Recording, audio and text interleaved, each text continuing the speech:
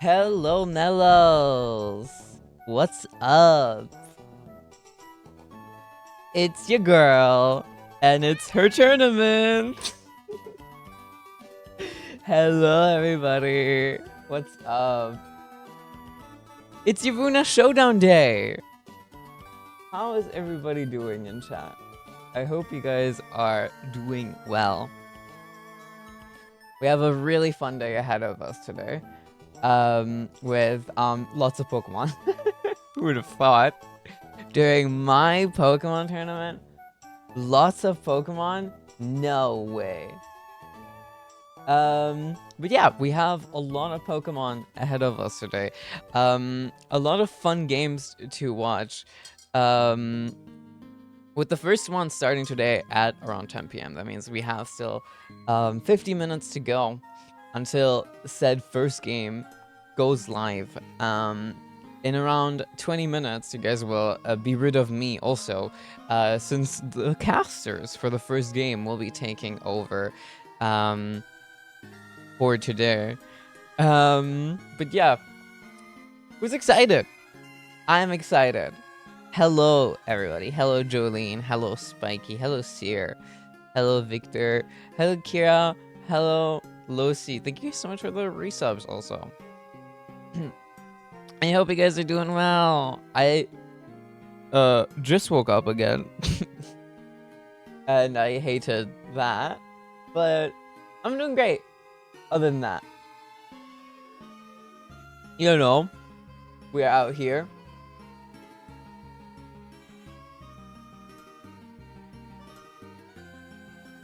I'm excited. Definitely. We have some really fun teams to look out for today. Once again, I am very excited. Thank you for subscribing to YUWUNA69. Yo! Thank you so much, Yubi. Thank you for the 2 months. Holy shit. You YUWUNA69 subscriber? No freaking way.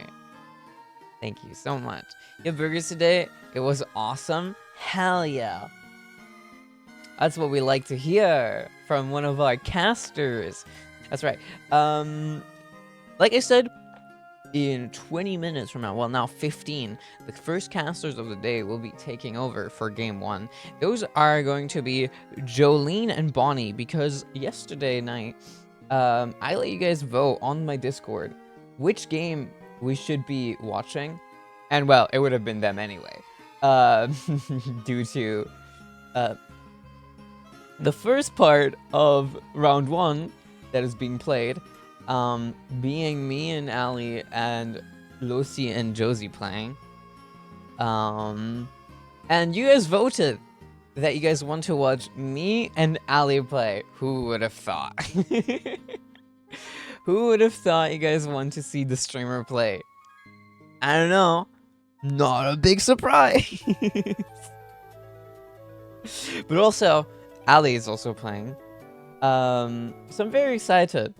Fun fact about said vote. We had 5 votes for Lucy's and Josie's game. 13 votes for my own and Ali's game.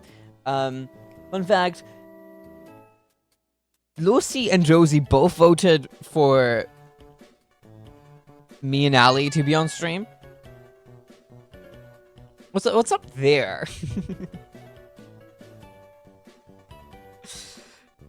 You guys, it is gonna be a really fun game, I'm sure. You guys are shy? Well, you know, hopefully we'll see one of you guys on stream today, at some point. Avoiding the pressure? Oh, absolutely, they are. If you guys would like to go and see the bracket, it is already up, and viewable by everybody. It is right there. You're not under pressure compared to a certain owl right now. That is very fair. Yeah, Bonnie is also playing. She's playing in the second round. Oh no, the second half of round 1 today. We'll see if we see her on stream, but we definitely just saw her on her own stream. She kinda just played Wolfie Glick in Global Challenge. So yeah, this owl has had a great start to her day, to her showdown experience. Certainly. Yeah, Bonnie just played against Wolfie on her own stream. It is actually crazy. Against Wolfie in this GC just now. Yeah, she played against Wolfie's mono-normal Fletchinder team. Fletching, not Fletchinder. Fletchinder is the evolution even. Oh god. But yeah, let's take a look at our bracket for today, chat, shall we? Bonnie aside, I think we should indeed take a look at this. Hold up. I gotta like pull up the capture and stuff, you know? Be a streamer. However that works. Okay, great. This window source just broke. This window capture just broke. Okay. Like I said about me though, I just woke up, but I had a game of Showdown just now before starting, after playing this team that I'm playing very extensively. The day before yesterday when I had no internet. Because, you know, what else should I do? Right? Yeah, my game just now went pretty well earlier, so we'll see how I'll do. I hope you guys, will be cheering on Muna, though.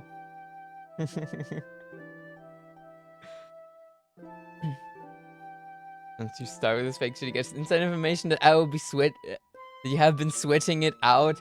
Okay, I might have gone and played like 30 games in a row. But that's mostly due to me not having any internet and deciding to hyper focus on building my team, quote unquote. Did you hear Goomba Fan Club? You're here? Let's go. Let's go. Yeah, cheer on Muna for me, please. He deserves all the love.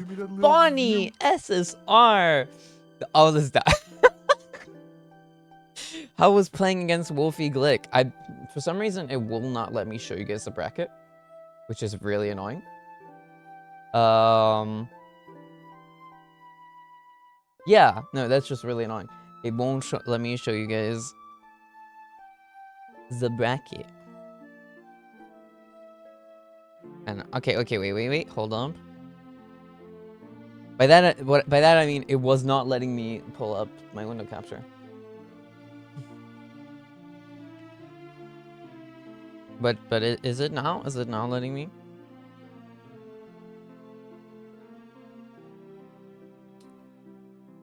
Ah, it is. Let's go. So here we have our bracket. As you guys heard already, we will be playing our rounds in parts so that our casters can also play.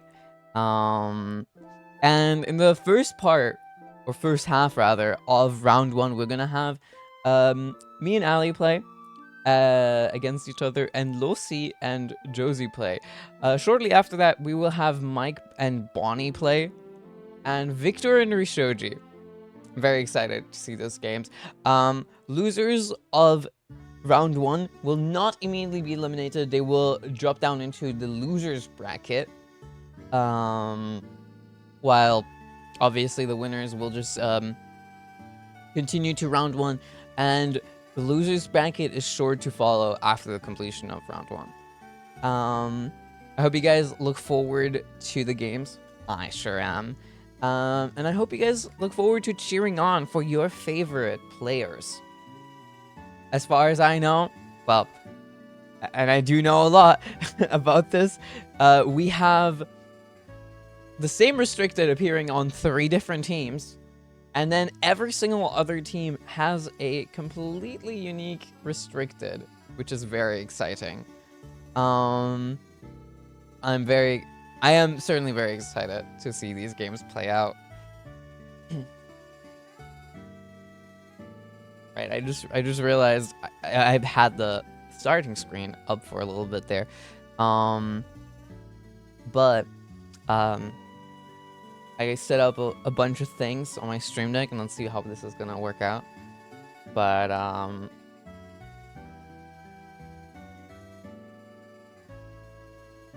oh wait, huh?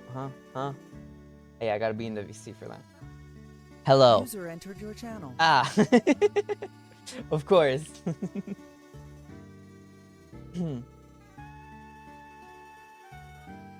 All right. Let's hope everything works out just fine. Thank you, Paya. Thank you. Yeah, I'm very excited. Is there anything else for me to touch on? Like I said, I just woke up. I'm very disoriented. I don't think so. I don't think so. If there's anything, I think the girls in a bit will have it handled. I'm certainly very excited to play against Ali in a bit. Wait. I gotta make sure to. Okay, so for the casters, please stay in the channels below until it is your turn to be in the VC. So that goes towards Jolene, Bonnie, and Muna, who is currently out with her dog, as far as I know. But she'll understand. She'll understand when we get there. You're mentally prepared for a long casting shift. Don't worry, Jolene. This time around, we have 4 different casters. Specifically the amount like I at least wanted, so that you don't have to do what you did last time, which is just casting constantly. Yeah. No, you'll be fine this time. You'll actually get breaks. Can you believe it? In fact, the second half of round 1 will be casted by me and Muna. So I hope you guys won't miss me too much. You guys have like 5 minutes left of me on screen. So now at 30, I see.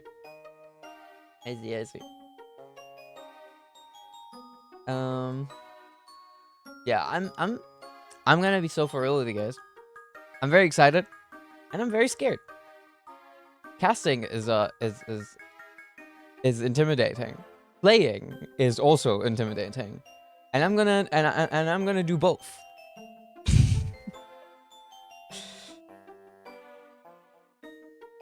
Well, hopefully it'll work out. I'm glad my internet's working, because for those of you who don't remember, it was gone all night 2 days ago. I was very worried about today because of that. But it turns out everything's okay. Things do go well sometimes.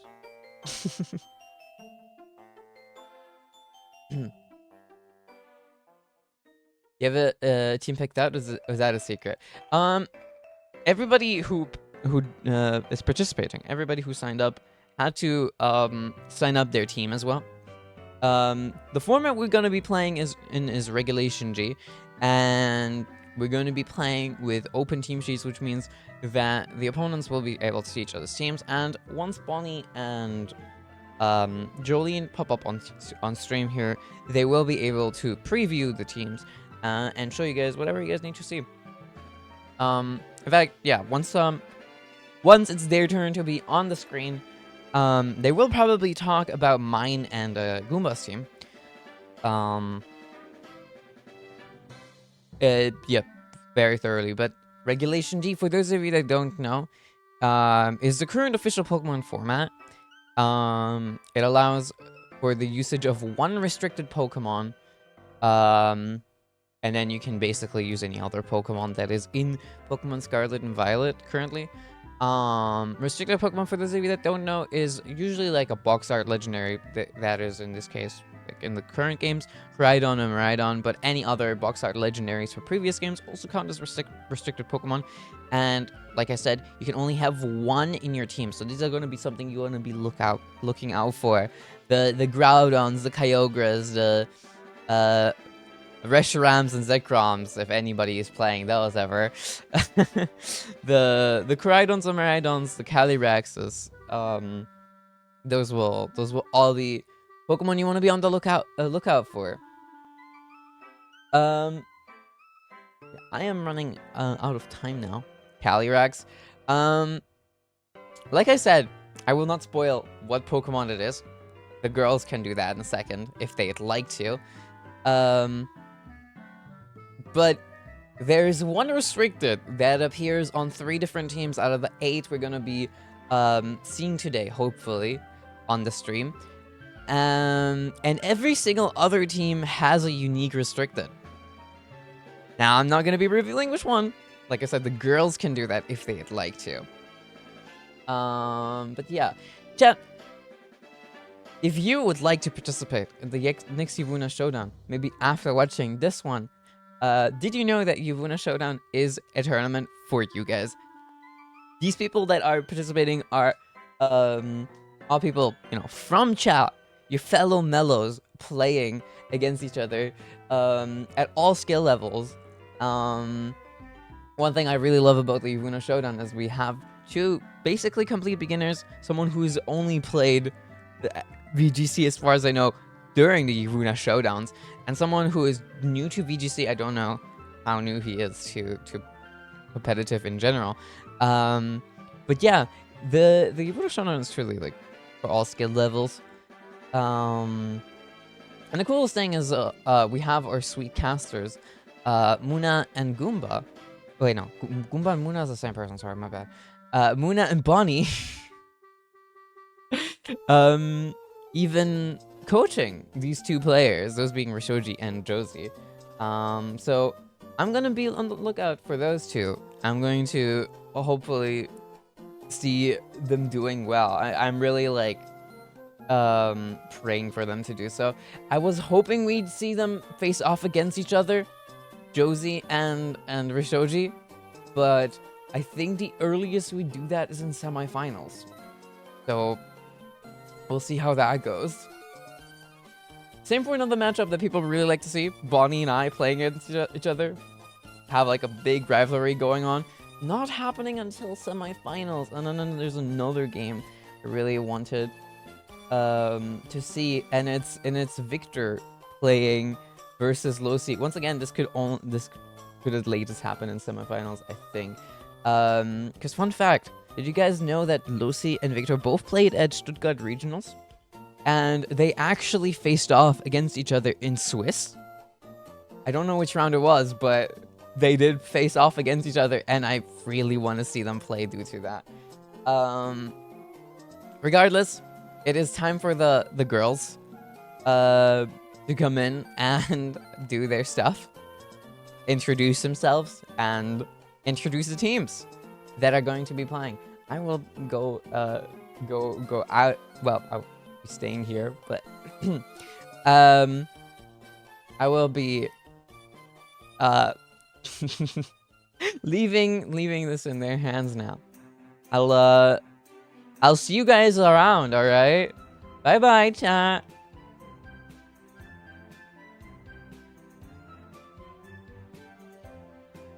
Objection!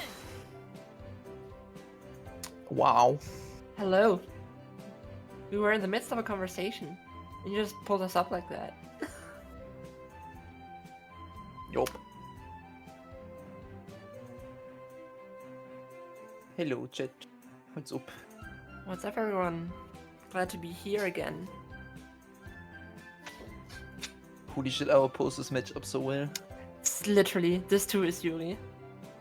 This indeed is Yuri. Yeah. Especially since both of our characters look so similar. Me too. I hate it. We are the same person. We gotta add that to the lore, Chad. Hello, Yeah. everyone. Are you excited for YUWUNA Showdown? The 3rd one.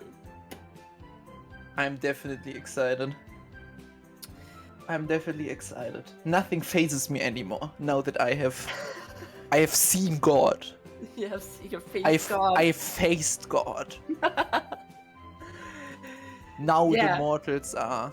No, I'm joking. I'm joking. Of this, I think this is this YUWUNA showdown is the most competitive yet. I wholeheartedly believe that. Yeah, Regulation G has picked up the steam in the competitive scene. I think everybody has tried out a lot of things in the last months of this regulation, and there's a lot of variety. We can see that in our matchups that we have today. And yeah, we also have an up-and-coming restricted Pokemon that we're going to be seeing a lot today.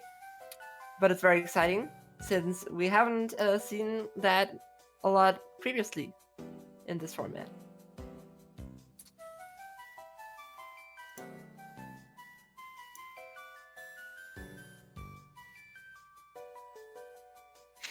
How can it be more competitive than when I was competing? People certainly looked up to you. You can be assured of that. People were inspired by you. Exactly. From what I've heard, that the newcomers or like the students this time really picked up the pace with their teams. Oh yeah, do you want to elaborate on that? Because we do have the same situation as last time, that we have Disciple and Master once again both competing in the same tournament. It's true. Yeah. I was training Josie. We originally planned to scrim for the whole week. Sadly, this didn't work out. We scrimmed for Yeah. one day. I trained her for one day. An absolute classic. I built her a team with her favorite restricted. I think it turned out really well. It turned out actually better than I wanted, and they're just Pokemon Josie likes. But this time, sorry for the Josie super fans, no EVs. One EV actually. Well, one there's EV, one, yeah. but not all EVs, not all. But all of them were handpicked by her. I might have influenced her on one or the other. We almost built a full bear team.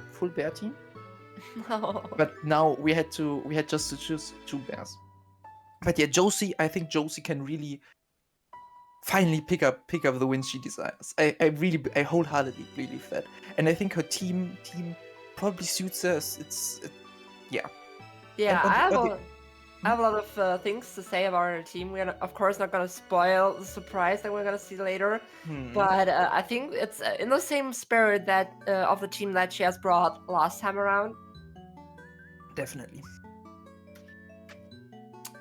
Yeah, Definitely. and even with one of them like making a reappearance, one of the EVs she has used in the last YUWUNA showdown will be coming back in this tournament. Yeah, supporting, of course, the power she is packing. That will be kept, as I've said earlier, a secret for now. Yep. And the other student playing, is I think Yuna said earlier, is Rishoji, who's coached by Ellie. By Ellie. Oh, Our local stream dog. the local stream dog Local stream dog. has picked up the litter. Who is known as the streets. who is known as the coach. I can speak as the coach. She's also As the the coach. coach. She's the coach of all time. She's the coach of all time, chat. She is the coach of all time. So Yeah. it's gonna be very interesting if we get to see the matchup Rishoji against Josie. Now this is a question going to Yuna. Are we? When are we gonna see and analyze the first teams? The YUWUNA showdown, of course, starts in about half an hour, so we still got a little bit of time to waste until then. It's true. It's inevitably gonna start.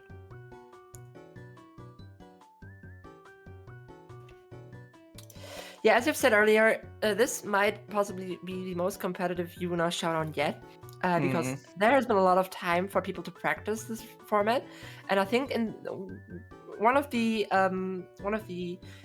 main things that people criticize about restricted formats is that they do not breed for a lot of inspiration and a lot of new and exciting variation in the teams. But I think this argument has been laid to rest in Yes. the last few months, because we do see a lot of variation. Of course, we have certain metagame staples that shine brighter than other Pokemon in this format, but it is certainly not a matter of like there's only one restricted Pokemon dominating the format, like for example Zacian used to do in the past, or like Mega Rayquaza, for example, during 3DS times.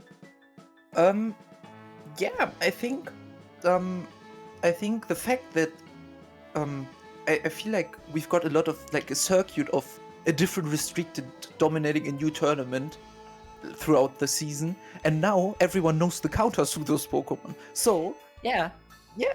like everybody learned, and I feel like specific Pokemon that could never be thought of as good now started to pop up because they are really good counters to that. I think it's very interesting to make that observation, because it's almost like a revolving meta, right? One Pokemon gains favor, a lot of people use it to competitive success, of course, and then people adapt around it, and that automatically makes way for another restricted to take the stage.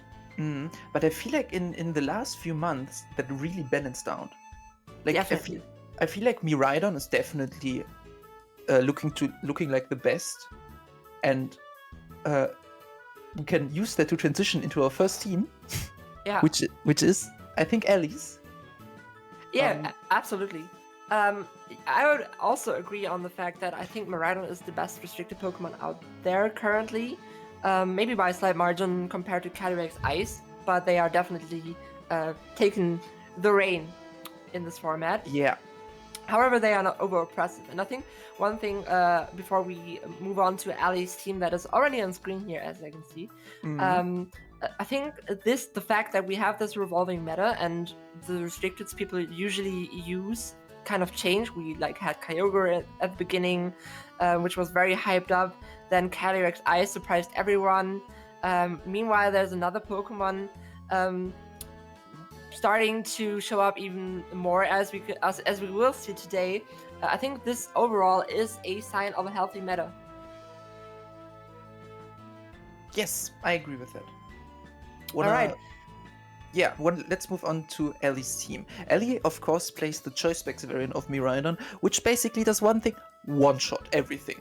Exactly. If you get off an Electro Drift in electric terrain, something dies. Yeah. Something really dies, and that's the whole point of playing Miraidon. That's also why we see Farigiraf to block those nasty fake outs, and also have Iron Bundle with booster speed probably, in because of the electric terrain, in order to make sure that Miraidon is the fastest mon with Icy Wind. Yeah, we can see a very offensive team here from Muna. Of course, Miraidon with all the multipliers adding up.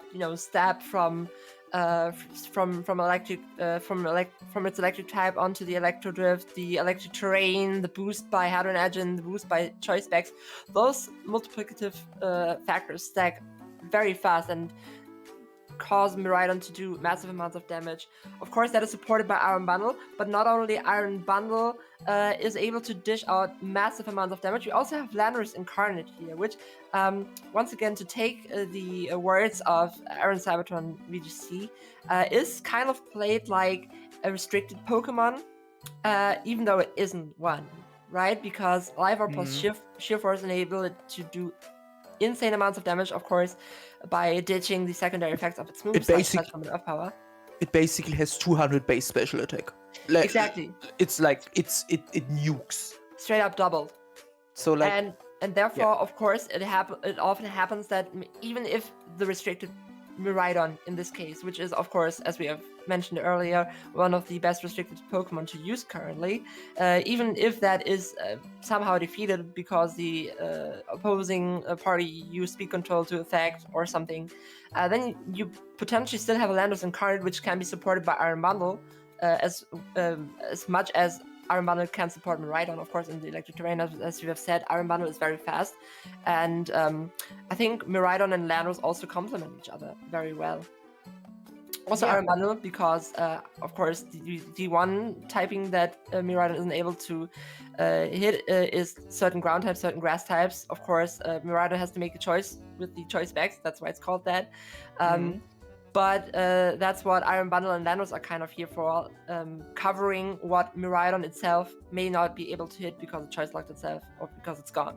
Yeah, that brings us to the potential counters of Miraidon, which I think this team covers really well. Miraidon is really weak against ground types, and as I already said, Iron Bundle can deal with them.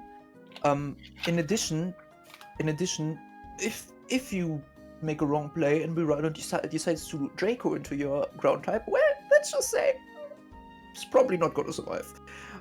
Yeah, another counter that Miraidon really hates is Trick Room. And for that, this team also has answers with Iron Hands and Farigiraf.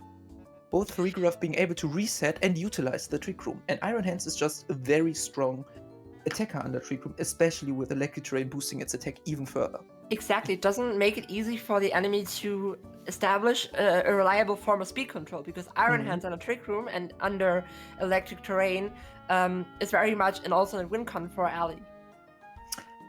Yes, I agree. Especially against the Tailwind. You can set up Trick Room and suddenly the Tailwind is working against them. Exactly, that's another thing. So Ali seems really versatile in how it can handle speed control to make its to make her Pokemon dish out the most damage possible in the fastest way too. Of course, there's also Incineroar here. There's not much to be said about Incineroar, which hasn't been said already. That Pokemon is just amazing and patches up holds really, really well on this team. Yes, should we move on? Yeah, we can move on. One minor thing, Ali's team, of course, struggles a little bit with terrain control, but that's, once again, something that Incineroar is here for, which can cover that. So Incineroar is very good in spreading out games, making them slower, intimidate, fake out. Definitely. Parting shot, you know the deal. Yeah. Maybe we can swap to Yuna's team right now, because Yuna will in fact be the first opponent of Ali in this third tournament. Yeah, and she's actually playing Lunala. She's actually playing Lunala, and I have a lot to say about this team. I know this very well. I know what you are, Yuna. You are using a variation of a team that won the Vancouver Regionals, which has been piloted by Bezat Montazir. With a slight change here, Superior has been swapped in for Ogerpon Hearthflame, which usually provides secondary redirection support for the team and an alternate win condition. As we can see, Yuna has sacrificed Ogerpon's redirection support for additional bulk and speed control. Yes, Yuna, I think it's a known fact that Superior is Yuna's favorite Pokemon, but I think it actually works really well in this team. Yeah, so usually what this team aims to do is also be very flexible in speed control. Lunala being, or usually we of course don't know the exact EV spreads in this situation, but coming from the base team that Yuna built this team around, this is a Lunala which is very offensively trained, because of course by using Meteor Beam with the Power Herb gains it an additional boost in its special attack, which is already really high as it's a restricted Pokemon. It can be used to also one-hit KO certain threats like Incineroar, which would otherwise be kind of a nuisance for this Lunala. And of course, under Psychic Terrain, you can then dish out Expanding Forces for massive spread damage onto the enemy team. Now, the strength of Lunala comes in on two sides. And that's why Lunala is this aforementioned Pokemon that is up and coming in the tournaments in competitive play currently. Because first off, we have Shadow Shield, of course. We already know from Multiscale Dragonite that this is a very, very good defensive ability, because it is basically able to take any hit, especially if it terrors. Terra Water being a very good defensive Terra in this situation. And then using that to either set up a Trick Room or a Meteor Beam to allow it to basically tear through the entire enemy team. Now, Lunala is a Pokemon that is naturally very fast with 97 base 97, speed. yeah. Exactly, which kind of seems counterintuitive if you were trying to Trick Room. This team is therefore able to employ two kinds of modes. If Yuna, for example, plays against faster restricteds like Miraidon or Koraidon, Calyrex Shadow, then in this situation, Trick Room is the preferred method of speed control. However, against Pokemon that are similarly fast, such as Kyogre, Groudon, and other types, or for example Calyrex Ice, which is a bit slower, there is Roaring Moon, with Tailwind, which can boost Lunala's speed even further, and enable it to outspeed the opposing Pokemon that way. Also, Roaring Moon being a Pokemon that opposes Calyrex Shadow, which is otherwise very dangerous for this team. Yeah, Roaring Moon is the primary answer, not only because it can immediately threaten with Throat Chop, but also because it can, of course, use boost energy to get off a fast Tailwind and then make Lunala go first. Yes. And I think Superior gives this team an even more interesting twist with Reflect and Light Screen. Usually this Vancouver team was a really fast-paced team. You want to set up Tailwind and you want to win, or Trick Room and you want to beat your beam and just ball. Superior gives this team another mount. Glare, guarantee paralyzing anyone that's not an electric type, is making sure that eventually this mon is not gonna move. And Light Screen and Reflect are making Lunala, which is incredibly bulky, even more bulky. So it definitely brings a new mode to this team, which makes a lot of matchups very interesting. Definitely. One thing for Yuna to watch out for is Pokemon that utilize, of course, Snarl. Actually, Bonnie and I discussed this earlier today. I think one of the biggest counters to Lunala in this format is anything that uses Snarl to debuff Lunala further. Of course, if it doesn't Terra, it also hits it for 4 times effective damage, which doesn't help. But usually Snarl just makes Lunala a sitting duck. And certain Pokemon, of course, in this tournament may be able to counteract Lunala. Therefore, I have looked through the teams. There might be a certain matchup that will be coming up. However, in the case of the matchup against Ali, this shouldn't be as much of an issue. I want to note something here. There is a mistake in the team sheet. The Roaring Moon does not have Throat Chop, it has Knockoff. Oh yeah, okay. Okay, So I almost mentioned that this is a very interesting choice to take Throat Chop over Knockoff. Okay. Yeah, Knockoff was also the move that was used on Roaring Moon in the original Vancouver team. Also, worthy of note is that in general, these Pokemon are trained to be rather slow, because then you could effectively use them under Trick Room. However, this comes with a couple of caveats.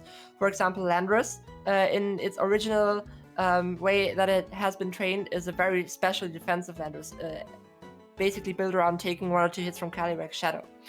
Of course, by being that bulky, if Yuna decided to take the same kind of EV spread, it is slower than Urshifu Rapid Strike under the normal conditions. So that is something Yuna has to watch out for.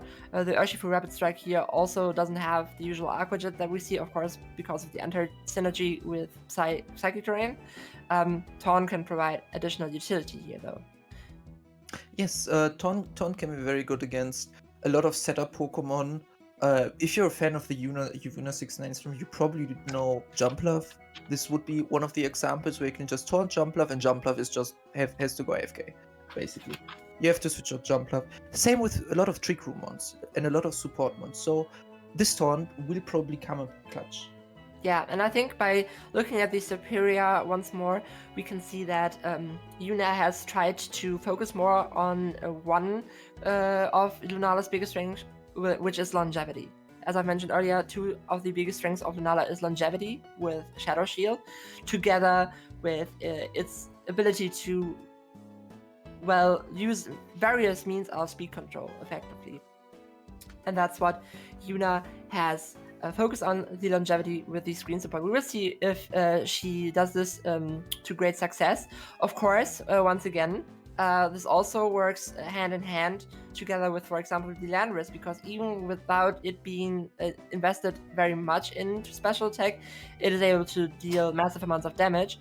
And the screens, of course, make it even bulkier. So Yuna maybe Yuna with Yunala maybe able to maybe able to outlive the opponents and just continuously dish out damage.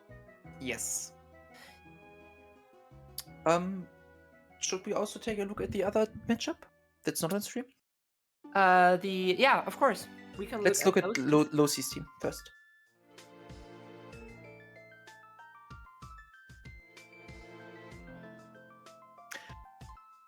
Interesting. For me, it's the first time seeing the teams, by the way, since I'm participating. So we are seeing a Calyrex Ice team here with a pretty balanced core. I feel like this team, and I don't want this to come off in the wrong way, but this team screams meta. That's what I was thinking as well. Like it's a very cookie cutter meta team. Every single mon in this team is probably in the top 10 most played Pokemon at every regional. It kind of looks like also to reiterate, I don't want to downplay this team in any means. It kind of looks like Luziges just chose the top 6 most picked Pokemon and went to run with it. My first thought when I saw this team was, where have I seen this? Like, was this maybe some winning team at some regional? I probably have seen it everywhere because it is so meta. But that's what makes it so good, right? We have Calyrex, of course, being one of the best restricteds to use. Currently, also Calyrex being incredibly bulky, doesn't even need Shadow Shield to live any hit because it does so naturally. This also looks like kind of sort of hard Trick Room, but it's like I think it has multiple modes. This team. Yeah, we like Trick Room is the best form of speed control in this team. It is, yeah, the only form of speed control also. Yeah. Yeah. Of course, being naturally synergistic with Raging Ball, which is also rather slow, and Amoonguss here, which can be a big threat on a Trick Room because of those fast spores. Yeah, this team screams balance. It screams balance. You have the old reliable Water, Fire, Grass core, which is the 3 starter types which synergize offensively and defensively really well. The only thing that they cannot hit are Dragon types. So I'm kind of disoriented right now. Okay, it's fine. I heard Echo, but it's fine. And what is good against Dragon types? Ice and Dragon attacks. So that's where Calyrex and Raging Ball come in. Yes, which are extremely strong attackers, which are probably the main attackers in this team. Together with Urshifu. With what Julien earlier said, the only form of speed control is Trick Room, which can be really tricky if you don't have any other form like Tailwind or Icy Winds to use. But on the other side, this team has 2 redirectors. One Rage Powder user in Amoonguss and one Follow Me user in Ogapon, which has the Sturdy ability, which makes it survive any move if it has full HP.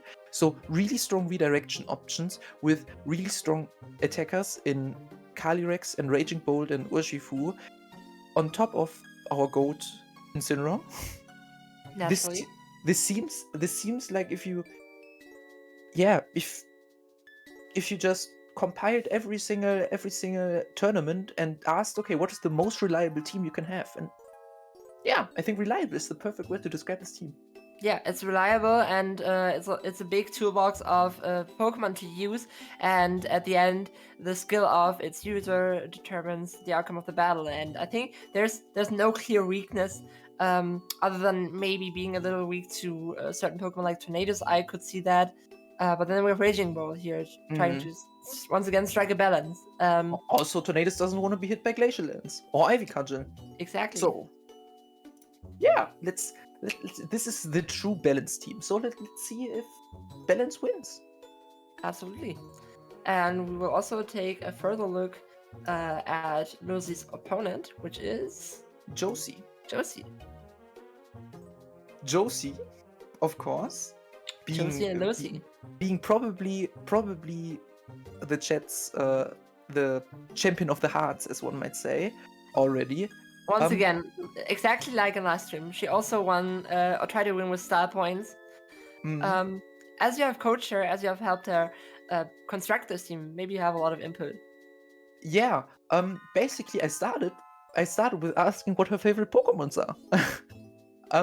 And then I sent her a list of all the restricteds, minus a few really bad ones like no Zekrom, no Kyurem Black, no Yeah. no Mewtwo, and all the like not fully evolved ones. And she said the one she likes the most is Reshiram, so I decided to build a team about around Reshiram.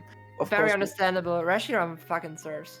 Reshiram actually serves a relatively similar role to Miraidon. Not as extreme as Miraidon, but pretty similar. I think there's not a lot that can just survive a Blue Flare or Draco Meteor. If you're not resisting one of those moves, which you probably won't, let's be real. No, it's also very good coverage, right? It Fire and Dragon. It is. It has like what 150 attack, 170 attack. I don't remember right now. It has a lot of special attack. Should be 150. Yeah, 150. With Life Orb, something explodes. Yeah, on top of that, it is supported by Umbreon, which tries to slow down the game with Yawn, Taunt, and stuff like that being just completely bulky, and Whimsicott, which tries to speed up the game. You can use Prankster Tailwind, which is really potent, to double Reshiram's speed to just one-pop something before them. Also, Whimsicott really punishes Protect. If you Protect in front of Whimsicott, well, be prepared to be Encored into it, as well as any support moves. Then... And that leaves you open. That really leaves you open. I tried to pair this, we tried to pair this with really strong attackers, which are Urshifu with Focus Sash. If you have Focus Sash Urshifu, you just don't need to care about Urshifu. Urshifu can just chill. If they attack into Urshifu, you survive one move, it's fine. You can also detect. And then you can just like invest fully into attack and speed and just go for damage. That's right. And Dragonite fell a little off this regulation, but Dragonite is really reliable always. Inner Focus makes you immune to Intimidate, so no attack drops, and no attack drops, and be flinched. Also you flinch, so you can just put a choice band on it and attack. Yeah, Extreme Speed is the strongest priority attack, and with Terra Normal, Choice Band, Extreme Speed, you can deal a lot of damage before the enemy even moves. And last but not least, Ursaluna, which is just another nuke. Ursaluna is just another nuke. So it's also a Pokemon that is able to work on the Trick Room if the enemy sets that up right. Exactly, it's a good anti-Trick Room one. It's a good attacker if the opponent is not able to shut it down before it attacks, something's gonna die. Now, what I immediately see when I look at this team, is the weaknesses of Reshiram. Of course, Reshiram is a Pokemon that we haven't seen that much in Regulation G, and for good reason. Now, of course, Reshiram is able to deal massive amounts of damage, and one edge it has over other Pokemon is that it has Mold Breaker, basically. It just ignores abilities, which is especially useful, I would say, in this tournament, actually, because we do see a lot of Lunalas. 3 Lunalas, yeah. 3 Lunalas, ladies and gentlemen, and everyone betwixt and beyond. And that is, of course, something that Reshiram can cash in very easily, because it does not care about Shadow Shield. Well, of course, Reshiram is able to potentially nuke a Pokemon out of existence. However, its moves, it doesn't have strong spread moves on this set, right? That's true. It's very single target.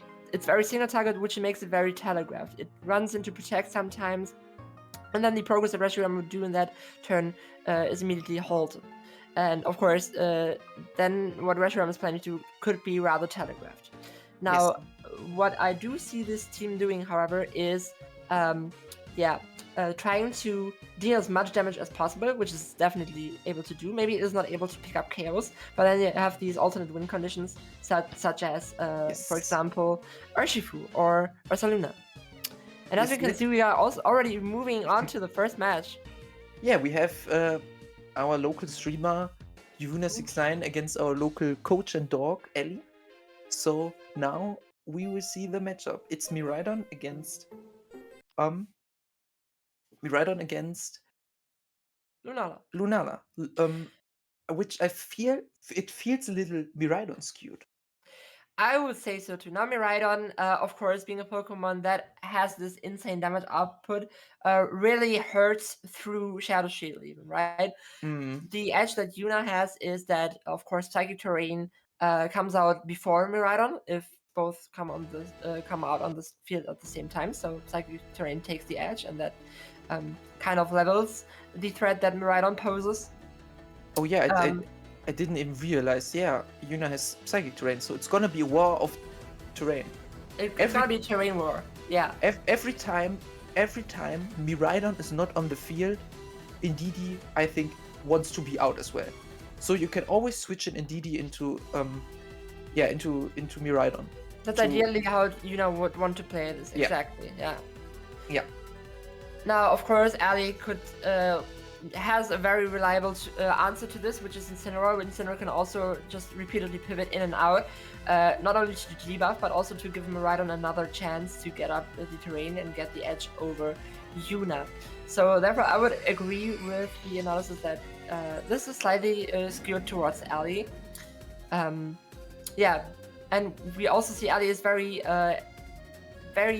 well prepared with Iron Bundle to face the Landorus Mirror Match. Now, we see a very standard lead by Yuna here with Lunala plus Indeedee. Of course, the interesting thing is that there would be a Trick Room coming out. I don't think that is what Yuna should do here. I feel like Ellie wants Trick Room up, actually. I believe Ellie wants Trick Room up because 3 of her Pokemon are slower than all of Yuna's Pokemon. Exactly. Iron Hands is a very strong threat against Yuna here in the Trick Room. Because, of course, it's faster than Lunala itself. So, I think actually, even though Yuna plays the Trick Room team, okay, a lot of things happen. Good Terra from Incineroar here. Yeah, good Terra from Incineroar. Able to take the Meteor Beam now. Yes, and it was able to knock off Indeedee. Indeedee is almost dead, which is really nice because now Indeedee can't just switch in. Indeedee usually it is bulky enough so it could switch in to like any move and survive it. Maybe not 2 moves, probably not 2 moves, but it could survive any 1 move. Yes. So now Ellie has electric terrain up and Indeedee's on the field, so there's no way of getting rid of this electric terrain. Yeah, what is of course immediately threatening is the Miraidon. Incineroar also is a little bit annoying, of course, with the electric terrain being up. Expanding Force is not a spread move anymore, so Yuna kinda has to play her cards right here. Incineroar switches out into Farigiraf here, and the Dazzling Gleam comes out, breaking the Shadow Shield. Oh, unfortunately, Moongeist Beam hits into the Farigiraf slot. And this Farigiraf is in a really good spot, because Lunala's only attacking options right now are Moongeist Beam, which it is immune to, and Expanding Force, which it resists. It doesn't have Protect as well, so Foul Play could connect into the Lunala slot. It would, I think, take 1 hit from that range still, and Landorus also is in a good position. Unfortunately, also not equipped with the spread move, so Yuna really has to think about how to play around this situation, because she cannot remove both threats equally. Okay, Indeedee is getting rid of, but on the other hand, Expanding Force is coming out in Psychic Terrain, so it deals a lot of damage. But Miraidon holds on 4% HP, so it barely survives this. If Ellie is able to switch it out safely now, she wins the terrain wars. She does. This Urshifu is not equipped with Aqua Jet, which is you have to keep in mind, because of course it couldn't pick up Miraidon under Electric Terrain. Yuna might want to preserve her Landorus here for the late game, so for example, Miraidon has to lock itself into Dazzling Gleam instead. Terra, of course, still preserved on Ellie's side, so she could just Terra, fire off Dazzling Gleam, and as Urshifu still has its Focus Sash intact, there's very little Yuna can do here, so Ellie's in a very strong position here. That's true. Ellie's going for the aggressive play, attacking into Lunala, or like both of them, but on the other hand, Lunala got the Trick Room up, which might sound great at first if you look at the very fast Miraidon here, which is also very low, but on the other hand, Farigiraf is now the fastest Pokemon, and Lunala is bulky, but I don't think it's that bulky that it can survive in psychic terrain. No, I don't think so either. So now Lunala is very threatened, and if Ellie is able to pivot out Miraidon and stall out this Trick Room, Miraidon can easily win the late game. We haven't seen the fourth Pokemon from Ellie too, right? We're probably gonna see it now. Oh, Psychic into the Urshifu is very interesting. I think your feed is a little faster than mine. Are you watching in Discord or in? Oh, hold on. Oh yeah. Okay, now Ellie's in a very dominant position. Both of the mons that are threatened by both Laser Betty and Samantha, by the Iron Hands and the Farigiraf here. That's what I was saying still- earlier. Iron Hands being in here is very There are impressive. 3 turns of Trick Room left. If Yuna could win this, if she finds any way to survive those 3 turns, Oof, that was a misplay. Ellie attacked in Psychic terrain. Factored in Psychic terrain, even though it happens. LeBron James and stuff like this. And yeah, sadly this means that she loses now because Lunala got the double KO and Miraidon is the fastest one, so it's the slowest. Yeah. She was in a very dominant position. Misplays like that happen, especially on Showdown. If Trick Room is up, you can't see Psychic terrain. You can see it in the top left corner, but you know it.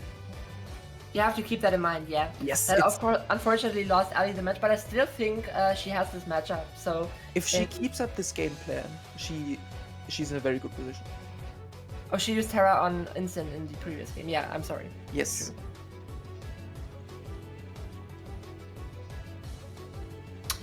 Now, of Now, course, yeah. of course, Ellie has to make sure her mental doesn't crumble, because she had this game in her hand and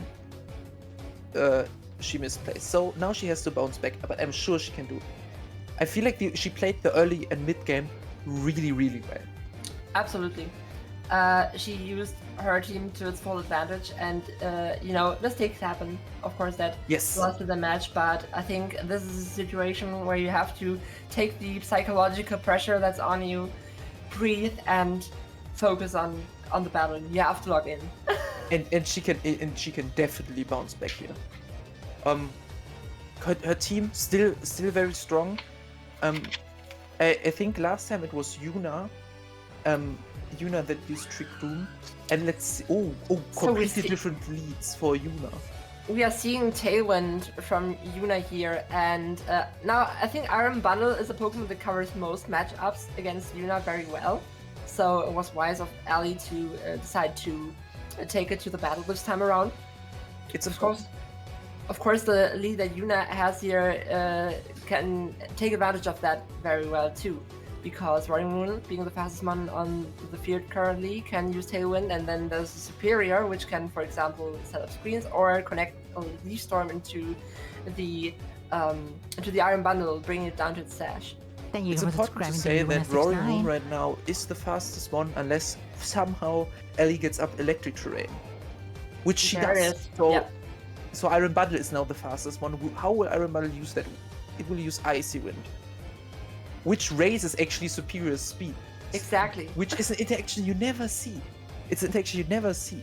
So, really interesting. But on the other hand, Superior's only attacking move is Leaf Storm. So even though Miraidon is really chip, it will be moving before it can be killed. Yeah, the thing is, depending on what Yuna has got in her bag, she might flip this matchup entirely. Roaring Moon isn't the most important Pokemon in this matchup. Also, Roaring Moon often feels like it does very well or nothing at all.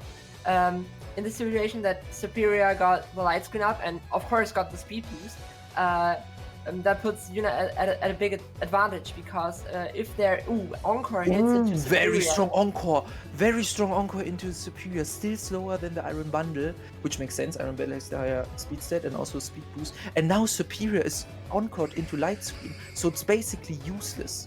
It is basically. Superior is currently useless. However, it could just switch out into Indeedee, and Nala can flip the script with Trick Room, putting Yuna into a strong position. it's very important to say though that there's still a Farigiraf in the back. There's still Farigiraf in the back. And even Lunala doesn't really want to take freeze dry plus. Oh, there's no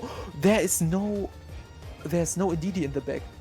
So Ellie just gets a big attack with. Oh, light screen is up. I forgot that. Yeah, light screen. Once, as I've said earlier, light screen really putting in the work here for Lunala to not take any damage. And honestly, this isn't the worst situation for YUWUNA to be in. I actually disagree. I think Ellie is in a very strong position. Iron Bundle can now continue to Icy Win, and Lunala may then be slower than Iron Hands. Depending on what happens now, Ellie can choose to knock out Landorus because Landorus will never survive Freeze Dry. Never mind, it will survive Freeze Dry. Ooh, that's the Sensia Storm. Sensia Storm. Bringing Iron Bundle down to its sash. And unfortunately for Superior, it goes down here, but we still have Lunala in the back, and now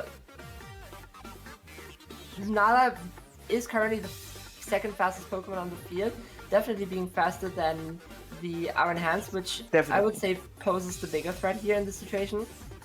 He's right next to Landorus. But she gets the freeze! And Laser Betty also survives the Moon Guy speed. This is game. This is game really, for Ali. Really interesting. I think the freeze of course, really big. But I feel like, as we discussed earlier, Farigiraf waltz the Lunala and would one-shot the Terra Poison Landorus. So even if she didn't get the freeze, I think Farigiraf still cleaned that up. This brings us to game 3, which now we learned some stuff. We now Encore from Iron Bundle, we know how strong of a tool it is. Oh yeah. So now Encore is a move that you very easily forget to think about in these kinds of situations, especially if you are somewhat advantageous. I certainly didn't expect Iron Bundle to be faster. Of course, it's naturally faster than Superior. However, Superior got a 50% boost on its speed, while Iron Bundle only got a 30% boost. And depending on the investment, Superior might still have No. If you get the speed boost for booster energy, for like the booster energy abilities, it's 1.5, but it's only for speed. Oh, well, they made it the other way around. They made it so speed calcs don't become too complicated. Oh yeah. Which makes a lot of sense. It's very strong. This way booster speed is so strong. It's basically a scarf for free. We see the almost same lead here from both parties. Of course, Iron Bundle being swapped out for Iron Hands this time around. Iron Hands being a very strong Pokemon on the field currently because it can threaten a KO on Roaring Moon, for example, and Superior doesn't do a lot to counteract it. Of course, can set up the Reflect here. If Ellie gets up the Trick Room though, she's in a very good position. But if YUWUNA goes full offensive with Knockoff plus Leaf Storm or something like that, Farigiraf might die. So that would punish the Trick Room play too. Yes, this looks like a very interesting situation. On the other hand, Laser Betty, our Iron Hands here, has Fake Out, which it uses. It's Samantha lives the knockoff on 9%. Ooh, barely. This probably not a roll. Oh. But Ellie uses Foul Play, expecting either the Lunala switch or Terra Flying. Yeah, now of course Ellie didn't make the most progress with the fake out here. And that with Farigiraf being so low, that basically deleted Ellie's chances of getting a Trick Room up successfully. Yes, she decides to switch out and probably sacrifice her. Oh no! Oh, very strong turn. Still, there's no speed control up. So if Ellie decides to switch into Miraidon, Iron Bundle again is the fastest one on the field and can either Encore Superior or knock out Roaring Moon. So, ooh, that puts at a lot of pressure here to call the move. I don't know which would be the right move for Iron Bundle to do here. Yeah, and she decides to go A for double that. target to Iron Bundle would probably be the best play for Yuna in this And she situation. decides to freeze try Superior. And there's the Tailwind. Now that turns the tide, of course. This really turns the tide. But she does get Fake Out Pressure now, which could be extremely crucial. Yeah, and I think neither Roaring Moon nor Superior carry Protect, actually. So it would probably be wiser to get a Fake Out onto Superior, since Roaring Moon basically did everything. Oh, actually, Roaring Moon has actually, Protect. yes. But, and she gets a Blight Screen, which makes her, for the rest of the game, really bulky. Reflect is gonna be up for 5 turns, and let's be realistic, this game is not gonna take more than 5 turns. So I don't think so either. So I think it's about 33% damage reduction. If there is an NDD in the back, that's basically the game can basically be called. Yeah, I agree, but we don't know what the last one is. The last game she brought Lannerus and she won that one. So I believe she probably no, actually she didn't. My bad. The last game she lost and she brought Lannerus. So she probably adjusted actually. But again, Landers wouldn't be the worst Pokemon to bring in this situation, right? With the Sand System just hitting both. Okay, and there's the NDD. NDD makes a lot of sense, but this was to be expected by Ellie. However, Miraidon's coming back out and setting up the Electric Terrain again. Now, if Yuna decides to switch out NDD, she officially won the Terrain War, and Psychic Terrain is the dominant terrain type. And Lunala also still has the Shadow Shield up. It is important to say, though, Tailwind is done in 1 turn, and then Daisy is the fastest one on the field with Miraidon. There's Terra Fairy being able to hit both Lunala and NDD. Lunala hits the Meteor Beam into Miraidon, of course not netting the KO as we have seen earlier. And there's Roaring Moon coming in. I would say this looks rather good for Ellie. However, she is locked into Dazzling Gleam, and Lunala... She locked into Electro Drift. Oh, she locked into... I'm sorry. I should pay more attention. It's okay. She locked into Electro Drift, which might cost her the game, but I'm not entirely sure. No. I think... Yeah? No, continue. Okay, I think this might be over just because Roaring Moon is the second fastest one, and I believe she doesn't one-shot Lunala. Yes. If this was actually really close, in another world, Miraidon one-shots Lunala there, and Iron Hands gets the kill on Roaring Moon. So it was actually depending on a few EV points. If Lunala had a little less special defense or HP, this game would have been completely go a different way.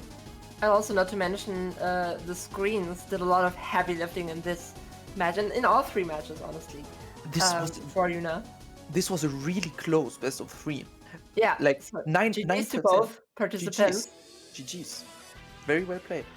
And what I said earlier, what Yuna risked or sacrificed with Ogerpon Heartflame not being in this team and instead using a screen superior paid off, as we can see.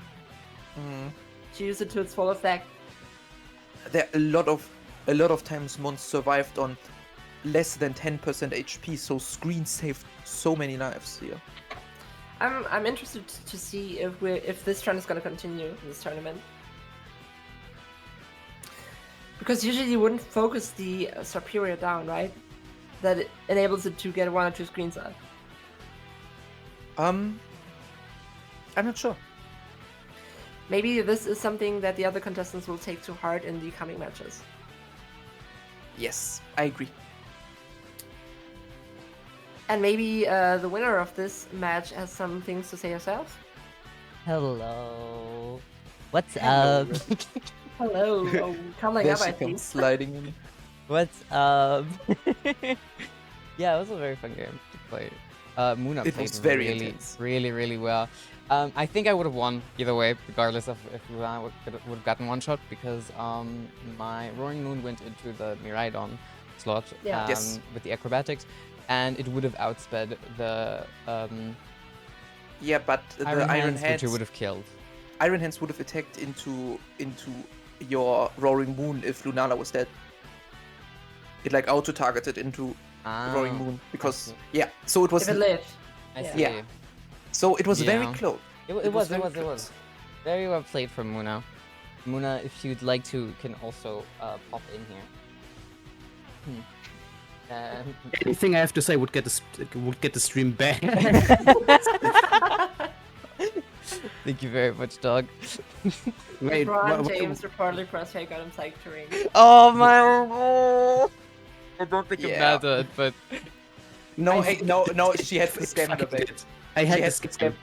She could if is it okay if I like talk about what you could have done, or would you rather sure. But first up, Muna, what's our score like against each other again? I think Bonnie and you, I have negative win rate against. Like, I think I have 0% win rate against either of you. Oh, The psych is very strong. I think I am now 3 or 4-0 against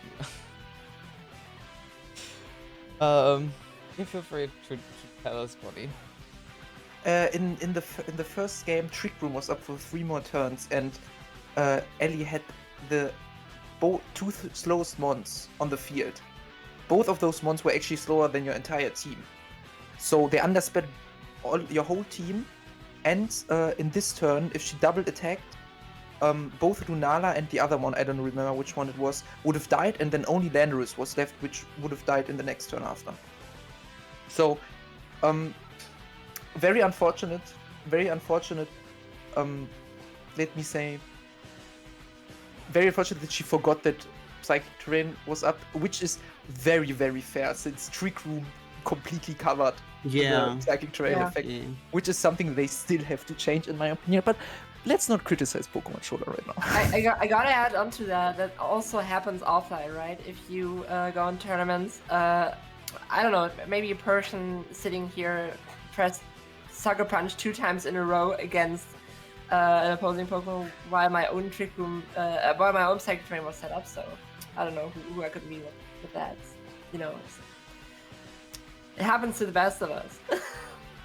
Now, this concludes the first half of the first round, as our other players are also done playing.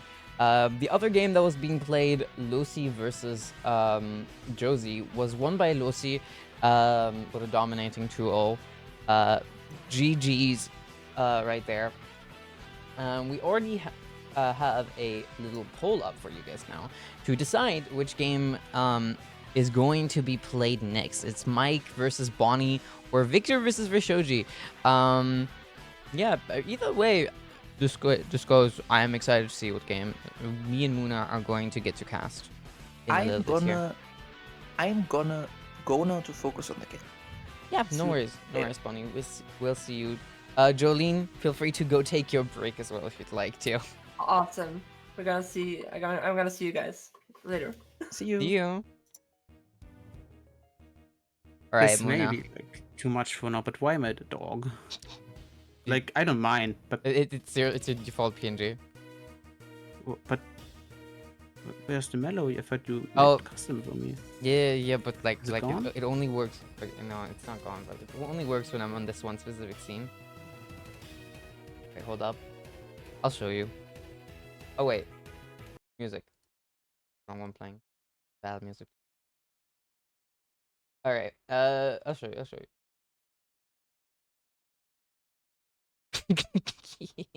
We turned silly. Yeah, okay. Then I'm the dog, I guess. Or I like. You can change it if you want. Yeah, but I don't have the speaking one because you made it. Oh, just tell me. Yeah, I could have given it to you. It Roast matter me. now. Why don't you? Hey, it was a 2-0, Josie. I don't know. I did not see the game. But if it's a 2-0 and I didn't see it, I'm gonna say it was dominate. Okay, that's just how it works. Besides, Josie, are you sure you mind getting dominated? I don't know.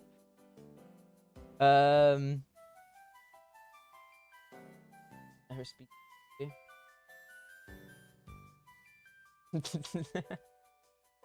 What? I'm sorry. But yeah, it's a very fun game. We got to play there. I would have said we would have gotten to watch, but we did get to play it. Now, fun story. The first round of the first game of the losers bracket is now set. By the way, it is going to be Muna versus Josie, as well as the first game of the second round. It is going to be me playing versus Losi. Look forward to those games. They are going to be very fun to watch or spectate, because if you guys are on my Discord server in the hashtag Pokemon channel, you can go ahead and spectate any games that you missed on stream here. As they are being posted, you know, the replays. Thank you, Muna, for posting. But yeah. Muna, any thoughts for that game now that it's been a little bit? You know, it's a big problem actually if you're like part of the organization and you know all the teams and you know your matchup. Yeah, my whole day was about this matchup basically. Oh. Oh. And only just earlier, when I was out of the docks, I thought of what I could lead, and I realized that every time I lead Farid Guraf, you basically cannot press Trick Room with, like, you know, Yeah. I could reword it. Yeah, exactly. So really funny today. This morning I played a best of 3 on Showdown, and when playing this best of 3 on Showdown, I ended up playing basically exactly your team. And yeah, I went into that going, oh well, this is gonna be good practice. And I did win that game in a 2-0 with the person rage quitting in the second game, and I felt pretty confident going out of there.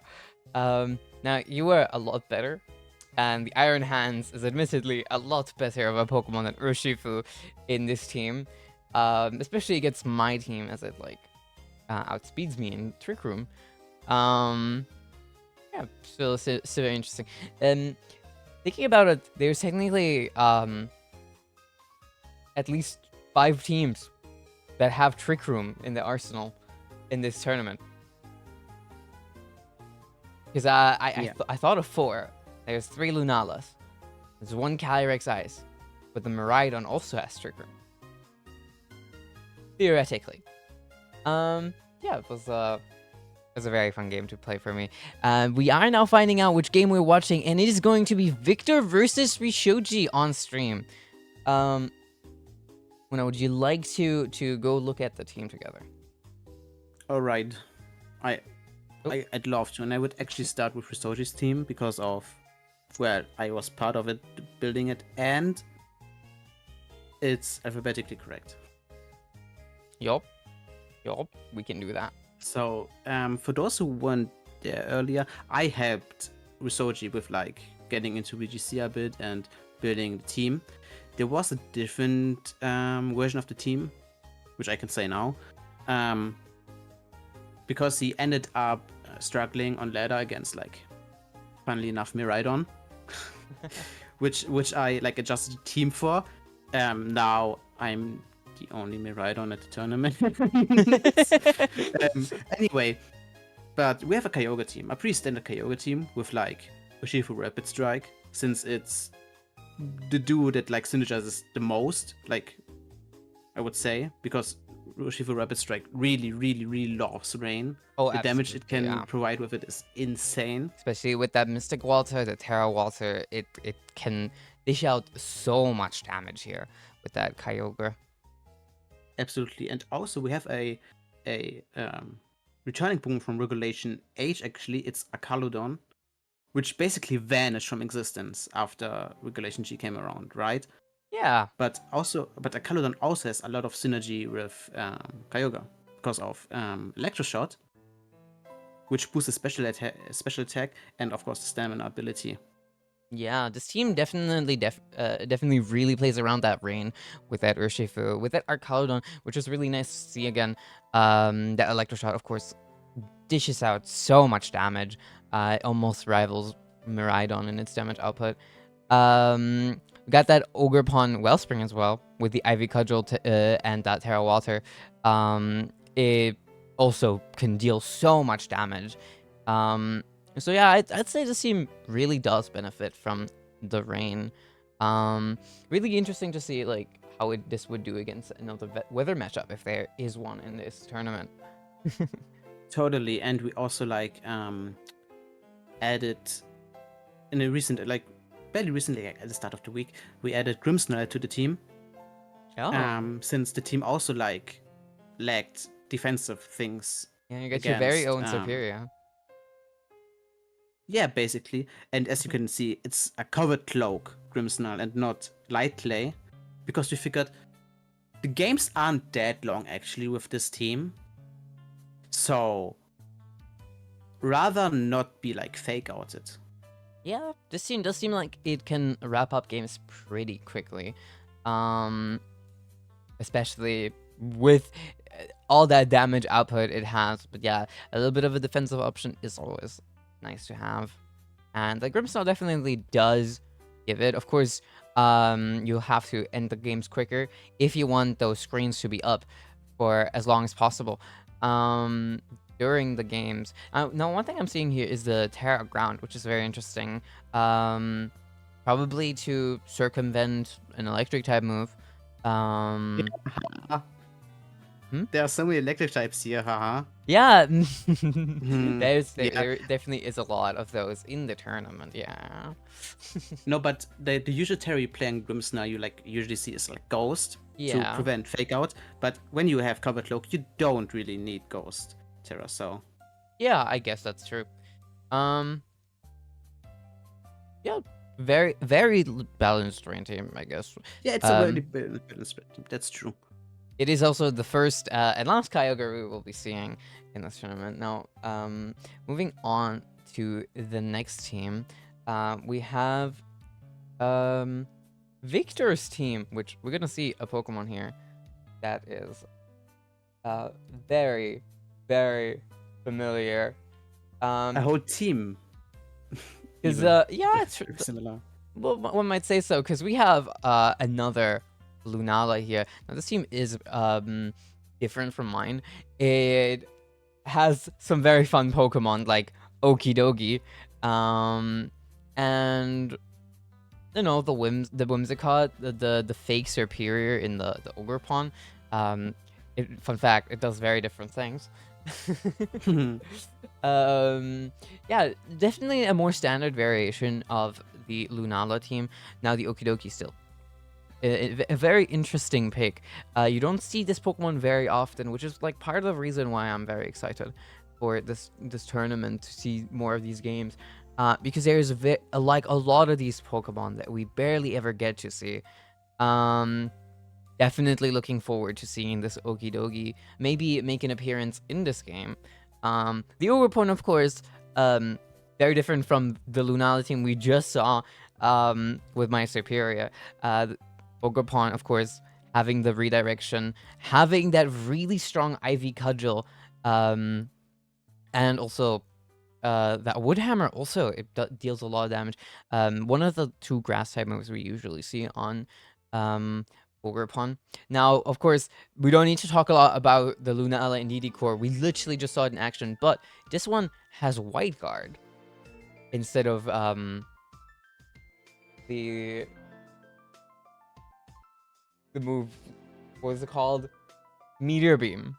Is that intentional? Yeah. Is that really the case? That is the Pokepace I got. Okay, we have White Guard on Lunala. Very interesting pick.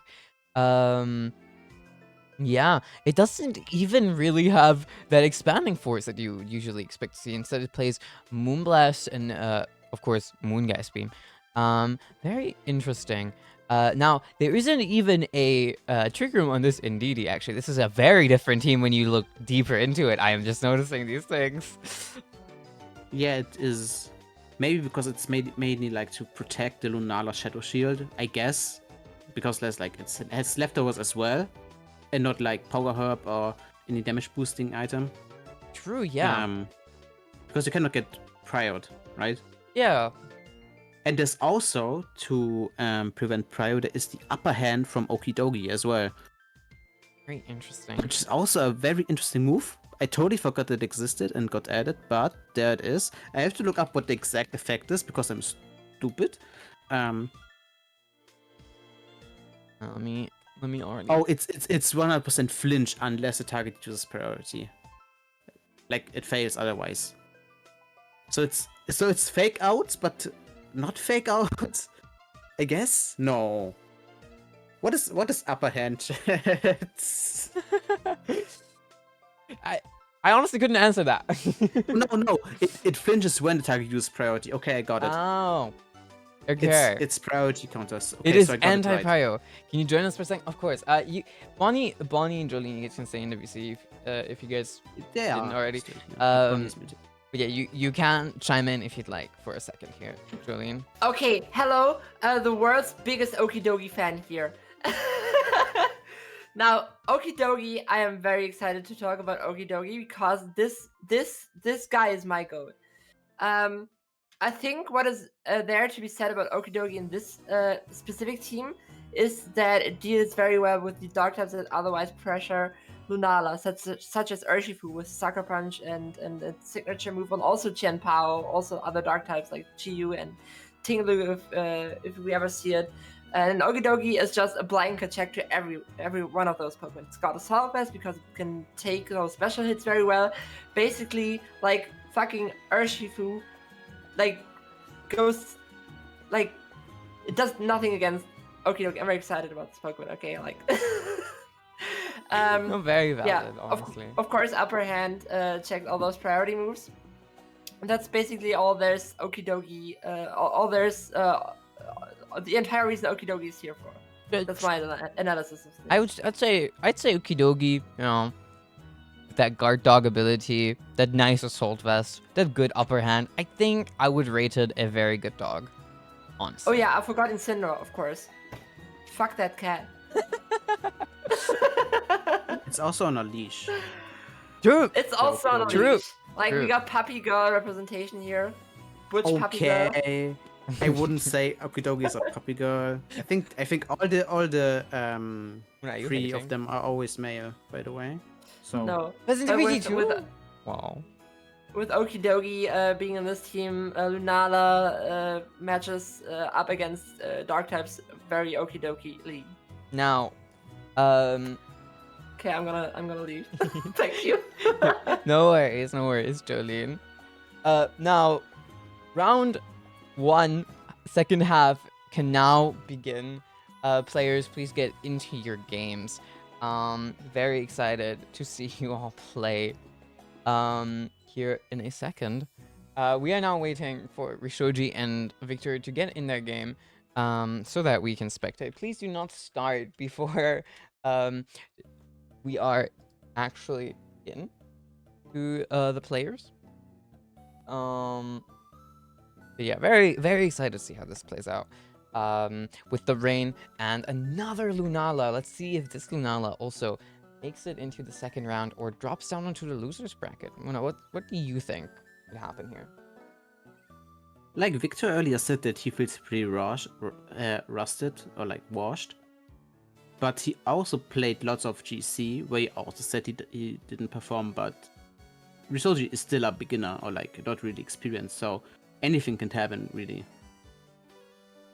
You know? Yeah, I agree with that. Yeah. Our players are personally, still. I want Rishoji to win. Players, If please it get happens, into your something game. Don't know. We're still waiting for them to do so. Bonnie, Mike, you guys can also already start playing, of course. Wait, I have not given the go, actually. I've just sent the the stuff in. Bad. Oopsie. Bad. Maybe that is on me.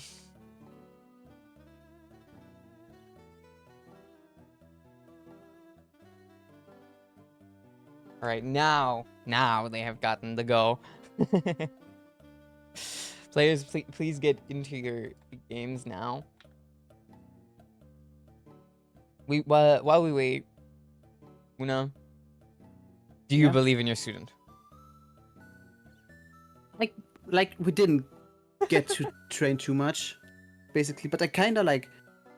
I think Risoji is a good learner when it comes to some things, and a quick learner, and he knows Pokemon. He's not like a total beginner like Josie. So I think there's like I have hope. Now, for this game, I will also be running a prediction. Mods, please do keep the predictions going They are in after the this match. one. They are in a match now? Okay. I will be going into that here in a second. Find user. Oh, I'm not finding the match. Risoji, did one of you or both of you click do not allow spectators, because that's a huge problem. Yeah, please do allow spectators because we do need to watch. So if you guys have pressed do not allow spectators and you've started, then you will need to go out and restart your game now. You are allowed. Yeah, please reset your game. That'd be pretty awesome. Pretty neat, if you will. Yeah, Victor probably has it on, which is okay. Means, you know, we're gonna have to No. wait a second here.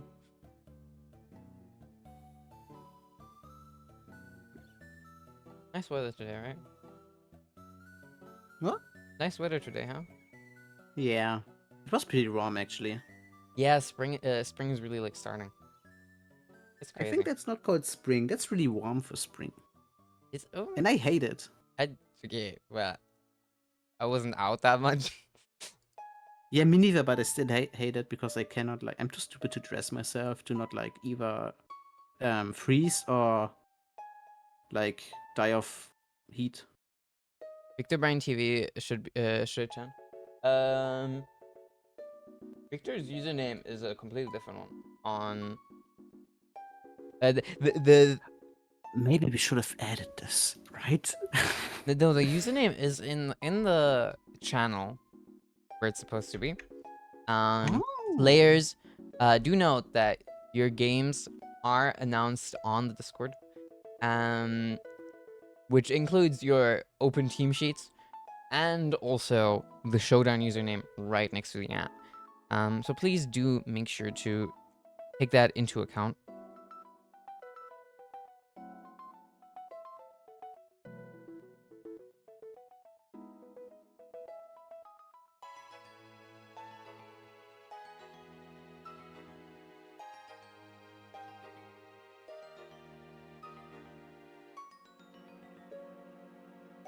So I will.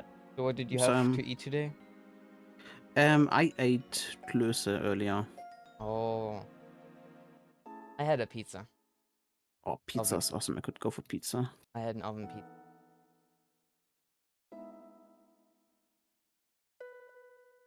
We're still waiting. Yeah. For anybody curious here in chat, we are still currently waiting. Making me hungry. I'm so sorry, Paya. Yeah, go get yourself something nice to eat. To watch, you know, maybe some popcorn or something like that.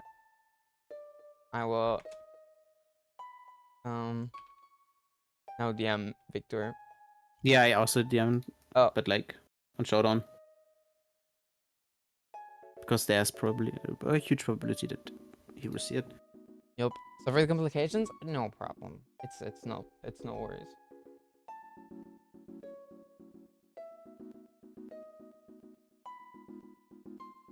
Oh, What? Kumpel. Oh, Oh, that's a lot of points. it's activated.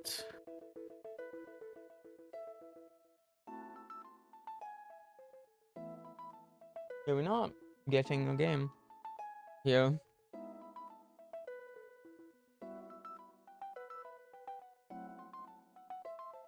There, Shoji's also not in the game. I was looking on Victor's end. YUWUNA stock market crash of 25. Yeah, everybody here in chat seems to be gambling right now. and they all seem to be losing out on their points. It's really all of them. Watch this, okay. L. Yeah, kinda.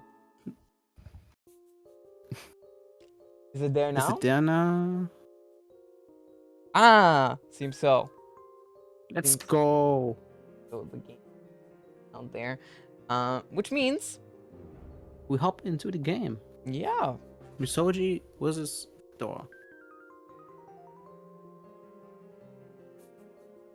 Hello, Muna. Hello.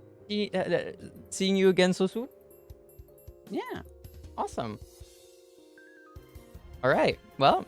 Okay.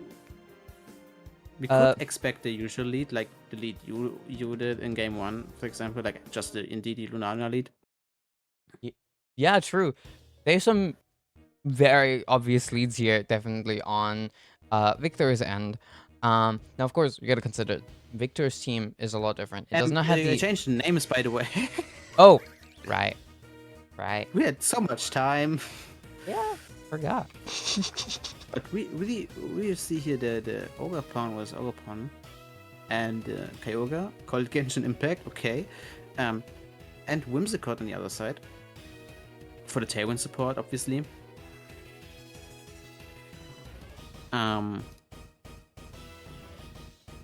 Could also go for an Anchor, depending on what the other two Pokemon do. But I'd say that's a good lead for Risoji here. Yogapong goes for the spiky. Follow me. And Ooh, Ice Beam, and that's Whimsicott gone. Ice Beam takes up, takes the kill immediately. Yeah, that's a good first turn for Rishoji, I'd say. Now, of course, Victor did get the Tailwind up, which might be all that Victor wants from the Whimsicott here. This is definitely not nearly over yet. Yet without the Whimsicott, Victor is lacking spread move, so the Ogre could just go for Follow Me, and Kyogre could do its thing, pressing Water Spout. Yeah, absolutely. Especially with that fire type. On the other side, now, of course, it is neutral because it's also a grass type. But yeah, very curious to see what the Lunala here goes for. Of course, with this very niche set, I would say, versus this fairly standard Kyogre set. Yeah. I mean, Victor does outspeed. He can damage that Kyogre and severely lower that damage output from a Water Spout. Doesn't go for the attack though. Ivy Cudgel goes into Lunala. Ice Beam follows soon after. Takes it like a champ though, thanks to that Calm Mind. That Ivy Cudgel did so much damage though. It did. Now its defenses aren't up. Only its special defenses. So And this was damage through the... Was it through the Shadow Shield or was it broken? it was through the Shadow Shield. That's insane, because Ivy- now it means it like dies, right? Possibly, yeah. It's threatened to die. And I think Victor has to respect it. So either like attack or like, you know, switch out. This Lunala Which also not does really favorable. This Lunala does outspeed all the mons on this field, as we saw in that Tailwind. The Follow Me comes out from the Ogre Pawn. That Moongeist Beam goes into it. Drain Punch takes the Ogre Pawn out right here. And the Water Spout, the Water Spout fails to get any KOs, gets the Lunala very, very close to dying. Same with the Okidogi here. But both mons are still on the field. Victor in a very good position here, I would say. Especially with that one turn of Tailwind up. There being no redirection left on Rishoji's team. Now, Rishoji could have something like the Rillaboom out. Doesn't come out, though. A Grassy Glade could have dealt some very, very needed damage here onto that Lunala to avoid a KO on another Pokemon. Now, of course, the Grimmsnarl can set up the light screen to reduce the damage from Lunala, so Kyogre could probably get another hit out. But not with our auto spot probably, but rather with like a origin put, which has the chance to miss, of course. Of course, a Protect could be really good from Rishoji's side if this Kyogre has it, to stall out It that has Trick Room. Protect. I can't really look because otherwise I'll appear on stream. But yeah, in that case, a Protect could be really good here from Rishoji's end. The Lunala gets swapped out. Gives up its... It's the Gunk Shot. The Gunk Shot takes out that Grimmsnarl in one hit. Now, Victor did give up his boosts, but it doesn't really matter. The Rillaboom comes out here. Grassy Terrain is up. Gives some recovery to that Okidogi if it survives another turn here. And of course, it has the Grassy Glide, so it can grab that KO pretty easily. But on the other hand, there is an Ogerpon on the other side, and it threatens so much damage into that Kyogre. Now we didn't see the Terra yet from the Kyogre. It could circumvent all that damage. Even though it would be like counterproductive here, because there's a poison type on the other side and a fire type. So we'll see what Rishoji does here. There's of course the fake out. It could be coming from the Rillaboom or the Grassy Glide, since Grassy Terrain is up now. We see the Lunala switch into the fake out. The Wood Hammer does take out that Kyogre in one fell swoop. Lunala healing up so much through that Grassy Terrain and those leftovers. Now this might just be game 1 for Rishoji. No wait, Victor, my bad. Grassy Glide does take out the Lunala. The Ivy Cudgel doesn't deal that much due to the Terra. Rishoji still has a chance. Absolutely! Rishoji is still in the game. We counted them out so quick, but they're still here. Now here come the mind games, of course, because of the upper hand. Right? True. True, yeah. But Rishoji does also, need to... like, for the, Rishoji does need to give the upper hand some respect here. It could mess things up pretty heavily. The high horsepower, okay. The high horsepower, okay. That's the mind games. Now, high horsepower does have a chance to miss. For both sides. Correct. The Grassy Glide comes out, and I think this seals the deal. Victor grabs the game. Very well played in the end there from Rishoji. Very well played from Victor. Victor does grab game 1 here. Yeah, very fun game to watch, definitely. Now, how will they adapt? I'm gonna play this That's team the so question. badly. Hey, Jolene, there is opportunities. For example, in the next YUWUNA Showdown. Although that one will have a special gimmick to it, so maybe you don't want to be playing this. So maybe you can play even something cooler with Okidogi. True. Now, let's see how these players readjust after that game 1. What do you I think expect, it's pretty YUWUNA? interesting. Yeah, I want to say that like we didn't see the Urshifu Rapid Strike on Rishoji's side, which kinda like surprised me, since I think it has a pretty good matchup against specifically Lunala, because you attack multiple times, right? And break the Shadow Shield with your first one, and then you deal the normal damage, which is still a lot. Right? And there we see it, okay. Urshifu lead with the Grimmsnarl, and we see the same lead from Victor, the Whimsicott and the Ogerpon. A fairly good lead. Gets that Tailwind out pretty easily with that Prankster ability. Almost guarantees it here as well. Of course, it could Moonblast into the Urshifu slot though, which threatens so much damage here.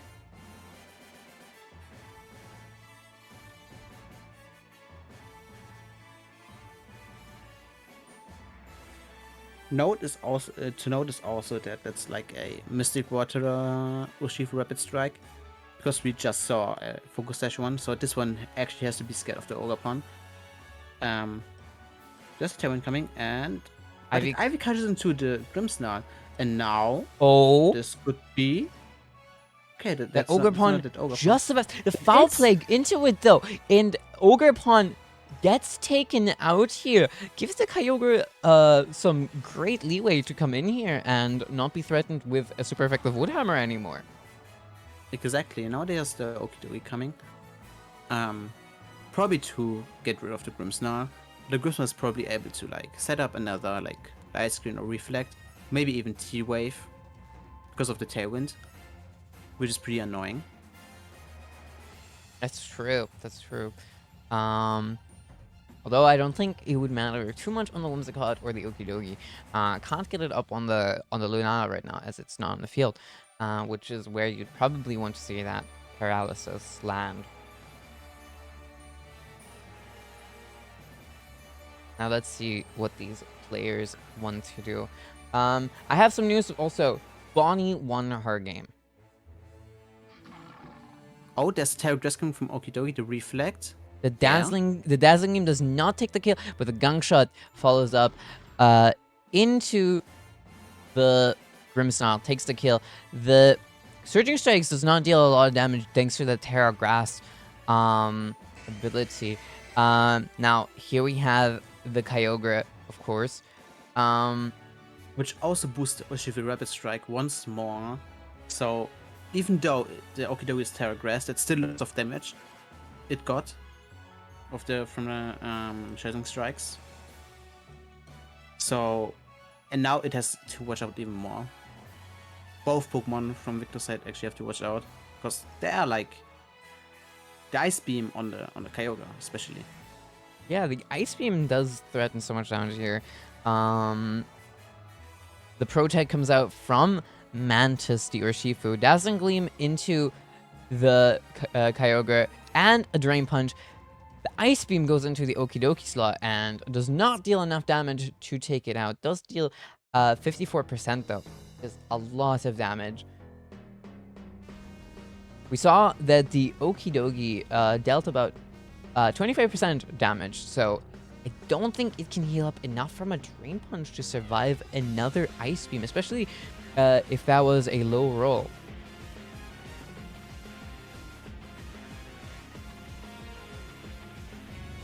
And of course, Risori still has his Terra compared to Victor. So that's still a thing to watch out for Victor. There's a switch out coming from Urshifu Rapid Strike. Drain Punch, okay, so Kyogre gets some free damage out. Oh! Takes out the Whimsicott A one-hit Now- KO! on the turn where the Tailwind runs out, which is pretty neat. And the last Pokemon is probably Lunala, yeah. Now let's see.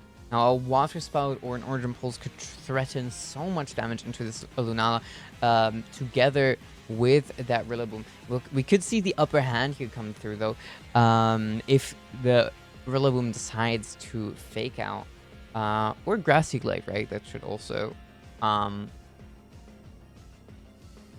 work. Yeah.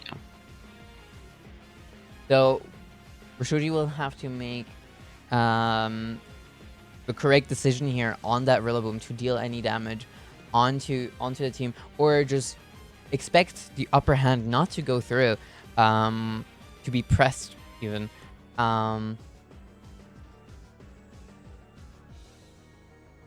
The Ice Beam goes onto that Lunala slot, It's crits. crits, but deals not enough damage to do anything else.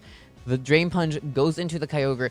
The Okidogi now no longer in range to die to an Ice Beam. Those leftovers and that grassy terrain healing the Lunala up for so much here. But now here's the Urshifu Rapid Strike. People are scared of. The Shadow Shade from Lunala is gone. It can protect, like there's Urshifu. It cannot protect anyway, but it doesn't have protect anyway. Neither of those Pokemon have protect, to be exact. I think it's pretty even still. Yeah, this game could still go any which way. There is no particularly dominating side right here. It's a very even game. Of course, if Rishoji manages to take this game, we will be seeing a third game. Rishoji manages to take out the Lunala with a Surging Strike. Origin Pulse, not very effective, but lots of damage. Drain Punch, of course, coming. And I think that's pretty done now. Because the damage, we saw the damage earlier, it did about 25%, but now it's Sarah and in Rain. I think the Okidogi is done for. That's correct. That's also okay. I didn't expect the close combat to come through, totally Surging Strikes, but it did its thing, so 1-1. 1-1 indeed. We will be seeing a third game here. 100% third game rate on stream. True. Very exciting. Meanwhile, off stream, Yeah, people are stomping. that's true. When they're not on stream, they seem to be performing their best as of right now.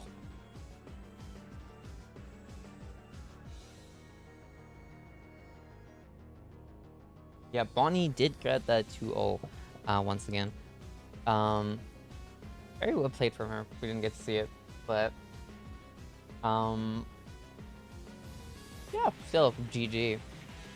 Now we are here in our third game of this set, the final game. Let's see how the players readjust. Of course, this game right here is for all the marbles, meaning that the person winning this is going to go into the second round to face off against Bonnie. And the person losing this will be going into the losers round 1 to face off Mike and to play immediately after this. So now technically thinking about it, the winner of this does get a break as well. Oh, pretty offensive lead from Risoji here with the Kyogre and the Urshifu Rapid Strike. Yeah, we see a switch And up from a Victor new as mon. well. Yeah, and a new Mon from Victor as well. We the see Royal that- Moon, which can also set up. Yeah, we've seen a Roaring Moon today before. Very strong Pokemon, not to be underestimated. Such a fast attacker, and I don't think anything in Rishoji's team can really outspeed this. Even outside of the Tailwind, as long as it has that boosted energy active. Of course, that also means it can get a very, very fast Tailwind up against Rishoji here. But let's just see what these two players decide to do for their first turn of this game. The Roaring Moon just switches out immediately. The Woodhammer goes into the Genshin Impact Kyogre. Surging Strikes into the Ogerpon will take the knockout.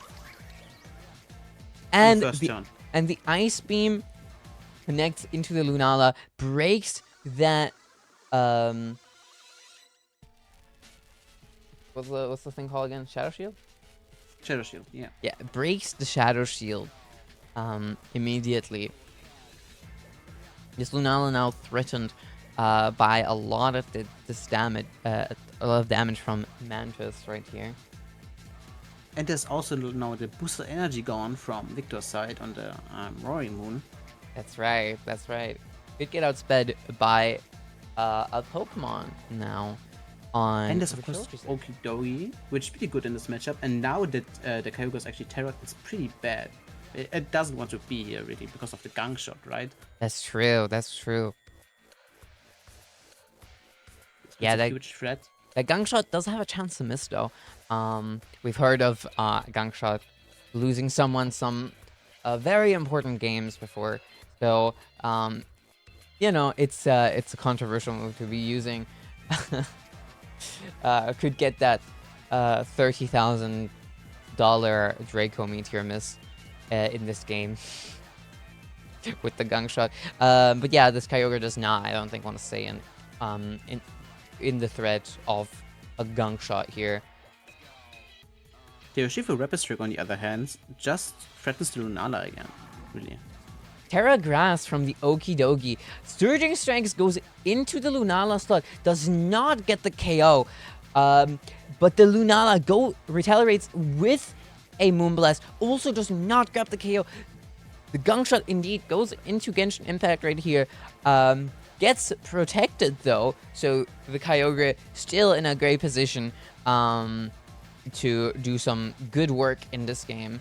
Now, of course, Rishoji knows that the Gunk Shot wants to come through here. There could be like an Archalon in the back, which will be more than perfect for Rishoji to switch into a gunk shot, since it takes no damage at all, thanks to that steel typing. Of course, a high horsepower could go into it, but don't think we'd expect that. There goes the switch out into the Rillaboom, though. Archaludra not in this game. Surging Strikes connects with Lunala. That is Victor's restricted, gone from the field. Okidoki switches back in. Has basically switched sides now. For the Roaring Moon to come in here. Of course, now the Rillaboom is threatened by the upper hand, because I think a pretty obvious play would be like to fake out any of those mons, right? But the upper hand is really scary. You don't necessarily want to use Prio against this, because just having the upper hand, like seeing it on the open team list, kind of scares the shit out of mutant priorities, really. Yeah, of course, that acrobatics on the Roaring Moon, threatening a lot of damage now that it doesn't have an item anymore. A Tailwind comes out, though, and a Gunk Shot. No upper hand goes through. Gunk Shot does take the KO on the Rillaboom. A Surging Strikes goes into the Roaring Moon, does not pick up the KO, though. Now, this Roaring Moon definitely outspeeds, can land a pretty easy acrobatics into the Kyogre or the Urshifu here, to grab a pretty secure KO. Now we see the Grimmsnarl come back out here.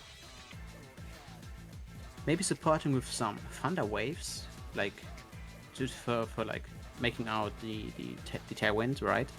True. Which could help the Urshifu Rapid Strike, which didn't go for close combat. That's just no. I think that was a wrong play. Maybe a misclick or something, or maybe Urshifu just doesn't know that Roaring Moon is a Dark type, which many people mistake it for Flying type, which I get. Yeah, it is a Dark Dragon type. I used to be one of those people that mistake it.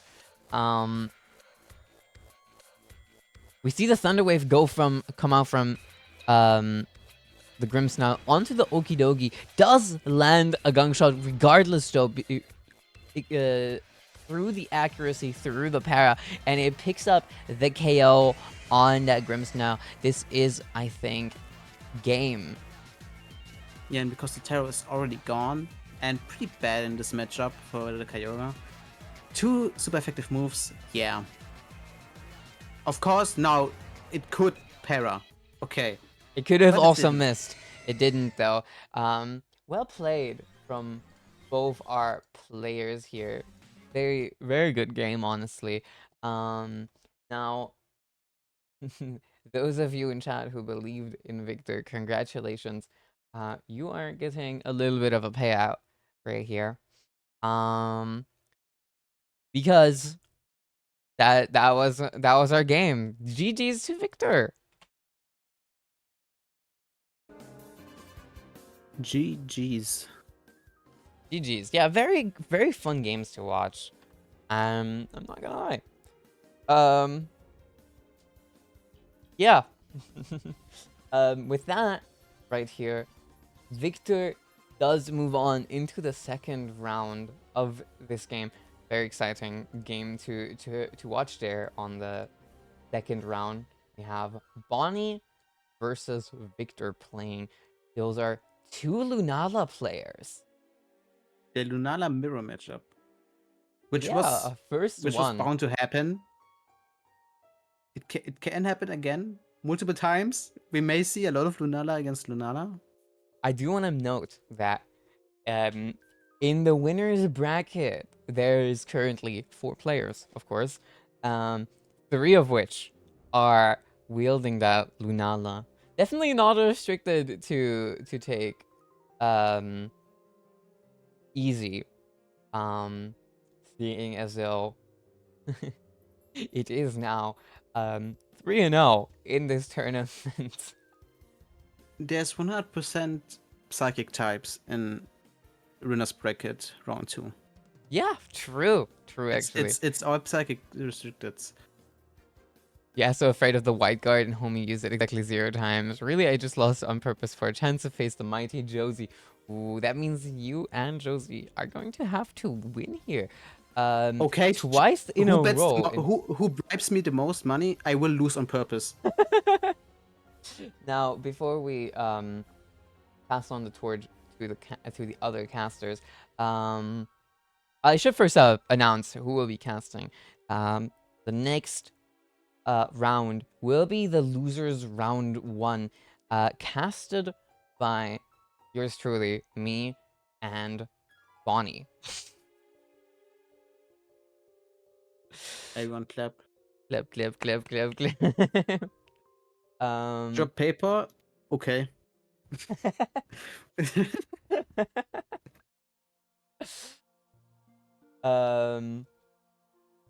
Yeah. The most fitting casters, seeing as though in round 2, both me and Bonnie will be playing. Yeah. You're scared to face me? Well, Lucy, I'm about to run a prediction, not prediction, a poll on who chat wants to see play the next game in the tour.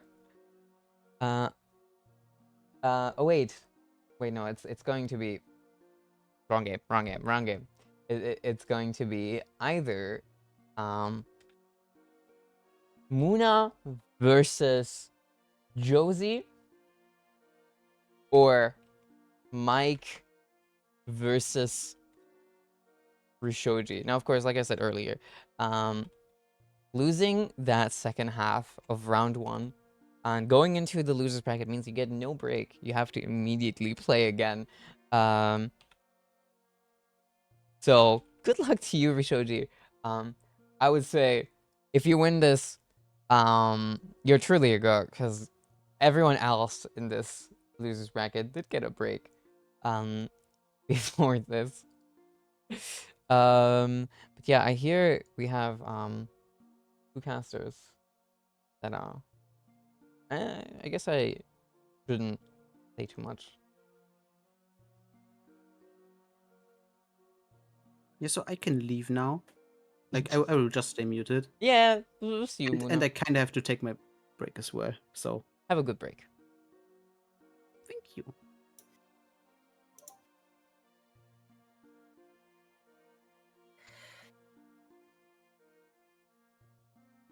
Prepare for trouble. And make a double. To protect the world from devastation. To unite all peoples within our nation. To denounce the evils of truth and love. To extend our reach to the stars above. Jolene. Bonnie. Team Caster blasts off at the speed of light. Surrender now or prepare to fight. Woof, that's right. Amazing, guys. What's up, Chet? Welcome back, Chad. What's up, Chet? We're back. We watched some exciting matches earlier. Wow. We did. I was at the edge of my seat, rooting for the Goen. Of course, unbiasedly. I was at the edge of my seat playing Mike. He caught me off guard with some really spicy team. I'm You gonna were say playing against Mike.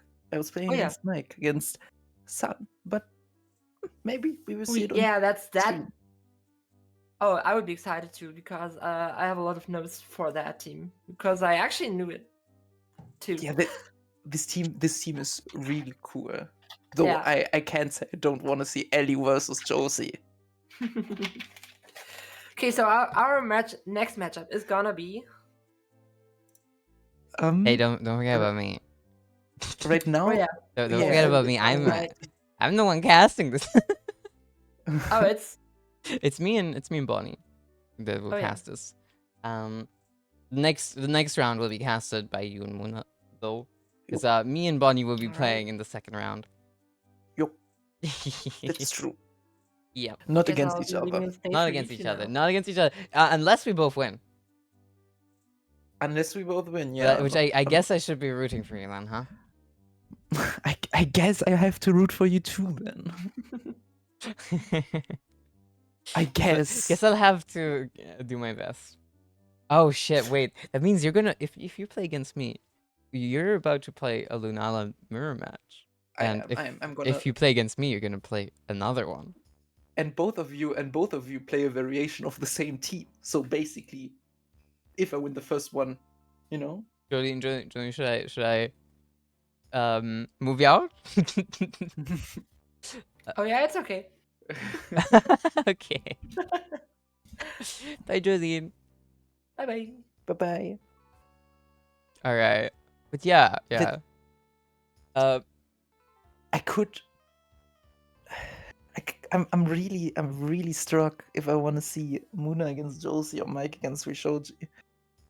Just because I'm not gonna lie, I want to see Josie. I I want to want to see see that. Josie too. I want to see that Reshiram on the stream against I that honestly- Miraidon. No, you're right. Honestly, I just want to see that fucking Sableye on Mike's team. Oh, okay. Hot take. I'm sorry, Rishoji, but I am really rooting for Mike here. One reason only for me to do that. There's literally nothing else. There's only one reason, and it is that Mike will. If Mike loses here, Mike will not appear on the stream. We will not be seeing Mike play on the stream at all today if Mike ends up losing in this game. So, you know. We did get a Kyogre versus Groudon. Ooh. Oh, Mike is playing Groudon. Oh, it is a weather war. It's like we have two really cool teams in one. In one game, and then we have like both stream goats in the other. Now it is currently tied. Who will be playing on stream? One vote could swing it all. Otherwise, it will have to go towards the coin flip, though. Definitely a coin flip angle. Oh, Okay, yeah, that is a it's a coin. coin flip. That is a coin flip. Mike, I would like to have you choose heads or tails.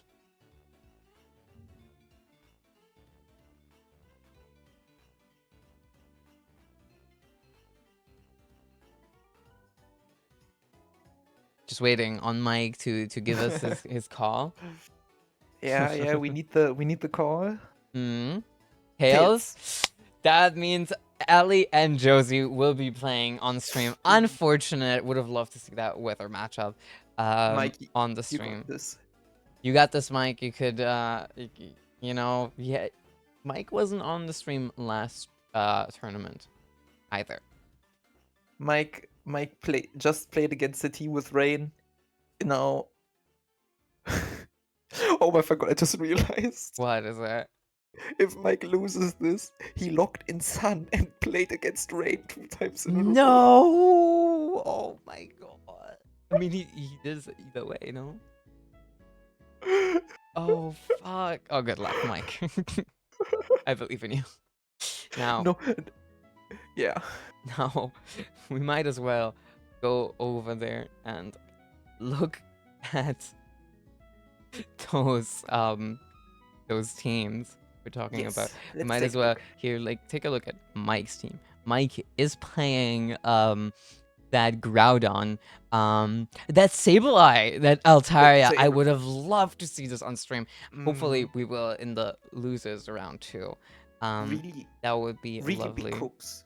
Sableye really feels like the centerpiece of this team, and I really feel like Mike can utilize it to win the weather war and other stuff too. If you skill swap your Drought, Sun comes up again. And also Groudon has Prankster, but yeah, that's something else. So he could use that to win this weather war. And also both Altaria and Raging Bolt seem very good against Rain as an archetype. Yeah. So I do think, even though you would say that the Sun Rain matchup leans towards Rain, I think his team is very well equipped to play against Rain. Definitely. Mike does seem to have thought this through a lot.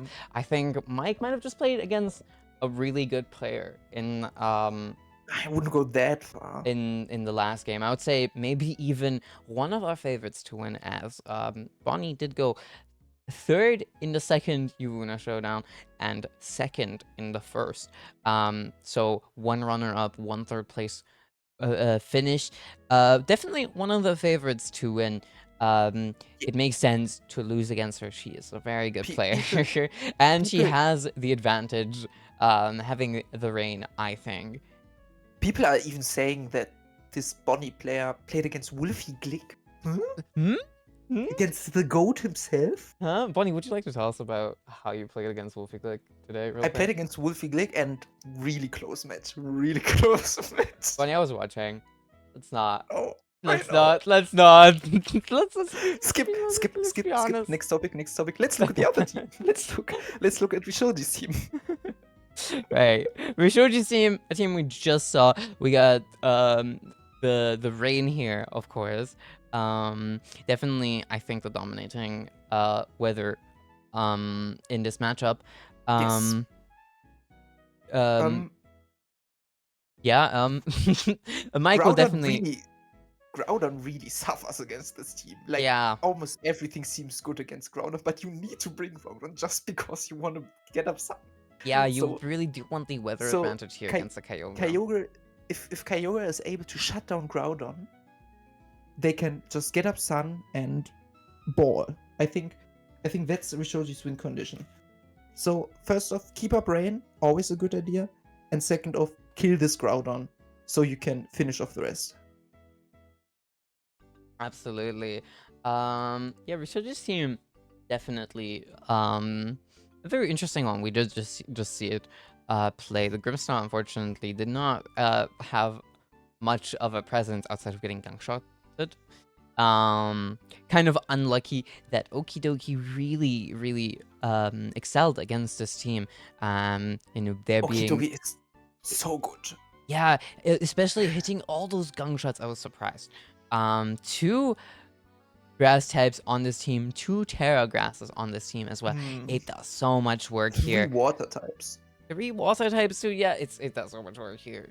It's a really good Pokemon into this matchup, as we've learned. Okidoki, not really a Pokemon you see very often, so you might it might fly under your radar, and you might not respect it as much due to that. But really a Pokemon that can do so much work, as we saw. I just realized I didn't know where you are going when I said that there are 3 water types on the team. Ignore that I said that. Yeah, I kind of just like I went with it. Okay, let's move on. Yeah, Okidogi, very good matchup into this team. Well, let's focus on the matchup at hand. Who do you favor? Just team-wise? Do you favor Rishoji or do you favor Mike? Team-wise, it'll definitely have to be Rishoji with that rain. Yeah. But I think Mike definitely, if Mike practiced at all, Mike has definitely faced this matchup before, and definitely probably should have a strategy to deal with it. So it could swing any which way. We will be finding out after that round. But I just realized the biggest cook. that that Mike could do. Mike could skill swap, water absorb. Okay. Okay. And then if like Sableye lives for long enough, it could skill swap water absorb onto Groudon. Now I think we have looked at these 2 teams enough. Yeah. I think Yeah. there is 2 teams that we need to give a little more attention, as they are kind of playing on, the stage on the stream here in a second. Yes. Those teams are Muna's and Josie's. Let's look at Josie's here first with that Reshiram. Oh, I really am excited to see this, though. Reshiram can be really strong. Reshiram has only one problem here, which is Reshiram is a lot slower than Miraidon, and Miraidon, It can land some.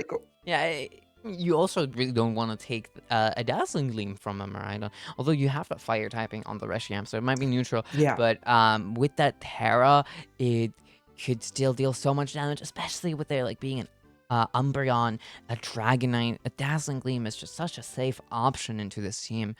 Of course, I do think that Tailwind is a really good option for Josie this game. yeah, definitely. Speed control is definitely something Josie does want to have against that Miraidon.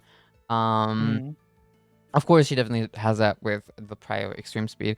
For example, one thing to note here is that there is no Chienpao on this team, which is a part of the reason why this Dragonite got so strong during the Scarlet and Violet era. Meaning it'll deal a lot less damage than you'd usually see on a Dragonite focused team. Of course, Dragonite is not the focus here. We have that Reshiram.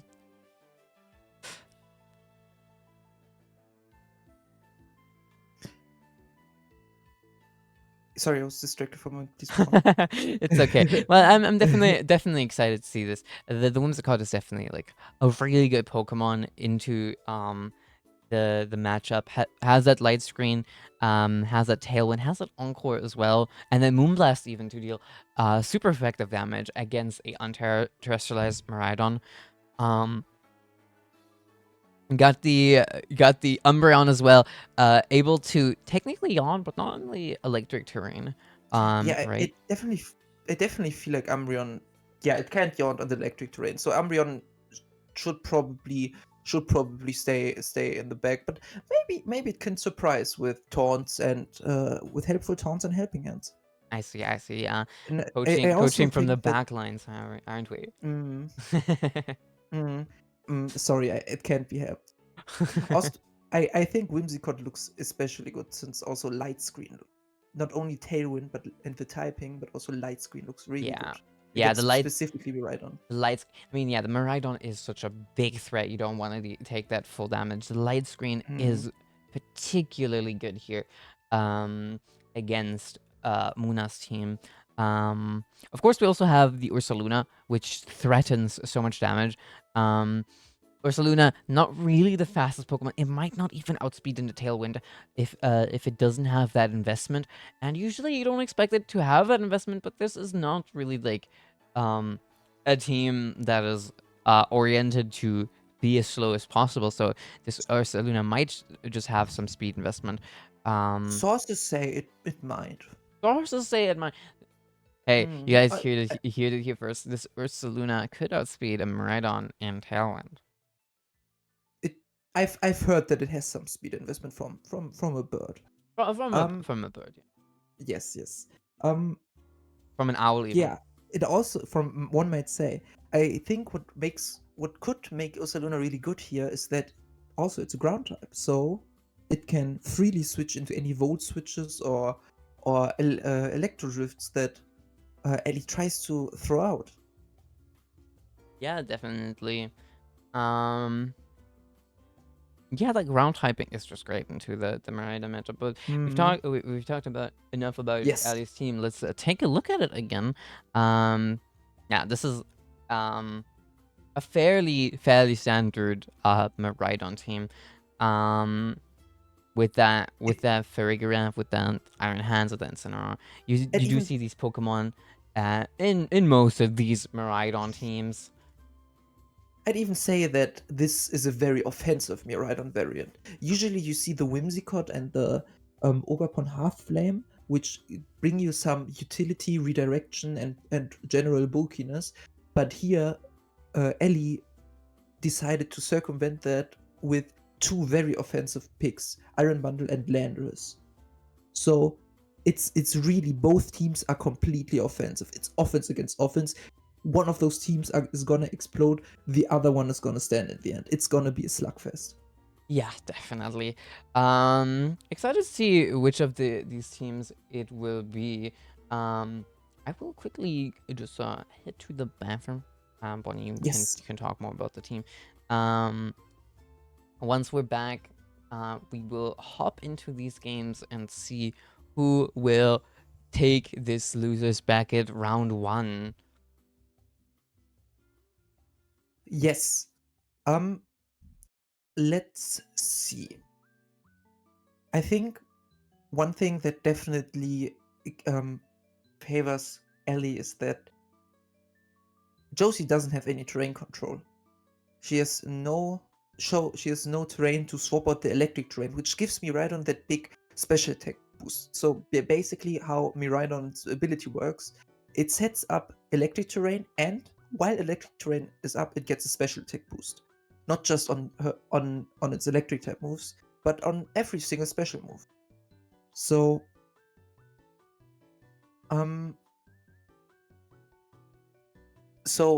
usually how you play against Miraidon is swapping out this terrain for something else. But Josie doesn't have the opportunity. On the other hand, the only real form of speed control besides Trick Room that Ellie has is Icy Wind on Iron Bundle. So there could be a world where Josie just overwhelms Ellie with Tailwind and under Tailwind. Which is gonna be really interesting. There are also mind games with Miraidon and Reshiram, because both are Terra Fairy and both want to Draco each other. Usually they would want to click Draco into each other, but if either of them Terra Fairies, they are gonna be immune to Draco. So it will be a mind game. If they Terra and the other one decides to click their other good stab move, which will be Electrodrift or Blue Flame? I'll have to look that up again, one moment. Yeah, Blue Flare, which are both really powerful special attacks, unless they're resisted, of course. They want to, of course, click those moves if they are opposing Terra Fairies. But Reshiram is definitely less punished if it clicks Draco into a Terra Fairy. If Ellie decides to Draco and Reshiram Terra Fairies, well, Miraidon is stuck with Draco Meteor, and it has to switch out, even if she gets the prediction right and Terra Fairies into the other Draco. So it's gonna be a really interesting mind game between the restricteds, yeah. Also, another important point, Landorus will deal massive damage against Reshiram, both with Terra and without Terra. So Landorus is a massive threat here for Josie. It's gonna be a really interesting match. All right. And we have just given a go for these players to start their round 1 losers bracket game. Also towards Shoji and Victor, you guys need to post your replays in the Discord. I don't think either of you guys have done that. If you still have the replays, please do so. You need to be reporting your wins and losses as well. Let me there right now. Thank you. Yeah, I would have said it's not too bad, too big of an issue, but just to keep that in mind for next time. Now we are going to hop into Ali's game here, against Josie Doobs. Very excited to see them play still.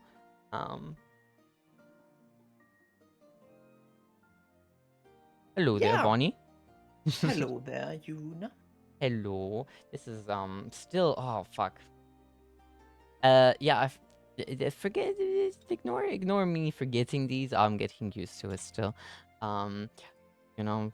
Another point that I didn't raise earlier, Josie's team has a lot of priority, which is of course blocked by Furigurav. True. She does know that this is the case. I made sure that she knows that when we trained, but still no extreme speed. Oh, and we start the game out here. Muna goes with the Miraidon Iron Bundle start, while Josie goes with the Ursaluna and Whimsicott cut start here. Of course, the Ursaluna threatened here by a lot of damage from the Iron Bundle. Also, an Icy Wind will lower these two Pokemon's speed significantly, meaning that the Tailwind might not even be enough anymore for this Ursaluna to outspeed the... Yes. Oh, we see the Tailwind and the Electro Drift go into the Whimsicott. Muna goes for that safe KO, and Josie goes for the knockout I told Josie exactly that. Sorry. Josie goes Josie for the knockout. The headlong rush onto the Miraidon takes a swift KO here onto Muna. Josie with the god play. Suddenly she has Tailwind up, and the opposing restricted is dead. I think this feels really Josie favored right now. Of course. Now the Dragonite is out once again. A Pokemon that is very threatened by the Iron Bundle and its damage output is having the Ice typing, and the Ice type moves on its end, and of course the quad damage onto the Dragonite. And of course, it could Terra into the normal type, which is what it wants to do in most cases here. Muna goes into that Ghost type Terra, Interesting. and that Icy Wind goes into the Dragonite. Facade goes through and deals no damage. That was a great Terra from Muna right here. This looked so good for Josie, but Muna with a goated Terra and a good protect, so that Iron Bundle can start lowering both of their HPs. This Dragonite is in fact not multi-scale, so Icy Wind still does a lot of damage even if it's full HP. Yeah, and the Terra did not happen from the Dragonite, meaning it took that full quad effective Icy Wind to its face. A Freeze Ray would have probably taken the knockout on this Dragonite even. Although this is... There you go. There goes another Icy Wind. Takes the double knockout Very here. strong. Josie now left with one Pokemon on her bench. We'll find out which Pokemon it is here in a second. It's the Hydrogen Bomb for the Reshiram. Now the Reshiram has one turn of Tailwind left. This is really important. That is correct. Now, let's hope that Josie doesn't forget about her Hydrogen Bombs. Terra, there it is. The Protag comes out. Oh, okay. If she only plans to knock out, this Protect might have been goated if she plans to knock out Landorus this turn. The Protect from Landorus was very obvious, so in order to not get chipped away, the Protect from Reshiram might have been really good. Now the Tailwind is not up though anymore. Here comes the Icy Wind. And that Sludge Bomb, and that is... talked about Landorus' massive special attack. That is game 1 for Muna here. Very good first turn from Josie. Unfortunately, it was not enough to grab let's talk about the entire game. As the participants choose their Pokemon for game 2, let's talk about this turn 1, because usually you would predict Ursaluna to protect on the first turn. Yeah. So that's what Ellie did, and chose to attack into the Whimsicott. But Josie used that fact that you usually expect the Protect to attack on turn 1, and Ursaluna still has a massive attack, so 1-hit KOs the Miraidon. But sadly for Josie, I don't think this is gonna happen again. I think Muna will move on. Yeah. Seeing as no Muna's Miraidon did even press the Electro Drift, it was not planning to attack that Ursaluna at all. Not even in the second turn.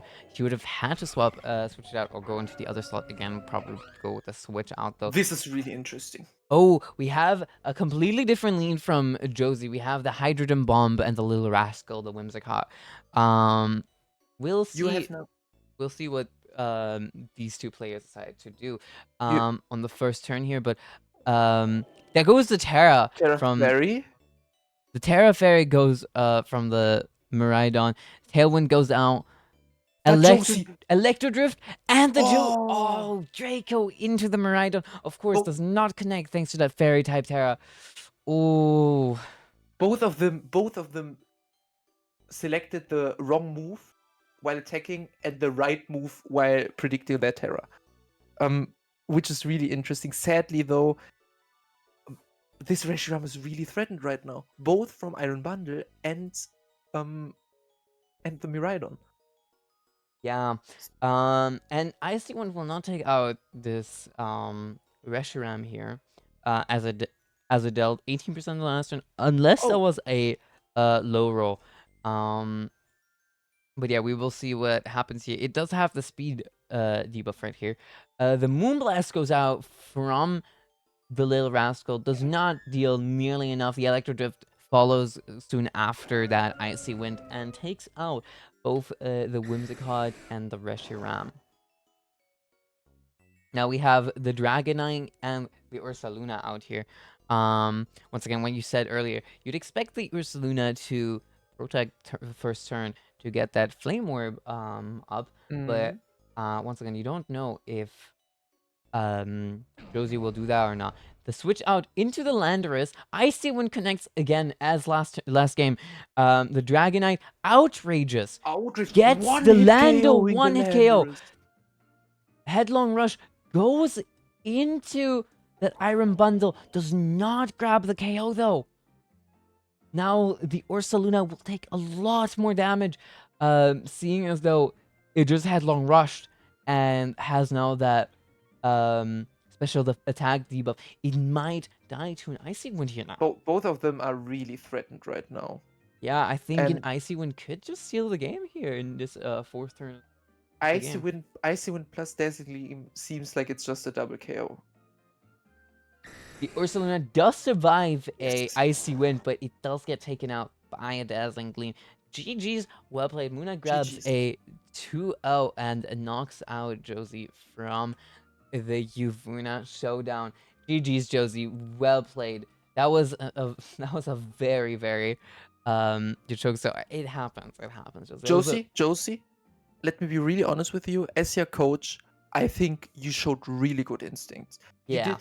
You did a few mistakes that are totally normal. I think the difference maker in this particular match was the utilization of terrestrialization. And Now, while Ellie used it, Ellie used it almost perfectly. Like the Iron Bundle, the Terra Ghost was the difference maker in the game, and that's totally fair. I think Now, you I played do- really well. I do want to look at this first turn again, since Josie played this so well. Phenomenal, Can I say something about this? phenomenal. Hello, Muna. Hello, Why Muna. it's great? It's like, can you pause as well? Yeah. Every single Ursaluna player on this planet protects turn 1 to get the free That's cards. right. That's right. And Yeah. caught You me know- off guard. I was like, okay, I did not expect this. Muna, you know what I told Josie? Exactly this. I told Josie every single Ursaluna protects turn 1. So Okay. if you're not feeling spicy, protect turn 1. But if you feel like you have the upper hand, Okay, as someone who If you feel like played up to Attack. 1,600 elo on Regulation Age, I have to tell you, not every Ursaluna does that. Yeah, it's part Yeah, of but the it's mind common. games, to to think about that. I think at least. But yeah, still really well played from Josie. I think what costed Josie that game here was not terrestrializing the Dragonite and taking that super effective, the quad effective Icy Wind to the face. And of course, Muna's Terra was also really good here with that Ursaluna pressing Facade into that Iron Bundle, threatening a lot of damage, but just dealing none. Very well played from Muna, I would say. GG's. I agree. GG's. Now, we are seeing Mike typing in the Discord right now, which means we might get the results of this first round here in the losers bracket, and we do. It is a Shoji win. a 2-0 in fact. That means Rishoji continues on in the losers bracket, and so does Muna. Maybe we'll see a coach versus Yeah, we might. maybe we see a coach versus student game here between Rishoji and Muna in this losers bracket. Although It would be very lovely. although Muna and Rishoji will have to play one of the few of us. In fact, Rishoji has a chance to play me and Lucy, while Muna has the chance to either rematch Bonnie or play against Victor. Well played, Rishoji. Well played, Muna. You guys advance into the next round. Thank you so much for playing to both Josie and Mike. I hope you guys will continue to cheer on for the other players. And I hope we'll see you guys again in the next YUWUNA Showdown. Fun fact, this has not been announced, but this has been talked about. The next YUWUNA Showdown will be once again a Regulation G tournament, but this time featuring megas. We're gonna be featuring mega evolutions in the next YUWUNA Showdown, which you can't really test out on ladder. So this will be a fun one to watch, as players will only be able to really practice against each other in this tournament. Teams will be very wild. Yeah, I'm This very is gonna excited to see them. Absolute madness. I'm very, very excited to see them. Me too. Me too. Josie did get claps. It happens. She played really well, though. She proved that she has been getting better and better. That's really true. hope to see Josie's- Josie in the next YUWUNA Showdown, as one of the people who have been participating in every single YUWUNA Showdown up until now. We've seen her in every single one of these tournaments. Same goes for Bonnie and other players. But yeah, very, very excited to see what Josie might. Josie's steadily improving. Yeah, she is. I have to say, she has. Mm. I remember her performance of the first one versus this one. She has improved phenomenally. Now, Can I say something real quick about the match against Josie? How I prepared? Not yet. Or do you Not have something to say? yet, Okay, because sure. you're going to commentate in a second. You can talk there. Okay. about Okay. it. But yeah. Next round rather will be me and Lucy playing, and Bonnie and Victor. We will be running a poll here in a second. Commentating will be Ali, as you guys just heard, and Jolene. Excited to see what they've got to talk about. Especially since Muna is very eager to talk about her game. I'm very excited. But yeah, I will ask the mods here to run a poll on who will be playing next. Chat, of course, gets to decide that again. Is there an updated brackets somewhere? Yes, there is. There's right here. Yeah, that concludes our first round of play. We are going to be moving on into the second round now. Mm-hmm. Very exciting.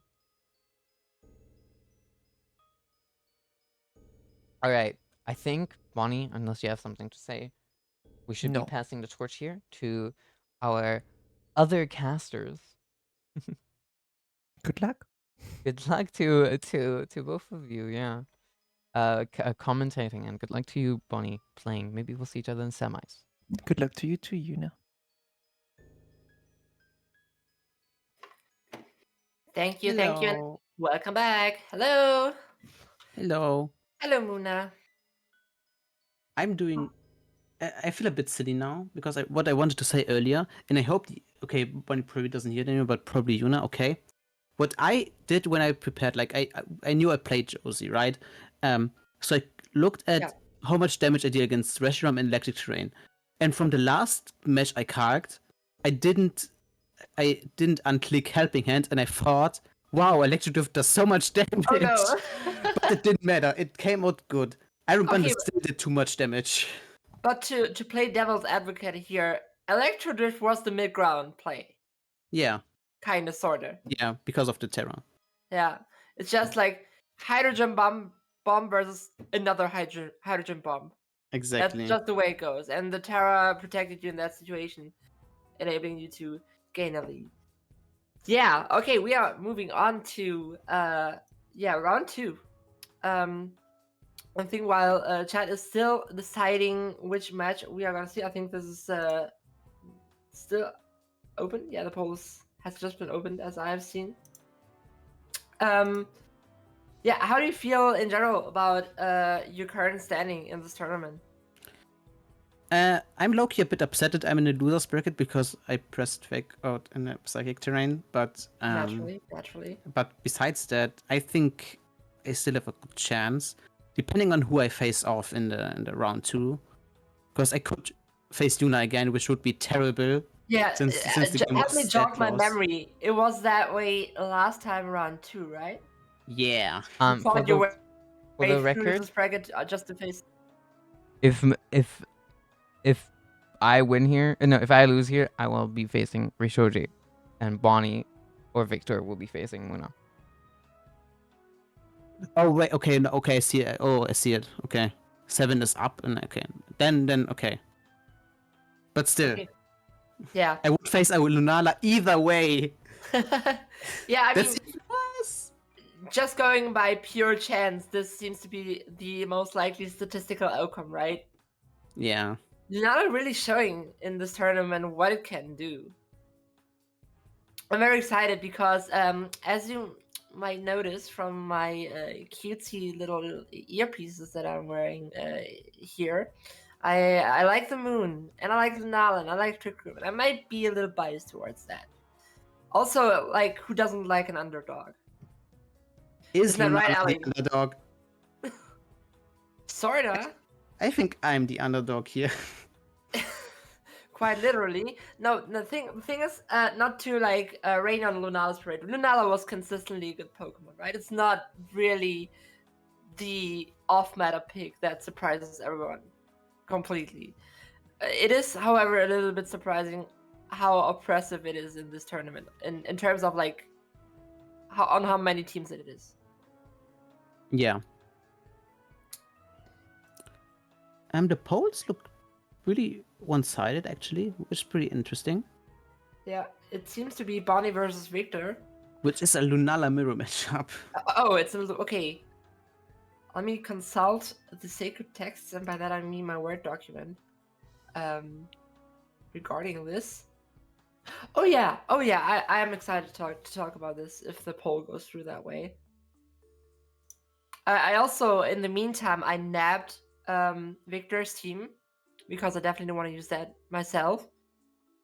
No, that team got an underdog, right? Yeah, that's true. Okidogi really is an underdog.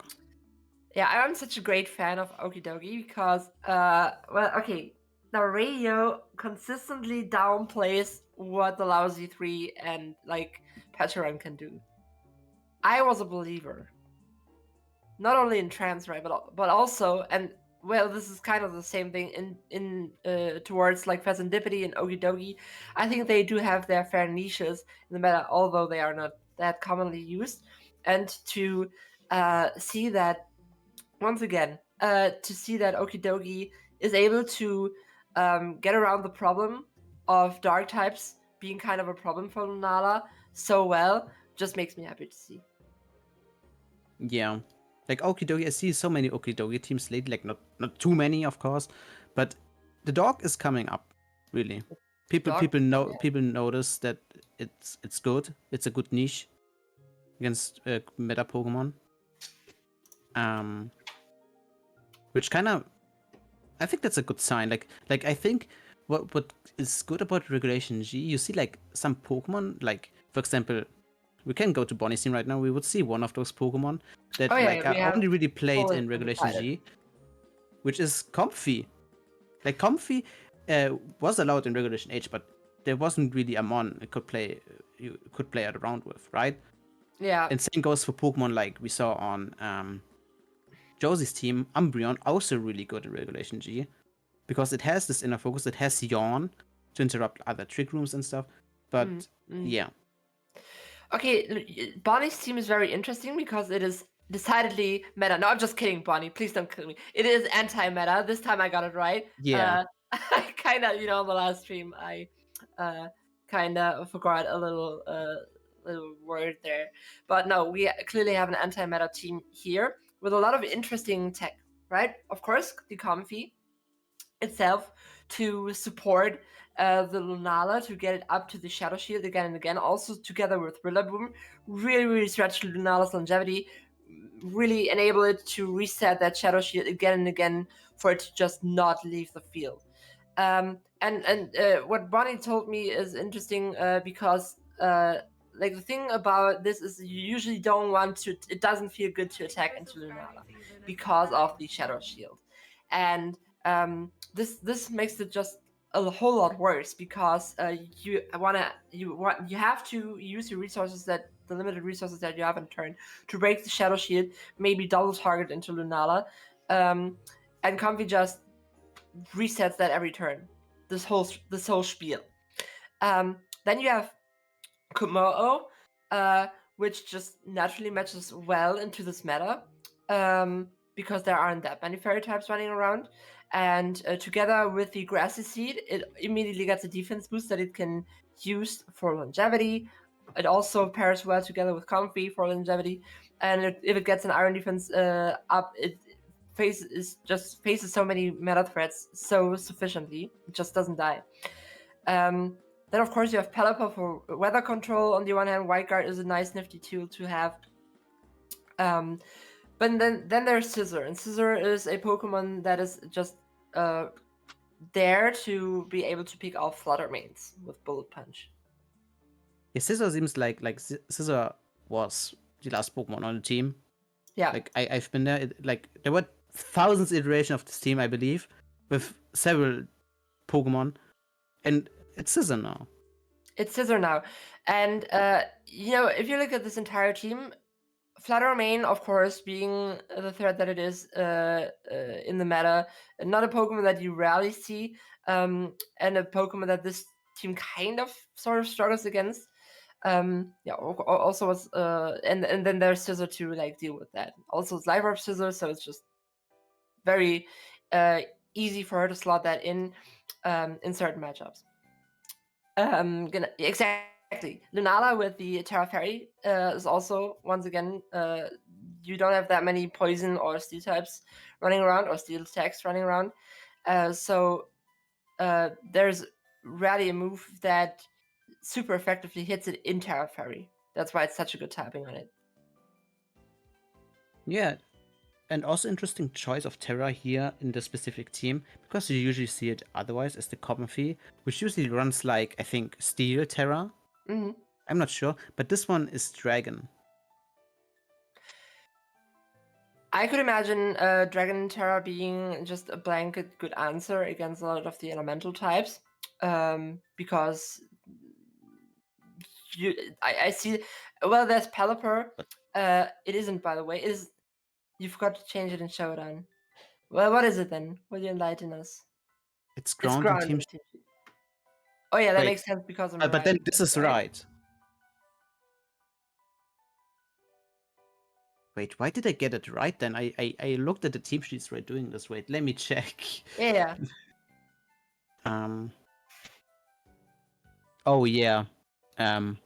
At least if it's right in game, it's okay, I guess. It's Terra Ground. No, Terra. It's got. Now I'm even more confused. What? Okay, then it's my bad. Then I still had the info that it's Dragon. Okay, then it's Ground. It is Terra Ground. Okay, yeah, that makes sense because of Miraidon. If it's right in game, it's okay. I'm not doing this now. My PC will explode. Also interesting about Comfy is not only is it the primary means to make Lunala not die at all, there's also dual speed control on it with both Trickery and Tailwind, depending on the situation. As I've mentioned earlier, one of Lunala's strengths is that it is able to function in these two kinds of modes, and Comfy, of course, can just naturally wrap itself around it, pun intended, to do whatever it pleases in that matchup. And speaking of Lunala, I think we could go to the opponent's team, haha, which also has a Lunala on it. Yeah. It also has a Lunala on it. And Okie dokie, let's go. Where are my It's Okie Okie dokie dokie. fans at in the chat? Okay, so this team, right? My immediate thought was this is also based on the team made by Bezat Montazir in the Vancouver Regionals, because there are 4 of those Pokemon here with basically the same movesets. But Victor Bryan decided to switch it out a little, completely scratching the Trick Room mode and hard focusing on Tailwind support. Now, not only does Okie dokie have all those traits that kind of support this team's weakness against dark types. There's also Whimsicott, which kind of sort of also does that, has spread damage, and of course zeroes in on the Tailwind support. And I think it is very good as a complementary speed control Pokemon in this team next to Roaring Moon, because Roaring Moon is one of those Pokemon that, as I've said earlier, either do very much or nothing at all. And in these matchups that Roaring Moon might be lacking, Whimsicott might be an oppressive Pokemon, especially with the Encore as well.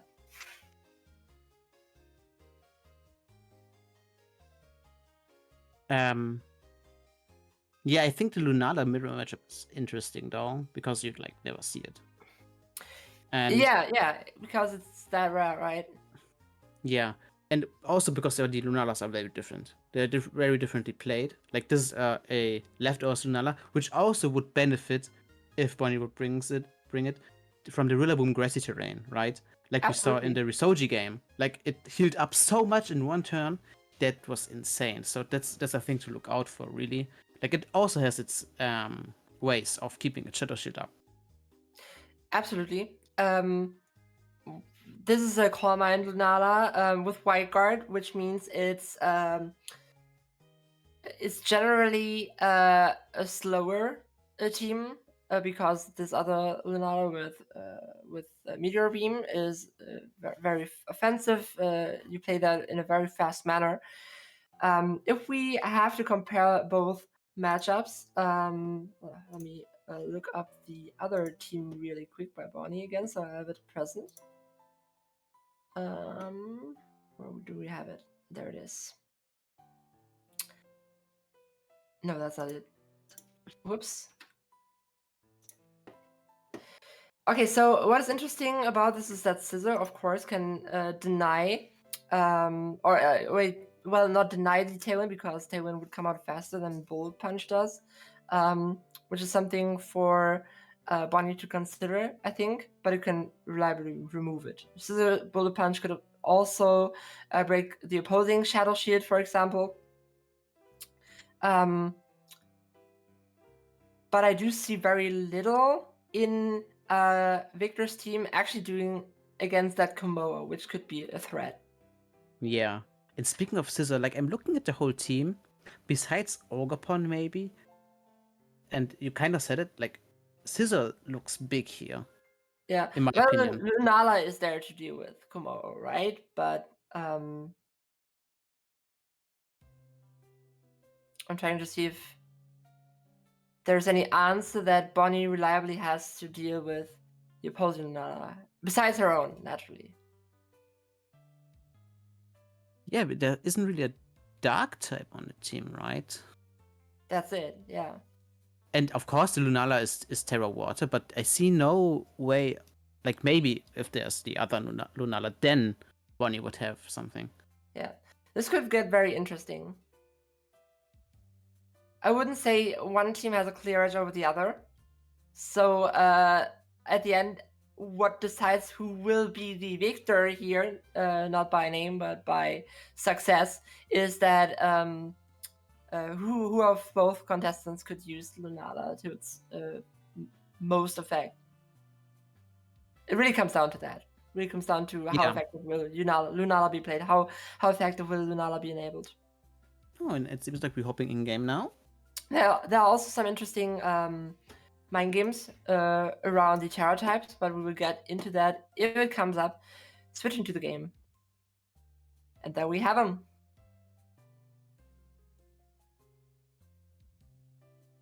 So, considering that Victor zeroes in on the Tailwind, Bonnie, of course, could try to win the speed control war with a Trick Room.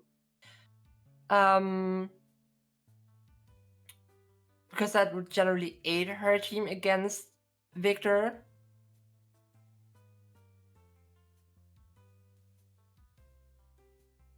Yeah, we're waiting for the leads here. Of course, Lunala plus Comfy is just a good lead in general. Ogerpon, Okidogi could be answers to that. We see leads coming out, Lunala and Rillaboom on Bonnie's side. We have Lunala and Indeedee on the other side. We see Psychic Terrain winning the terrain war here. So now residual health regeneration for both Lunalas. It also shows that like the Indeedee is really slow, right? Because you usually don't play that much speed on Rillaboom, right? Yeah. And they speed tie usually, right? I think Indeedee is slightly faster. No, wait, both have base 85 speed, right? Yeah, so they might speed tie usually, but I don't know about investments, so yeah, maybe that's. You can only speculate here. Indeedee, of course, has redirection, which is very annoying for Bonnie. Bonnie does not have expanding force or anything like that, right? No. U-turn is the right play. There's a Trick Room coming.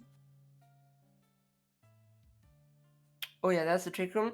Now, the opposing Lunala already has a boost, which is immediately threatening, and Terra is called. Of course, we can expect probably the same from Lunala, but Indeedee is still here on the field, being able to redirect anything Bonnie does with her Lunala. So, the primary goal of Bonnie should be to remove Indeedee here and kind of like use Comfy to keep Lunala at health. Therefore, the Terra, of course, is immediately important for Bonnie.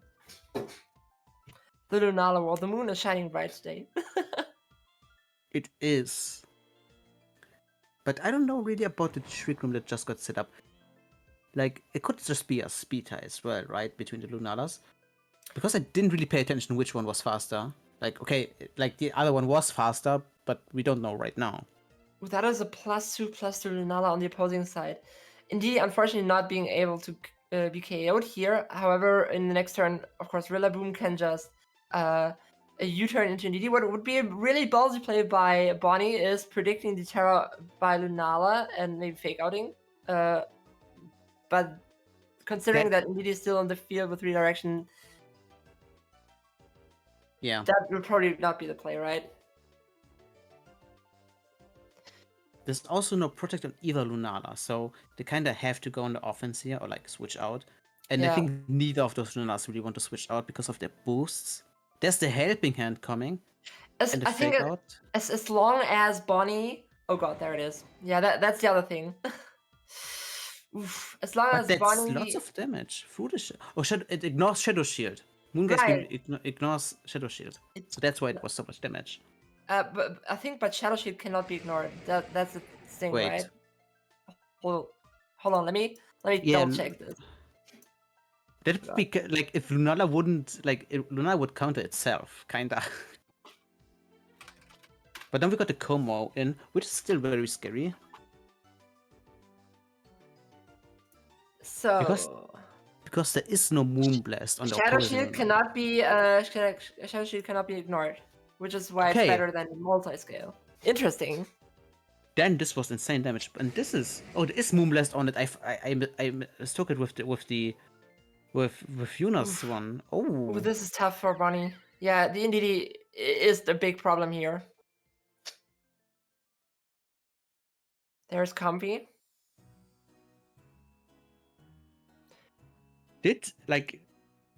Why did Bonnie go for Moongeist Beam into the Indeedee? Like there wasn't a follow me, right?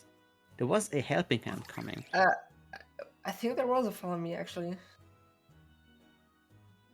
I'm not sure. But then they might. But now the Tailwind is here because the Trick Room ends. This is interesting now. By Ogerpon switch in. Okay, Ogerpon has redirection too, right? So Bonnie kind of doesn't play around that problem here. And another problem is with Comfy dying, Lunala's the last Pokemon on the field since Comfy cannot heal itself. Besides Draining Kiss. And that places Bonnie at a big disadvantage because she cannot get around like this redirection. You see the Moongeist Beam connecting to the what's its name again?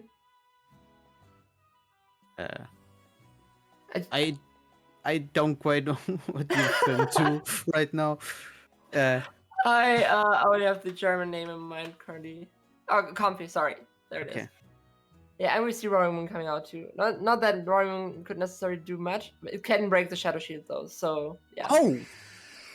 Yeah, it broke the Shadow Shield, but I think... But the Tailwind Bonnie's here.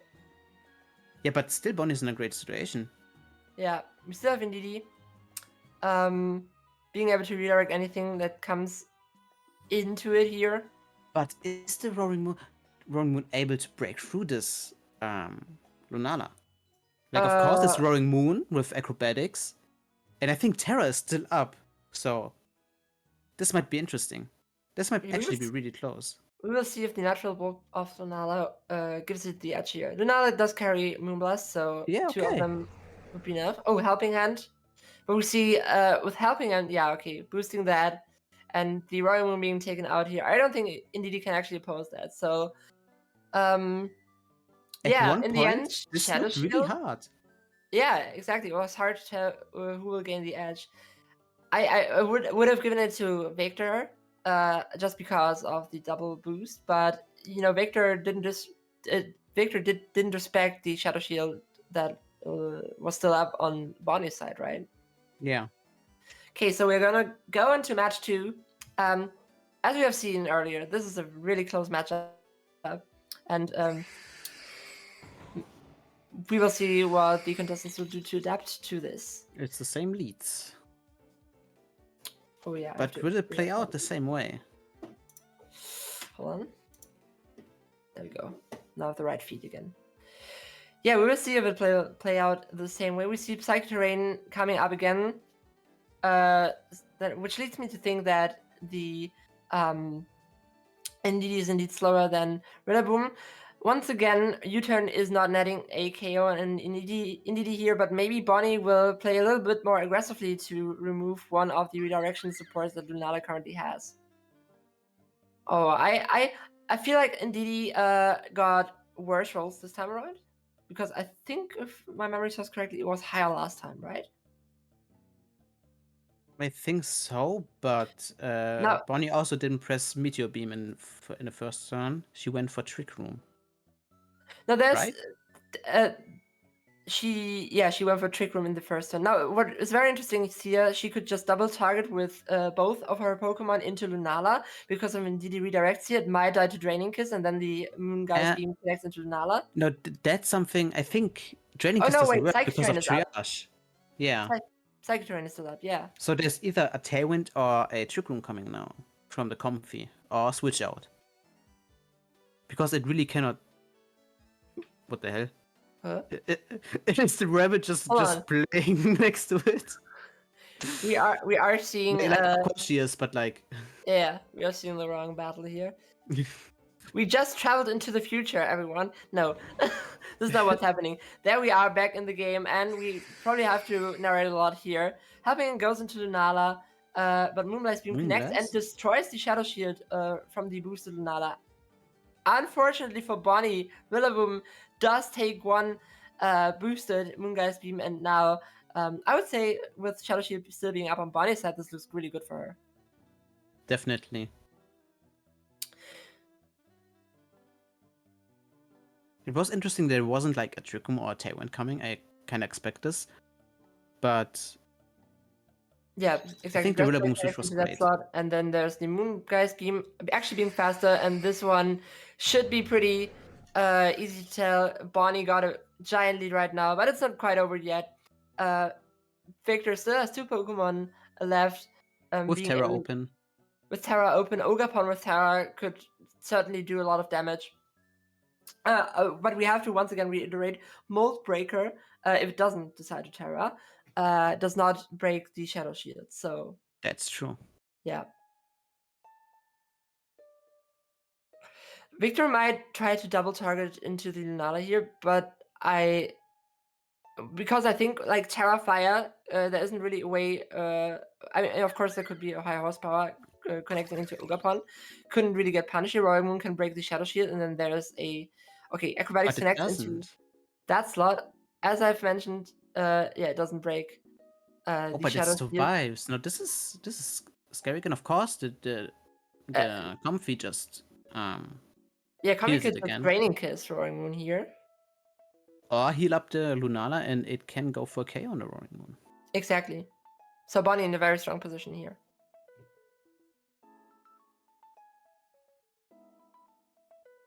Yeah, that would be that would cover the most options if Bonnie decided to heal her on Lunala here, because it could cover like protects from the opposing side, and could just repeatedly do this until Comfy leaves the field. And even then, Bonnie still has 2 Pokemon left. There's the Flora Healing. And the Agriculture connects again. Roaring Moon taken out, and this should be game for Bonnie. Yeah. Floral Healing and a crit, maybe, but yeah. Yeah, no, this is over. GG's to both. That was Bonnie that was taking an another one, interesting yeah. game. Absolutely. Yeah, I think Bonnie learned a lot from the first match. She kind of very directly played aggressively this time around, I think, instead of going for the trick room. Yeah. That was what And gave every it the edge. participant of this battle, like also on stream, maybe like post the results, like the replays in the channel. Okay, and Bonnie winning this match means she either goes up against Lucy Gates or against, of course, our beloved host, The Benui. the Benui. Which would mean another Lunala mirror matchup. And That the would be battle insane. they both maybe look forward to. Can we talk about how? Okay, I think this is not a very competitive commentary right now, but can we talk about how no one uses Shiny Lunala? Yeah. Shiny Lunala looks cool as fuck. Thing is, on Showdown, why does no one use it? But on console, I get it. Because the way you get it legally is Dynamax Adventures. I do And have one from those- that. But yeah, but they are hella annoying. Because Yeah. you, in 2025, you have to rely on NPCs, right? Yeah. They were really fun though, back in the day. Yeah. And I'm so happy that I got my Shiny Lunala from that. Sitting on the box currently. They should have made them shiny huntable in this game. Exactly. I mean, why not, right? If they made it Shiny Huntable in the Dynamics Adventures, why not here? Yeah. It's just not her. What do you mean it's just not her? I got news in. The rabbit has won. The Rabbit has won, so we will see another Lunala matchup. And I think at this point I can... I have a good feeling of Bonnie's mental, and I think she feels rather confident in the mirror matchup now. But maybe she can say 1 or 2 words about that herself. Yeah. Even though it's not the same matchup entirely, so we will have to see.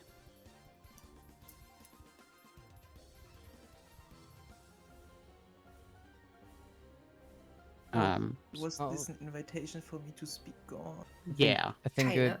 it should be an invitation for both of us to speak. Actually, What up, Rabbit? You won. what's up? I did win. Holy shit, the whole group. Holy shit, the whole shit. gang. I did win. Oh my god, my games were insane. They were intense, man. Mine. I I learned something this match. You sounded like you aged 10 years. I did win them. So what did you learn? Yeah, I what did you learned- learn? Isn't Moongeist Beam supposed to ignore abilities? Yeah, we is. actually talked about this, but Shadow Shield is like This not is, included in this. this is the biggest bullshit ever. It is, right? I was like, what? Lunala only takes 40 from it? And I was like, what? But no, yeah, Yeah, Shadow Shield is kind of insane. I really expected this Lunala to outspeed mine, so I set up Trick Room game. But it did outspeed. I outsped consistently. So I was game 2. I was like, I'm not gonna Trick Room again. I'm not. never- I'm not gonna lie. For me, I am so happy I won. I hopefully won't have to play another Kelly Ice in this tournament.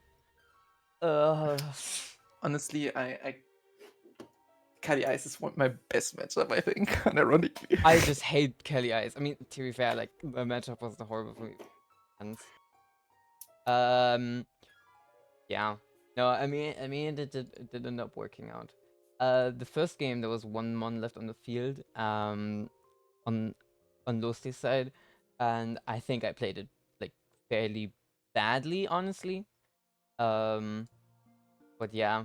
Yeah, you know, you have the water tear on Yunala, and you have Urshifu, and they just do they just don't do damage with Glacial Lance anymore. True. Or like a Surging Strike as well, which also is something I had. Interestingly, Lucy plays a Choice Scarf Urshifu. When the You team can't see that with Rapid Strike. whoa, what's up? Yeah, true, and also it is in the Trick Room as well. Like this is a hard Trick Room team. You're almost guaranteed to outspeed it when the Trick Room is out and then the Urshifu is in the team. Hello, Spiky. Yeah, thanks for the exactly. raid. I like the formula of having hard Trick Room and one really fast Pokemon. That is the let me just say the patented Jolene Room strategy. Because did, it did you actually pen that?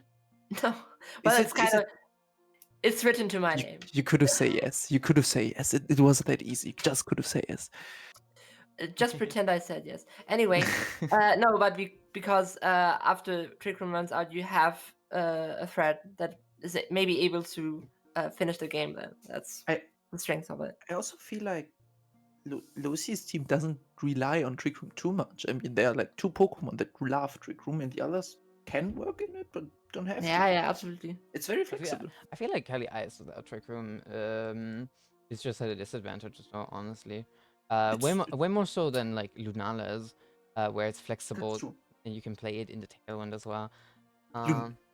We agree that Lunala is just the greatest Pokemon in the format. Like it's so fun to play. It's so so fun. genuinely so is. fun to play. It's like genuinely the best in like it's like the strongest, but the best in like it's just the best designed Pokemon. But I I'm love just it. glad it finally got you to playing what you are meant to, you know, Bonnie, with the silly little size spam that you were promised to play in Regulation 8. You're finally bringing it in Regulation 3. Where's my Psy Spam again? Is it in the same room as us? Are you not playing Expanding Force? I forgot. I'm playing no, I'm playing Grassy Terrain. Oh, right. Oopsies. I'm sorry. That's the I'm next big game, chat. Do I you am- know? Perfectly I'm prepared. sorry. I'm sorry. Okay, look, I'm gonna be so for real. My brain is currently very slow. So I'm gonna let Bonnie cast the next game. With Oh, so Jolene. you can have an advantage. With Jolene. Oh. I already have my notes against Bonnie written down. Yeah, but apparently you didn't know that she stopped playing. I Psy forgot. Spam. I forgot. I really I'm hope actually- this- I'm actually kind of surprised that we only have one Psy Spam team. Do you know this meme that with the bell curve and the like Wojaks on it. Yeah. Oh, And yeah. it's like on the yeah. one side, Psy spam. On the middle, no, Psy spam is a single-minded and like bad Yeah. strategy that overly relies on terrain. And then on the other side, on the higher percentages of the bell curves, it's like just this Psy spam. It's You know, sadly. you know, By that metric, you I should know- win the tournament. you know, I do really hope your notes that you made of my team include that I play expanding force and in a DD. I really hope that. They unfortunately don't. For you, unfortunately. Well, then I'm glad that you're not reading them. I hope Bonnie's notes include kid named White Guard. Well, Oh man. you're actually pretty lucky. This my team is not the Lunala team with white guard. The other team is the white guard. Yeah, Lunala it team. is. Oh wait, it's actually hold on. Too many Lunalas. Too everyone many is Lunalas, they're confused. all different. Oh god. Okay, but mods, can we get a Yeah, poll I'm of... on it. Thank you, mod. I will be getting the other things ready. I How also many minutes? I like this group composition because it's just 3 grown women with a dog. What the hell? Yeah, but it is It's true. Bonnie casting the game. I think I've casted 2 games. But Bonnie and who? That's Bonnie not and true, but you. it's fine. Is it not? I've no, but yeah, it's okay. You can get all the advantages you need. You casted the first round, and then And I the third round. Oh We yeah, it cast was one me game and you. together. It wasn't Girl, me and we JD. casted it together. It wasn't me. It was you and blonde haired girls. This fucking rabbit. Blonde haired girls.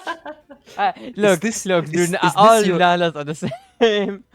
Is this your goat? Blonde- Chat, is this your goat? all Lunalas are the same, and all blonde haired girls are beautiful. Thank you. What did you say? Thank Did you. you think I'd say you guys are all the same, huh? Yeah, you are. You are all the same. You're beautiful. Wow. Holy. Psy spam Lunala, White Guard, Calm Mind. Doesn't matter. All I see is love. Love is love. Thank you. So true. I mean, let's just look at like, their. Never mind. I was gonna say we all play Terra Water. Bonnie does not play Terra Water. No, I'm just like that. She's a bit different. She is built different. Bonnie, is that Yeah. And Trick she Room when was a you're Lunala? fairy. What did Is you that say? Trick Room when you're Lunala? Is that It is Meteor Trick Room. Beam on your Lunala? Is It that is actually Meteor Boom, not Meteor Beam. You Meteor were right the first Boom? time. I give that 5 big booms. Boom, boom, Actually, boom, made it- boom, boom. Play the secret move Meteor Boom, which doesn't need power up. Is that Moongaze beam on your Lunala? Yes. Yeah, I mean, see, Moongaze they're all beam. the same. They're all the same. Let's All freaking- moves have either beam. Are you playing moon power in it. up on your Lunala? You could also say all moves either have. See, I would say this, all Lunalas are the same because they all play power up, but Victor has a leftover. Every Lunala is every mon with the signature move is the same because all of them play their signature move. Well, I've Whoa. never seen a Decidueye with its signature move. I've never seen a Decidueye, period. Well, When I before think the the video tournament? is pretty meta, you Depending. know. okay. I'm gonna. I was not I'm talking about gonna- Hisuian, by the way. You know, you do have to say that. I get. Hey, I have a track record on like saying stupid shit like that has to do with the Decidueye. Do you remember that one video I fucking did predicting like what the Decidueye is gonna do when Sun and Moon drops, and I said, oh, it can run a fucking cursed setup set. What? Yeah, that was the whole thing. Now I it was can. like, Now it I can. was I was Either- doing like these videos back then when like the shit leaked what all the Pokemon could do, and was like already leaked that the Decidueye was Ghost and Grass and that it has Curse, and I was like, hey, you can use this as a bulky setup sweeper, and everyone clowned on me. Well, curse is some ghost type curse is some kind of setup.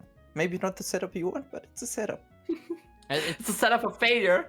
So currently with the vote, it seems like we are going to see Losi and Rishoji play. There's 4 votes on us seeing that game, compared to Muna First and time. Victor playing. Muna, is this your first time? First game that's not on stream. Yeah. Damn. Oh, But isn't it also Victor's? No, right? true. Victor has played every single game that they played on stream. Oh, I should probably set up True. the battle scene. The chat hates us now. They don't want to They see don't- us they anymore. saw They you want to guys see too someone often. new. They saw you guys too often. They want to see Lucy. Yeah. Yeah, Losi gets. Lucy Schmosi. We want to see Carly eyes, Carly eyes, Carly eyes. No one ever. No. Yeah, I was like, ugh, I don't want to see Kelly Eyes again. I should just play it against it, but you guys whole thing for it, I guess. Playing Kelly Eye, you see, I see Losi follows a very, very strict way of choosing their teams. Just play what's best. Just play what's best because during regulation age, Lucy just brought the Michael der Beste team basically. Just look at the top. Just look at the top 6 Pokemon in the meta game. Speaking of Michael Kelch, you know who's undefeated at Stockholm? Me. Jamie Bolt. Boyd. Not Michael Bolt. Kelch. You know what Pokemon he plays? Calyrex Ice. Did you know? No fucking way. I Lucy? didn't do that. Lucy you know? meta read? No. Did you know? Girls, did you know that I both am undefeated in Stockholm and played Wolfie League today? Whoa, let that sink. Whoa.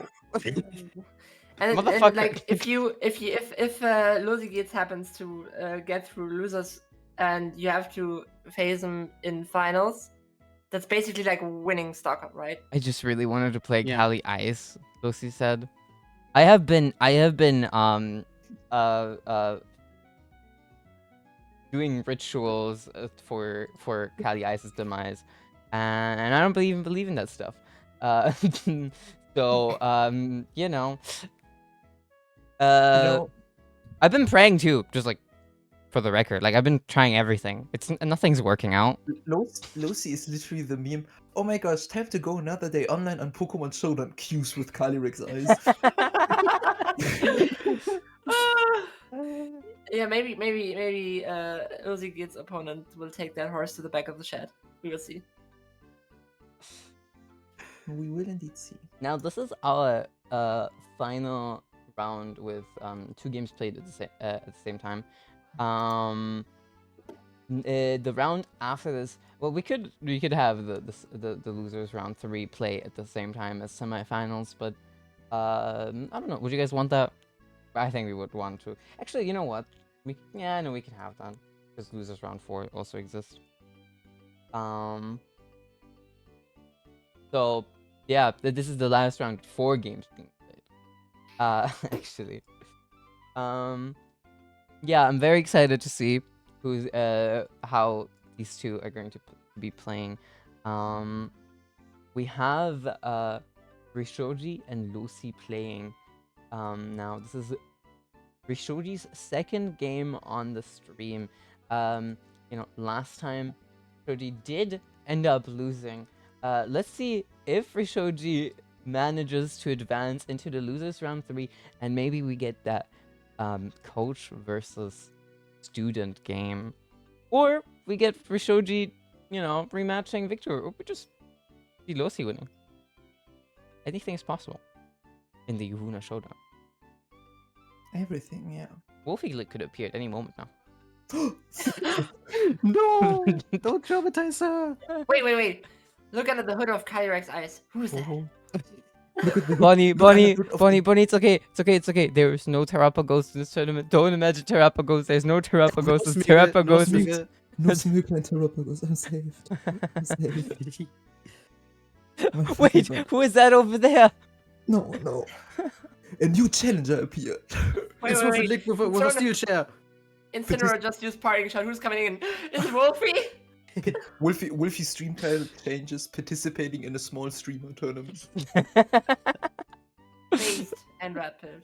With Cosmog. And he wins the whole Wait, thing. wait, Bonnie, Bonnie, who's that approaching over there? Wee, wee, wee. Who's that approaching? It's Terrapagos! Ah! Okay, but it's a little form. That doesn't do much. It will transform. I've bet. Oh, Wow. Okay, can we get content now next time, please? get that shit piece Content Yeah. warning, Terrapagos. I didn't invite it. It just appeared. Wait. Wait, Terrapagos, what are you doing? Is it... Hold up, I need a PNG. Because that was a web... Holy Web shit, Terra P-file. Stella Bonnie. Dum, dum, dum, dum, dum, dum, dum. Dum, dum, dum, dum, dum, I'm not finding a PNG.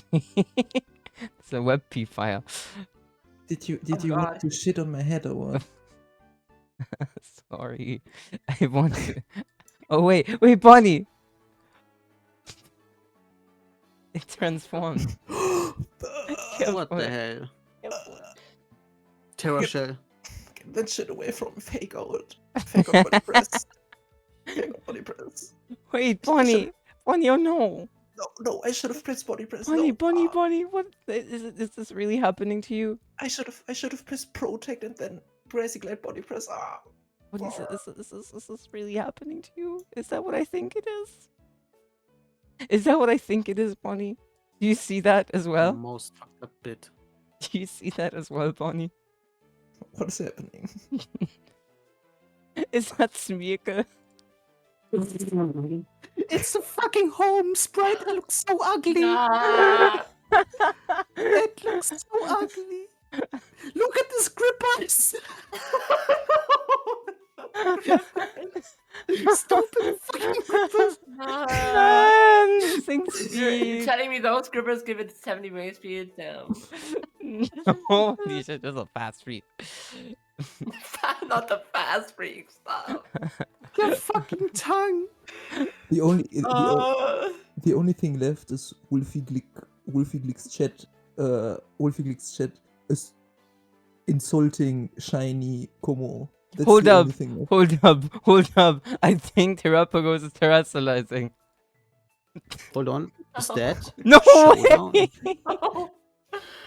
Stop fucking replaying my fight against Wolfie Glick in this fucking. You're gonna get terrastormed! that's a smear campaign, a smear goal campaign. I didn't even watch the full game. I just saw one terrastorm. Can we just fucking start the sentence? Today I played against Wolfie Glick in GC, and then end the sentence there. And That's it. can we add one? Can we like pass that sentence around, and each time it passes someone, we add another part to it? Today I played against Wolf. Wait, what did you say? Wolfie. Great, amazing, off to a great start. Today I played against Wolfie in GC, and I lost. It's your turn, Joe. Today I play against Wolfie League and I lost. Hard. Moon, it's your turn. Today I played against Wolfie Lick in GC and I lost hard. But You have to wait. Is it one word? No, yeah, it's a like sentence. You can add whatever you want to it. It has to be a full sentence. Yeah. You can add. Yeah, true. It needs to be a full sentence, and you're the last person. Hmm. Okay. Okay. No, Moon. I don't have anything in mind. I also shouldn't be here. I wanna prep for my battle. No, Really? no, Muna, you said today you lost against. Today you played against Wolfie in GC and lost hard, but damn funny. Today I played against Wolfie Glick in GC and lost hard, but he at least said to one of my plays that he feared that I'll do that. So Real. Wow, Bonnie, we were done with the bit. okay. If you want me to, if you want me to, All right, cry? enough bullying. I love you, Bonnie. It's time love you too. for us to move on to our casters. Yeah, I will leave now. Those being again Jolene and Bonnie. You blondies. Team Caster. Team Caster, Team Blonde. Yeah, the world-renowned physicist Albert Einstein once said, "Losi geht's mit Losi geht's," and that's exactly what we're Did doing. say And then that. everyone clapped. Right before like the first atomic bomb exploded, right? That's what he said. He looked Oppenheimer dead in the eye and he said, "Losi geht's." It's a real quote. I watched it in Oppenheimer. Google it on Wikipedia.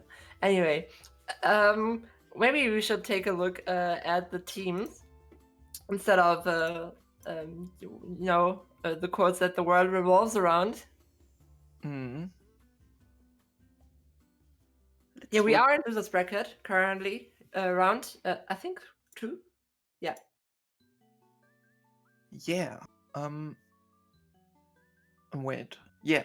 You're Yes. growing, girl. I'm a growing girl. What can I say? I think this is a Agreed. really interesting matchup because usually you'd think, yeah, rain. That's a lot of water types, and water is bad against against electric. But you know what? It also has 2 grass types and 2 terra grasses and a dragon type. So Yeah. So I think if we look at Rishoji's team, that's of course a very streamlined rain team. Which gives Pokemon like Archaludon especially a strong edge with Grimmsnarl support, of course.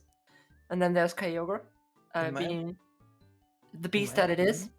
In my opinion, this matchup really comes down to the Pokemon in the bottom left, the monkey, Rillaboom. I think it's an ape, not a monkey, my bad. Rillaboom is not even close. It's the biggest counter to Miraidon.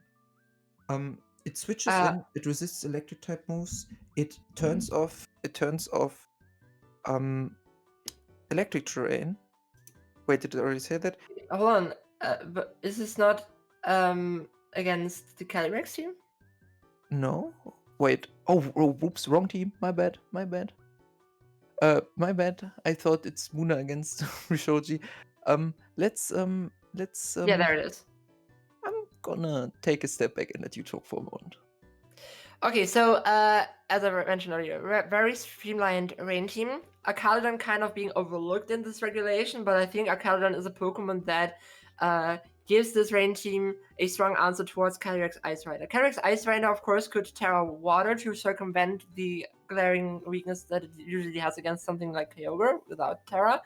That's what it's most known for with Terra Water. That's something that has been used many times to great success. However, the great weakness, if Calyrex should decide to Terra here, is of course that it is getting hit super effectively by Rillaboom, by Archaludon especially. As Archaludon behind the screens usually doesn't take enough damage, so the stamina stacks keep racking up, and that is something that I think Lozigate's team kind of struggles with.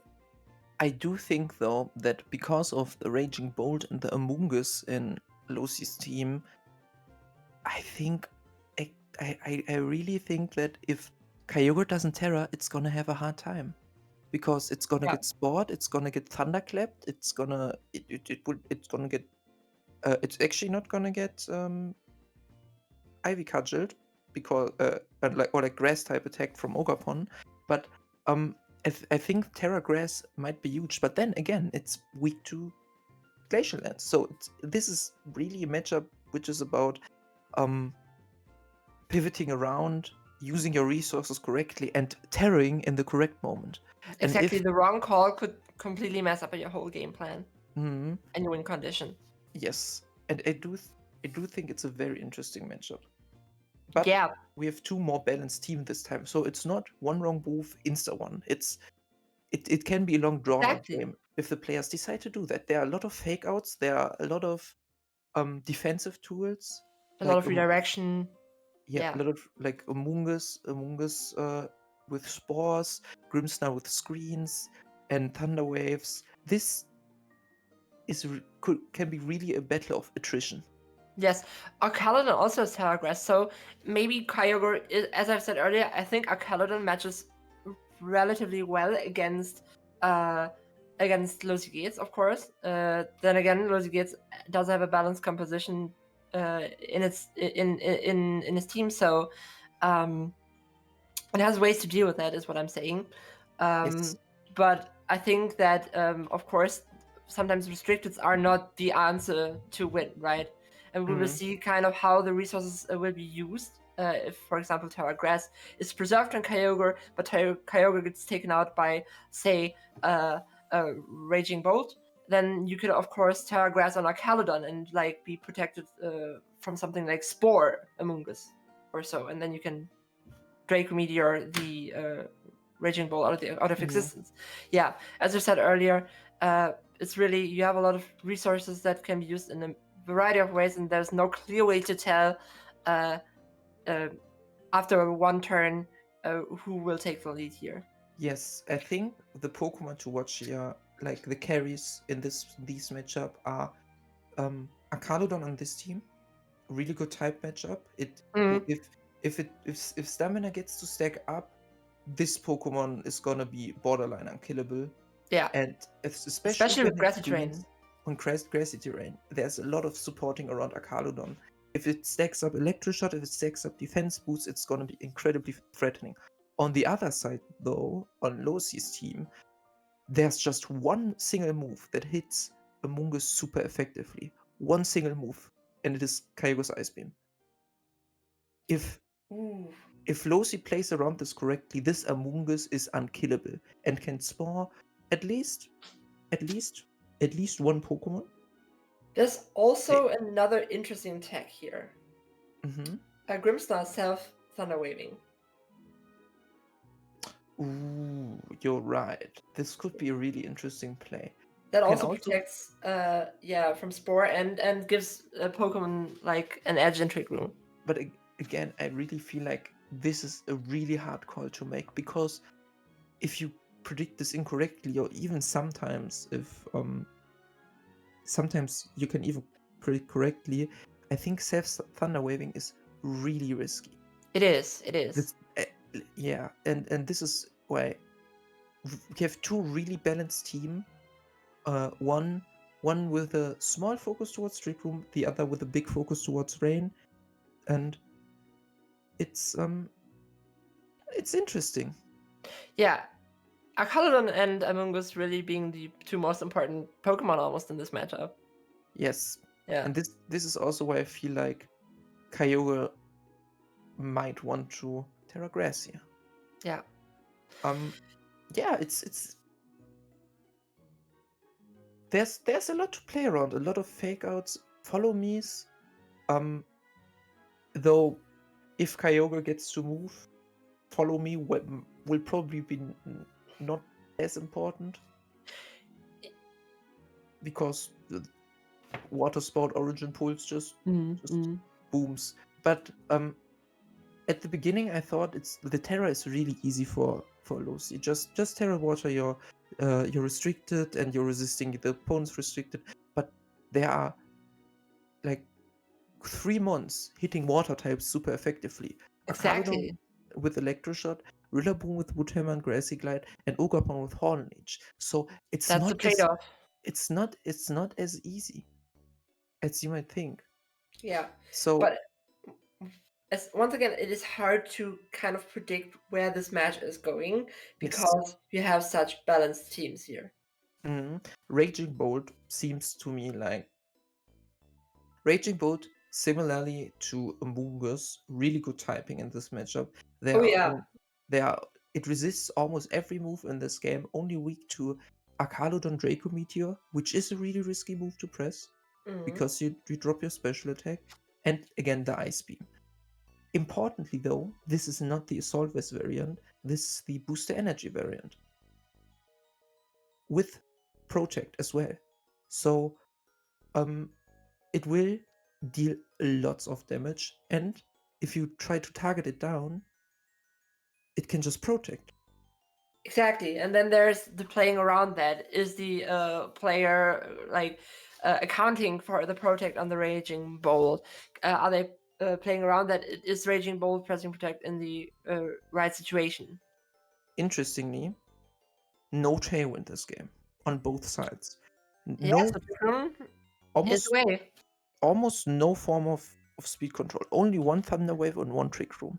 So this will be completely about fake outs, redirection, protects, switches. This is the most important things to consider here.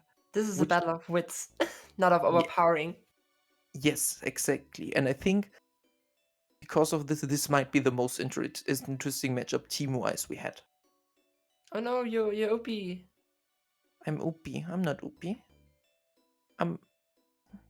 I'm screaming from the off. No. Let's until they choose their Pokemon, let's talk about the avatars chosen. Rishoji with the old man, while Losigitz took a kid. It's really the new gen versus the old gen. Calyrex Ice Damn. against Kyogre. We're getting philosophical here. Yeah, Let's I like the see old who man. wins. I actually really like Lucy's avatar. I don't know which trainer it is. It looks like the champ from Gen 5. But It's I think it's his cousin or something like that, and he gives you the like he's the final battle at the either the white tree hollow or the black city tower or something makes like that. sense. And Okay, we are here.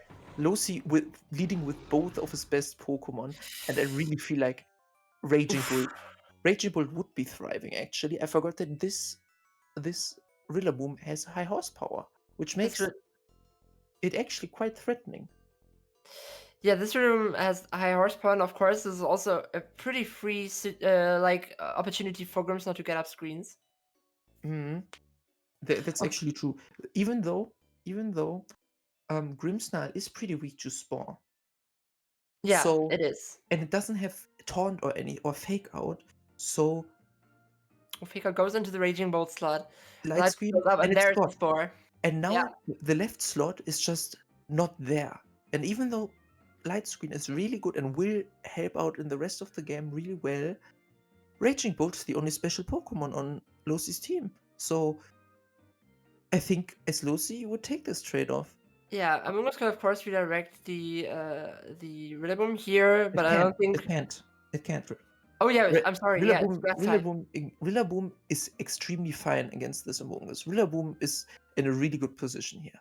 Now the question is how can Lucy utilize this position advantage of having two Pokemon against one to a set of, I would have said Draco. Oh, Draco does 70 through Light Screen. That's kind of insane. And Pollen Double Puff. targets. Ooh.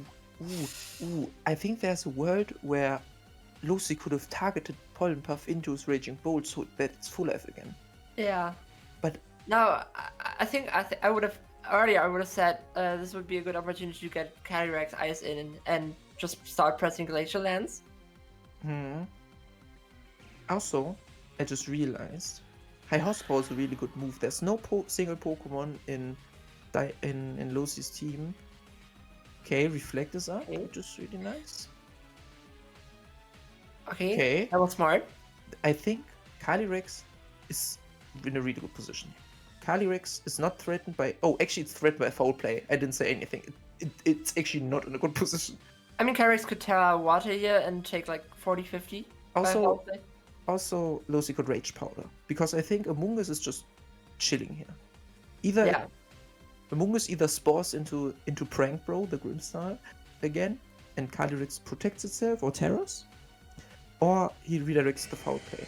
This might be early to call Terra because of Rillaboom still being alive. Yeah, I would have played Rage Powder here too because it redirects anything Grimmsnarl does, and then there's the Trick Room, and now you can just spore something and that's that. Kyogre is really threatened right now because either Among Us is the fastest one, so either Among Us is gonna spore this Kyogre right now, or it's gonna Terra and tank the biggest Glacial Lands of all time. Not of all time, but you know, it's super effective. Yeah, I wouldn't necessarily say Terraing. Yeah, exactly. Yeah, that's kind of like a catch-22 situation for Shoji here. Maybe he predicts that by protecting, which he does. You, Dialga coming in, and there's the score. But Daniel, predicts this completely correct, and now the Kyogre slot is completely pinned. Yeah, he cannot- absolutely. You cannot protect. The other slot is sleeping. So if Daniel just decides to spore into Kyogre slot and Glacial lands, nothing can come in. Nothing is gonna tank this very well. And Sacalodon is sleeping right now. Yeah. Amazing. Oh, Daniel that was even doesn't bother predicting the Terra. It's no just fear at all. and this like was really good. But now we can see the strength of Arcaludon. This was a very super effective high horsepower. Still, Pull up into that No slot. damage. Probably predicting the Terra Grass here. Yeah, that's the thing with Temu Dialga here.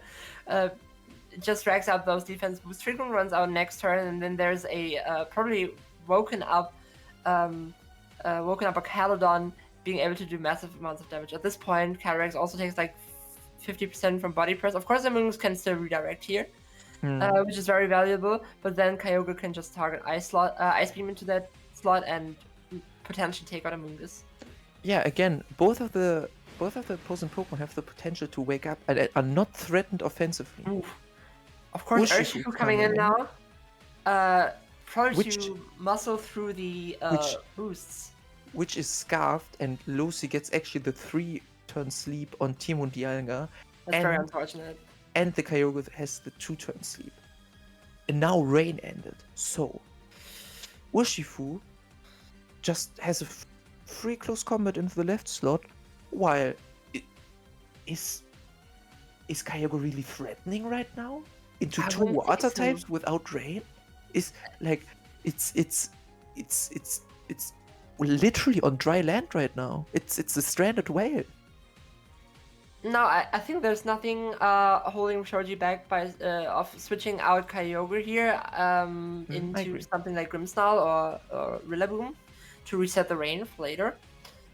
Close Combat connects into the Arcaludon. I keep wanting to say Dialga slot, but no. And here comes the Water Spout, of course, not taking out any Pokemon, and now Trick Room is up again. This water spore was pretty big. This was bigger than I expected. And now, Rishoji has either the opportunity to set up screens again, or fake out pressure. Put fake out pressure here on Lucy's Pokemon. But I feel like Lucy is just kind of fine in this position either way. Like, still, you saw the damage that Kyogre did into Calyrex. This is the most damage it's gonna do for the rest of the game. Exactly. So I think the best way for Shoji to kind of turn it around is somehow positioning himself into a situation where Rillaboom can threaten Calyrex, but that is very hard to do as long as Amoonguss is still alive and well.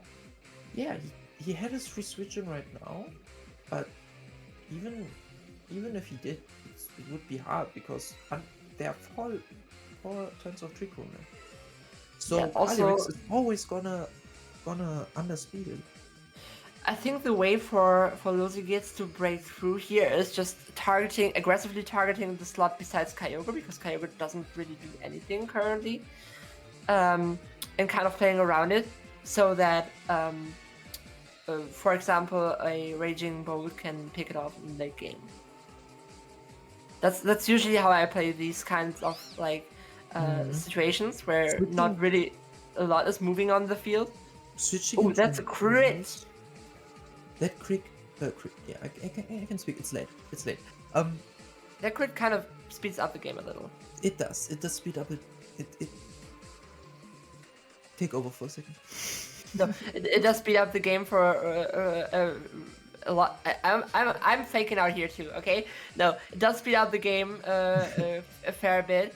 Amoonguss being in a really good position here, of course, sporing probably Kyogre, so that exactly it doesn't really do a lot, and then Glacial Lens can just keep targeting to that second slot. Also, of course, passively wearing down Kyogre. Under Trick Room, this pin is so good. Like, And we it's not the- see a forfeit from Charlie. Yeah, it's not the first time that Lucy utilized this. Amoonguss can spore into Kyogre, while Calyrex just threatens the Glacial Lads. It feels like there's nothing he can do. Yeah, Among is so oppressive on the Trick Room. I really feel like Rishoji has to bring Ogapon, so Ogapon can redirect the Spore. This is very vital, yeah. Oh, I think he lost to Timer. Oh, I see. I think in best of threes, Timer is automatically activated. Oh, this might be the case. Yeah, I agree with you. Usually, Ogapon can be used to redirect Among Us, and it is a very reliable way of doing so. So maybe Rishoji will adapt in this match, bring it to the battle, and then have something to catch these spores with. The Timer is mandatory for playing the store. Okay. I think generally Rishoji's game plan wasn't that bad. With Archaludon racking up boosts. Of course, it was like halted by Among Us. And maybe together with an Ogapon, which could potentially, which can redirect these spores, and Glacial Lance just continues Very in the aggressive field. lead. Very aggressive lead from Rishoji, and now we see a pretty similar. It's not as perfect as the pin from Lucy earlier, but it's a pretty similar pin. Calyrex wants to Terra to avoid the water spout from Genshin Impact, or the And Genshin Impact also wants to Terra to avoid the Yes. Raging Bolt attacks, yes, right? yes, that. But also, if Calyrex Terras and Temo Dialga just electroshots, it's dead. Calyrex is dead. I think at least. Yeah. Like, Yeah, it does a lot of damage. It at least it's almost dead, which for Calyrex is a lot because Calyrex is so slow. There's a protect. Ooh, Thunderclap coming out, and Flash Cannon hitting And to the Flash- Calyrex slot. Okay, now. This flips the table and decides to favor, of course, Lozigits again. It does flip the table, and definitely Kyogre feels really bad here, but Temo Dialga is doing fine. Oh, Urshifu's coming in here. Insane Terra Grass predicting. Yeah, And this that is gets into okay, Urshifu. and Urshifu Okay. win is dead. Now Okay, but now Calyrex can just come in, right? there's one restricted on the opposing team, and it's Temo Dialga. Temo Dialga is so threatening. This +1, this +1 special attack, it's gonna one-shot the Calyrex now with Flash Cannon. This is so threatening. Yeah, that's probably why Among Us came in here, so it could spore the Archaludon. Yes. But on the other side, Kyogre's just living life now. It's Terra Grass. Kyogre's chilling. It's hard. There's no Kali Ice here. It's Draco might still do big damage. But Yeah, that's what I would say too. I think if I was in this situation, I would spore exactly Archaludon and hit Draco into the Kyogre and stuff it's- because that almost takes it out. and it survives. Ice Beam into Among Us. But it takes it like a champ. And I could just go, like, switch out into Calyrex and... That's true, but Raging Bolt really wants to switch out. Yeah, Raging Bolt is the best answer, I think, against Archaludon. While Raging Bolt, if Kyogre dies now, it's a dead restricted, which is really bad usually, but you can see it the other way. Rishoji gets new momentum. Rishoji can swap in a fresh Pokemon while Archaludon is still full life. This Archaludon is really the boss monster here. It absolutely is, and of course Kyogre or Rishoji, knowing that this could target Ice Beam into the Raging Bolt slot to punish a switch out into Calyrex here. Rillaboom actually switching out. This seems actually pretty good. Rillaboom, first off, good healing for Kyogre. On the other side, Rillaboom can fake out Calyrex on the last turn of Trick Room. Oh yeah. So Calyrex wasn't really able to utilize Trick Room too well. Very smart play. And now maybe that's the chance for Archaludon to come back in and burn some of those nasty sleep timers. Oh god. This is an up and down battle. Very, very, very exciting. This What we're seeing here. is actually great Pokemon we see. They are one thing we have to consider, which was important last game, is the timer. This is a really long match again. Oh yeah. So it's not just about doing the right decision, it's about doing it quickly. Exactly. And It puts a lot of pressure on the contestants. Okay, so we see Arcaldon taking a lot of chip damage here. Kelly switching back in after the Draco Meteor. Oof, being hit by Draco. Big Draco. And high horsepower. Oh! And Calyrex lives. Unfortunately, Pollenpuff targets into Rillaboom here, not into its partner Calyrex, and which doesn't really matter because Amoonguss, well, it can't redirect Rillaboom, interestingly. So Rillaboom could just pick up the kill. And also, the chances of Calyrex getting up another Trick Room with Rillaboom right here, outspeeding it and ignoring Rage Powder are very slim. So suddenly, it's a lot less threatening. Yeah, this looks really good for Rishoji. And now... And again, this grassy terrain and leftovers. Oh god, that's horrible to see. This Kyogre already recovered a quarter of its life in 2 turns. It's 24%. That's kind of crazy. And now I'm pretty sure Thunderclap is not gonna kill. So this Kyogre gets at least one more move out. Well, Thunderclap, it is Herald, so it doesn't do anything either way. Yes. Well, I think I would have done like 25. Regigold is pretty strong. Good big health power. Oof. It actually... I think Lozi gets... Oh, actually, good Pollenpuff. This is a very good Pollenpuff, and this is why Amoonguss can always work, even against 2 grass types. As long as you have a bulky Pokemon on side, it can just heal it up every turn. But with Amoonguss and Raging Ball being the last remaining Pokemon, you know, it cannot just keep pressing Draco Meteor against the opposing Pokemon here. True. Amoonguss has to pick up the pace almost. And there's the Terra Fairy eating both of these moves, and the Draco connecting into that Arcaldon slot there. Perfect Terra Fairy, but it might not be enough. It might not be enough. Especially since it can now be hit with like Wood Hammer, for example. Wood Hammer might even kill. And again, it can't be redirected. Oh, Rishoji not realizing that Wood Hammer is now the best play. High Horsepower, which it actually lives. But again, no, Ogapon can redirect. It only Ogapon could theoretically just attack. Yeah, and there's the Wood Hammer taking it out. And that's probably GG. Even though Amoonguss has a good matchup into every single Pokemon that is out there. There is a Fungus Among Us, and can he do it?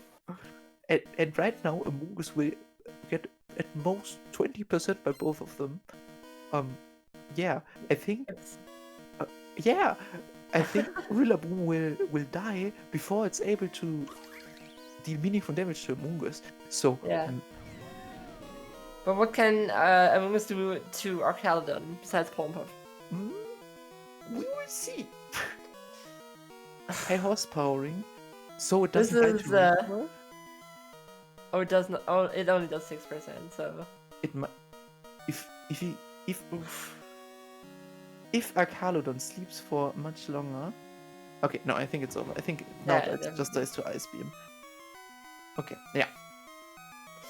But really, Amoonguss is doing heavy lifting here. We can see how good Amoonguss is. It even becomes like a pseudo damage dealer against so many grass types. Amoonguss is my favorite breaker. There were 3. If it was Sludge Bomb Amoonguss, it would be huge, but this we can see the defensive capabilities of Pollenpuff were really big here too. So Amoonguss is just doing the heavy lifting of this team. So many spores, so many Pollenpuffs that healed up so much damage over time. Yeah. If Losi can utilize the Amoonguss for the next game, this is gonna be really scary. But I feel like the team selection for Rishoji was a lot better this time than the last time. So we will see who will win game 3. It's really interesting. It certainly is. We have seen Rishoji being able to successfully adapt to the flow of the first battle. Now it's Luzig's turn again to do this. Oh, are we actually already in the battle? Yes. but no turn has happened yet.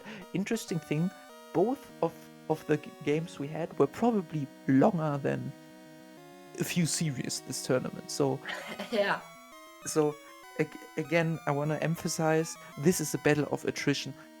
Everyone is so bulky, there are so many defensive options here. You want to win slowly over time. There's no one-shotting anything here. Okay, Incineroar is interesting here because if memory serves correctly, that is a Terra Ghost Incineroar. Yeah, so you can't even Terra out.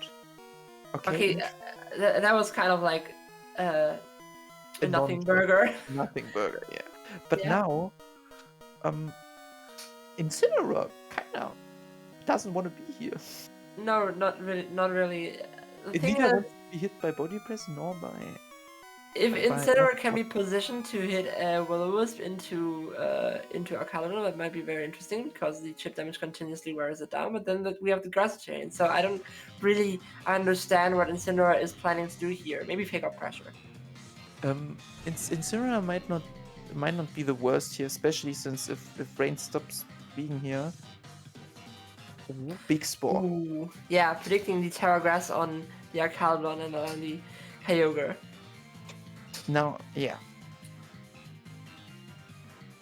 So Raging Bolt is in a really good position. Here it could just drake it into the Arcaludon slot or choose to hit the Kyogre. There could be a Rillaboom in the back, covering for Kyogre, of course. Of course, Ogerpon as well. Now we see Calyrex coming out, and the prediction. That is huge for The prediction is Arcaludon. the prediction is really big. Yeah, But on because the other side, now Calyrex is threatened because I don't think another Flash Cannon will kill, but Flash Cannon plus another attack will kill. there's the follow me. We see Electro Shot targeting into Calyrex. Of course, that still gives the boost. Now Flash Cannon will kill. Now Flash Cannon will kill, and he might even decide to keep up boosting with Electroshot. This Arcaludon is now let's face it, it's a real restricted now. Yeah. It can't be spored. There's nothing really that can happen here. The only Pokemon that can really threaten it right now without fearing to be killed is Incineroar, but it's raining, so That's another right. Electroshot? Yeah, that We will should- take out Incineroar almost certainly. No. Incineroar is a bulky. It's pretty bulky. And now it has the fake out pressure. Maybe this is the moment that Rishoji needs, because a fake out plus another Draco will take out the Carlodon. Yeah. Oh god, I This match wholeheartedly believe that Arcaludon would just take this, but the last turn proved me otherwise. Now this took an exciting turn. this match turned around pretty quickly again, because now Arcaludon is very low, and what was the boss monster earlier is now maybe dead soon. Kyogre comes back in, setting up the drizzle again. Yeah, Rishoji Mungus. Yes, and Rishoji realizing correctly that he both wants Rain up to resist the Flare Blitz, and also he just doesn't want to risk Arcaludon dying. Arcaludon. It's interesting that Raging Bolt is coming in here, because I would have thought that this was a good situation for Calyrex to come in and set up the Trick Room. I feel like Raging Bolt is just gonna Thunderbolt into the left slot now, and either dealing massive damage, yeah, or forcing out a switch. Wait, I didn't look at the damage now. Does high horsepower kill now? I think it did 40. In that case, it might be a good play to Thunderclap into Kyogre and Pollen Puff up. I would think so too. This situation, Raging Bolt of course threatens both Kyogre and Rillaboom. Actually, really important, which also. Oh wow! Oh, this was the prediction that Losi needed. This turns the game around completely. Now it's a now it's a 2v3 actually. It's a 2v3 with 3 Pokemon for Losi. But now Harambe doesn't have the attack debuff from Intimidate again. Oh yeah, So- that makes it stronger. It might just kill Raging Bolt here. It might just kill Raging Bolt before Amoonguss would get a chance to Pollen Puff. And we have seen the Protect in the last turn. House for And Connect and does kill that's- Raging Bolt, in fact. And the Pollen Puff goes into Raging Bolt, and when you target allied Pokemon with attacks, and the allied Pokemon dies before the attack comes through, it doesn't redirect. But now we haven't seen Terra yet, so this will be an interesting turn. Because Kyrix could, of course, correct me if I'm wrong, we haven't seen Terra yet, right? We haven't seen Terra yet. So this means Kyrix might go for the Terra Water in order to avoid being killed by Kyogre, but then there's the pressure from Rillaboom, so... Yes, I think it's a perfect pin again. It's a perfect pin again. Yeah. And I think Kyogre wakes up guaranteed here. I'm not 100% sure, but I think so. It's a Yeah. pretty high chance, either way. He might protect because this is the last turn of rain. This is the last turn of rain, and if Lucy notices that it's a high pressure situation, gets Yeah. game 3, it's turn 10, and he This is sees Protect, that. indeed. Kyogre waking up, pressing Origin Pulse. And does Amoonguss And- get the spore or does it pollen puff? Ooh. It pollen puffs into its own protect. Ooh. Oh, you do this mistake one time, and sadly, Yeah. it's in turn 10 of a best of 3 that eliminates you. What would have been insane is Spore into Kyogre. Spore into Kyogre would probably be a win here.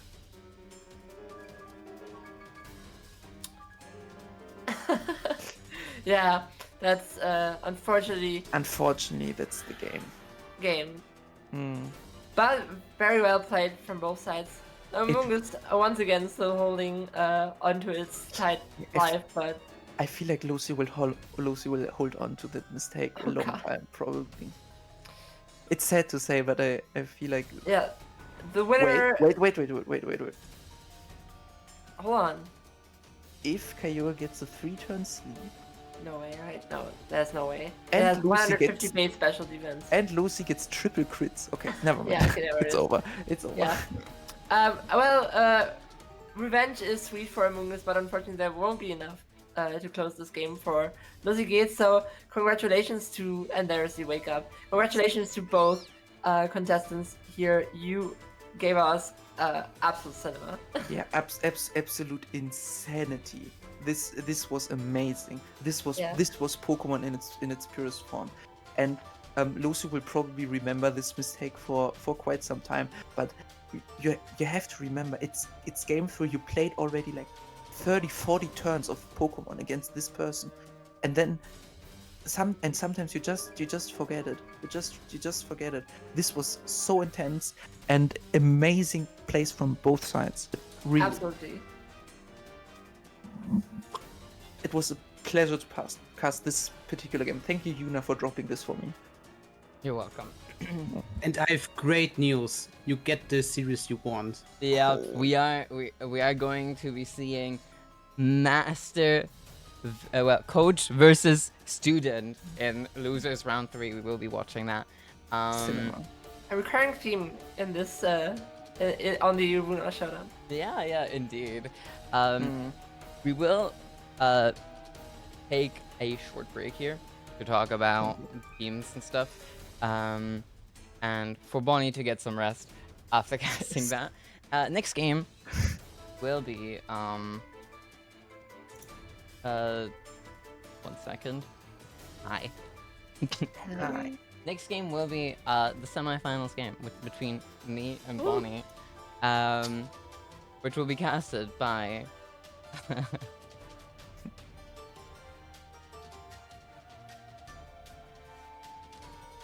The girls. Bye. Hello. Yeah, so let's see how the other two casters. I think to the I think we can players. talk about something. To the Yeah. players, don't forget to put your replays in the channel before you True. forget. I think before that, because I think Yuna and Bonnie will need some time to yeah, especially Bonnie, like from the casting. We can talk about my games. I think I played pretty well against Lunala, and I'm scared about Lunala. But now I will face Kyogre. Now you will face Kyogre. Now you will face your own disciple. I will face the team I built. Which means you know its weaknesses. So, do you think you can exploit them? Well, I'm not that aware of the weaknesses because I didn't play the team that often. Yeah. I prepared the team for its main weakness, which is Miraidon, but yeah. I'm pretty happy about my run so far. Let me look at your team again. You have Miraidon. I mean Miraidon just has a naturally good matchup against Rain. That's the upcoming match, right? Yeah. Okay. Wait, no, the upcoming match is YUWUNA against Bonnie, no? No, I That mean makes sense. your upcoming match. Oh yeah, my upcoming match is against Mitoji, yeah. Yeah. So, hold on, and then let me in detail look at the other team too. Whoops. Yeah. So, once again, Rishoji's only means of speed control is Thunder Wave, which is not a good thing to say against the Miraidon team with definitely.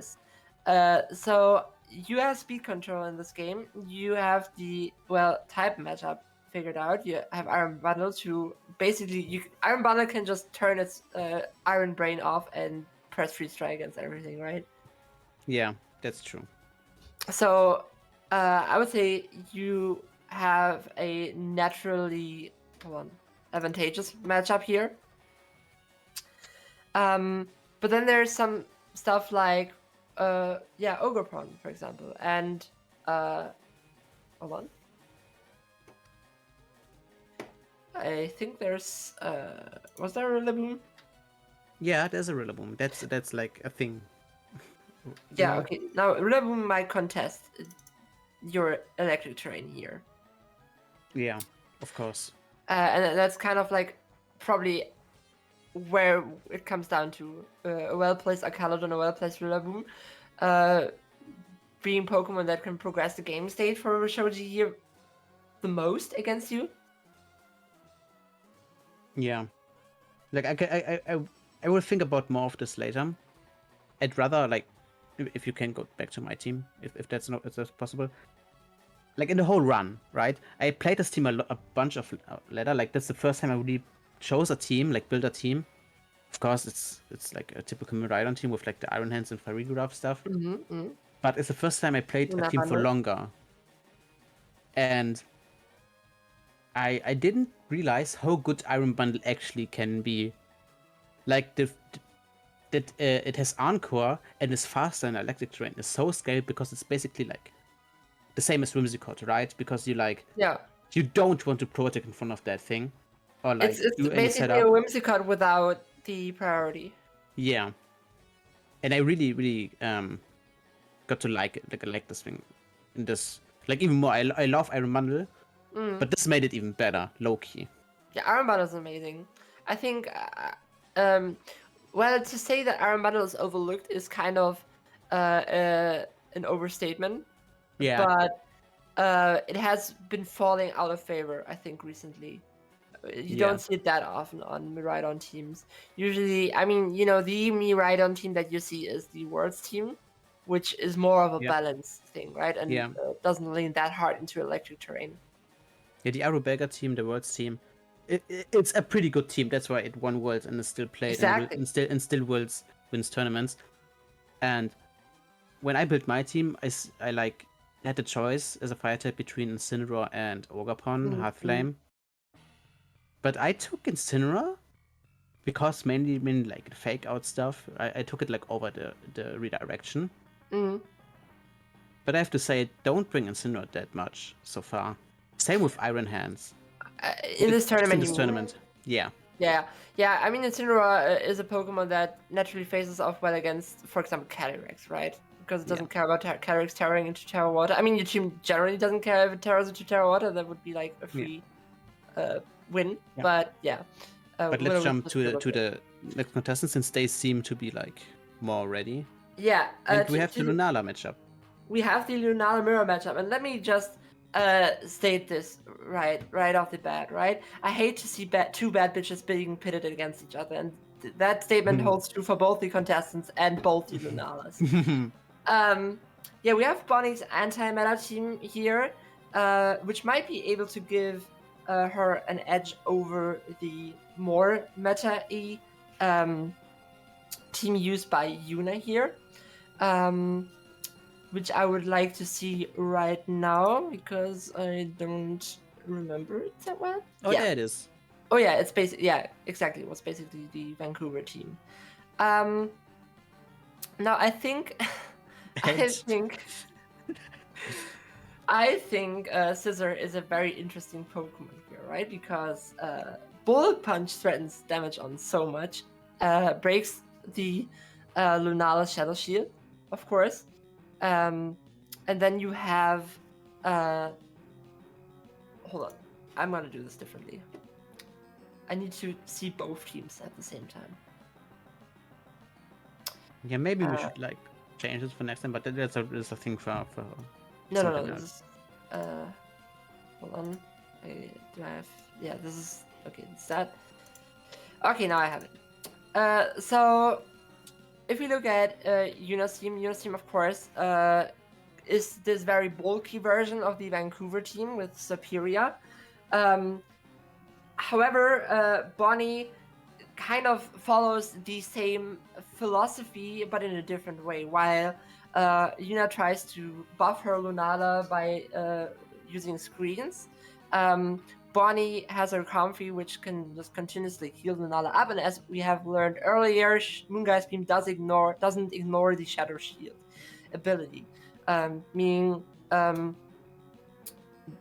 while Bonnie can repeatedly reset the Shadow Shield, this is not that easy for Yuna.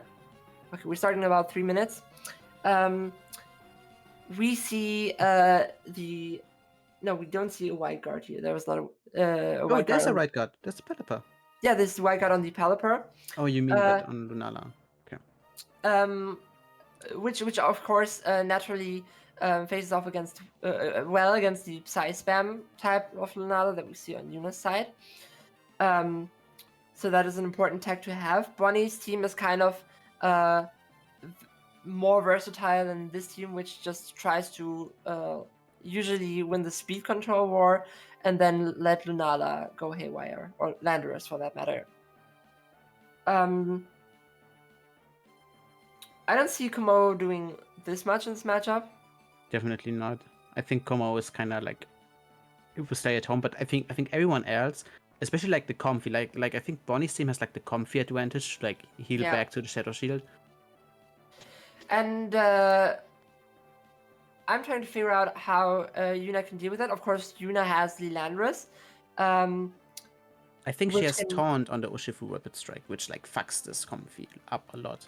Which right? Yeah, but usually Urshifu Rapid Strike wouldn't want to be in against a Lunala and a Comfy, right? That's true. Yeah, so I think Yuna's best edge, I'm sorry, Chad, that she has against Bonnie is kind of trying to position her Landorus well so she can disrupt the Comfy. Like, it's the classic AD carry support situation. You gotta take out the Soraka, right? You gotta take out the Comfy. Yeah. Urshifu Edging Strike. And I think with screens being up on Yuna's side, that is able to put Landorus in a position where it can threaten Comfy without being immediately threatened itself. That's true. So yeah, it's the supporters. It's all revolving around the supporters here.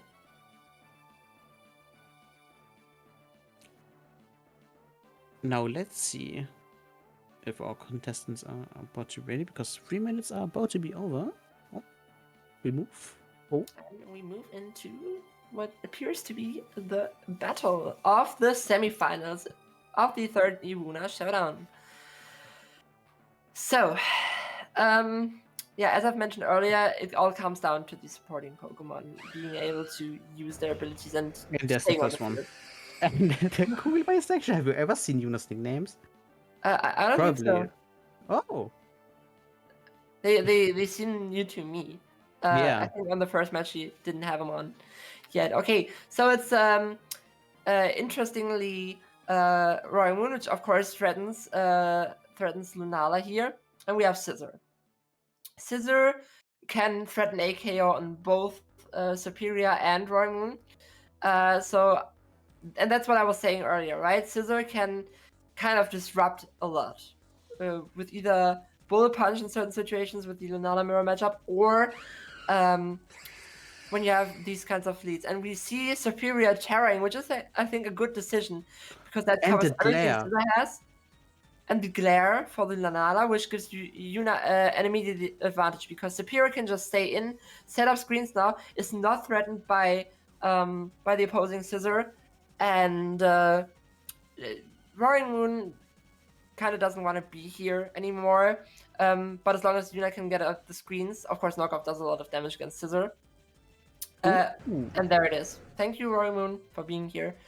And then Yeah, there's the scores on streamer from last match because Yuna is playing it herself, so we should maybe wait for next game. Sorry? Okay, so now Bonnie, of course, uses Glare to her advantage by setting up the Trick Room here. I've kind of forgot that her Lunala also has a Trick Room option available. Yeah, and now this is, of course, good for Lunala, which is threatened by what's this, Landorus? Yes, Bullet Punch, and unfortunately we get the full para. This was probably a Meteor Beam into Landorus, which I didn't think would have killed. Because the power-up is still knocked off, so it was probably something different. Oh yeah, it's like, okay, it's probably, or like Moonguy's Beam or something, but the screen is up, so yeah, Yuna putting a lot of pressure on Bonnie. Comfy is kind of missing in action currently, and that's really what punishes Bonnie here. Also, of course, the paralysis didn't help, but yeah. And then the dual screen is now up as well. And yeah, this is your good stream for Bonnie. connecting on both Pokemon.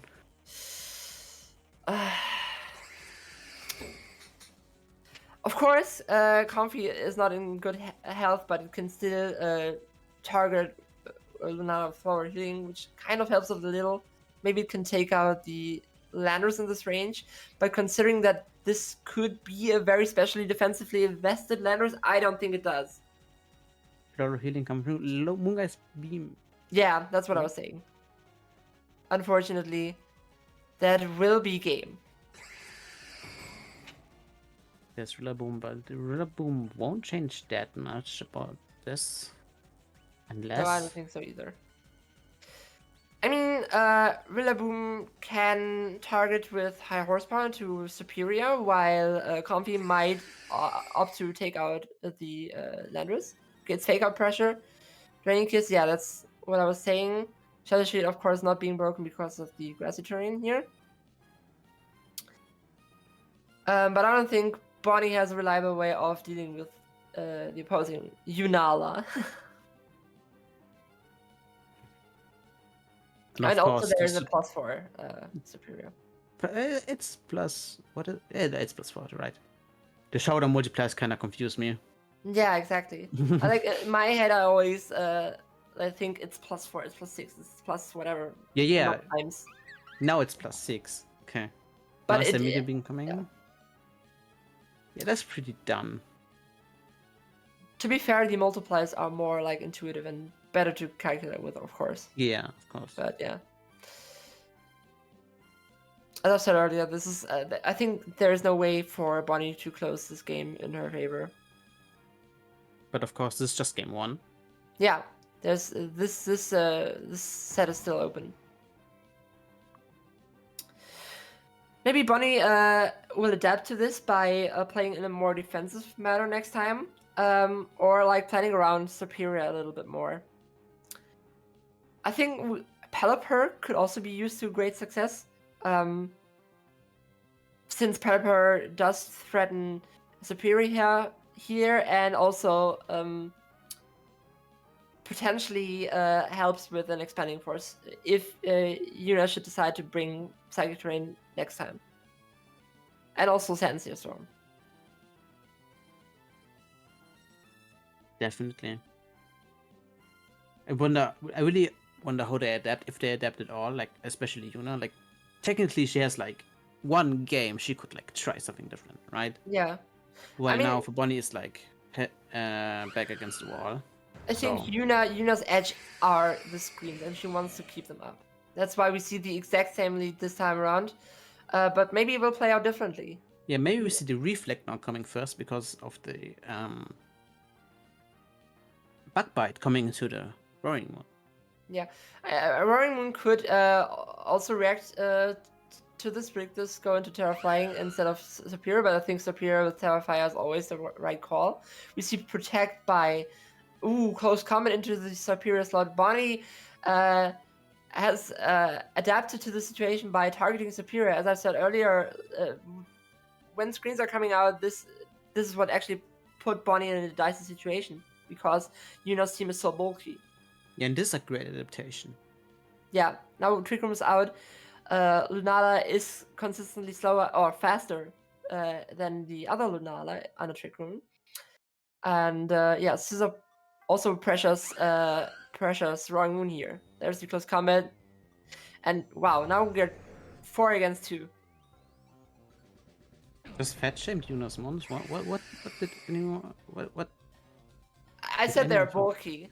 Hey, we support them. Ah, yeah, we love bulky Pokemon here.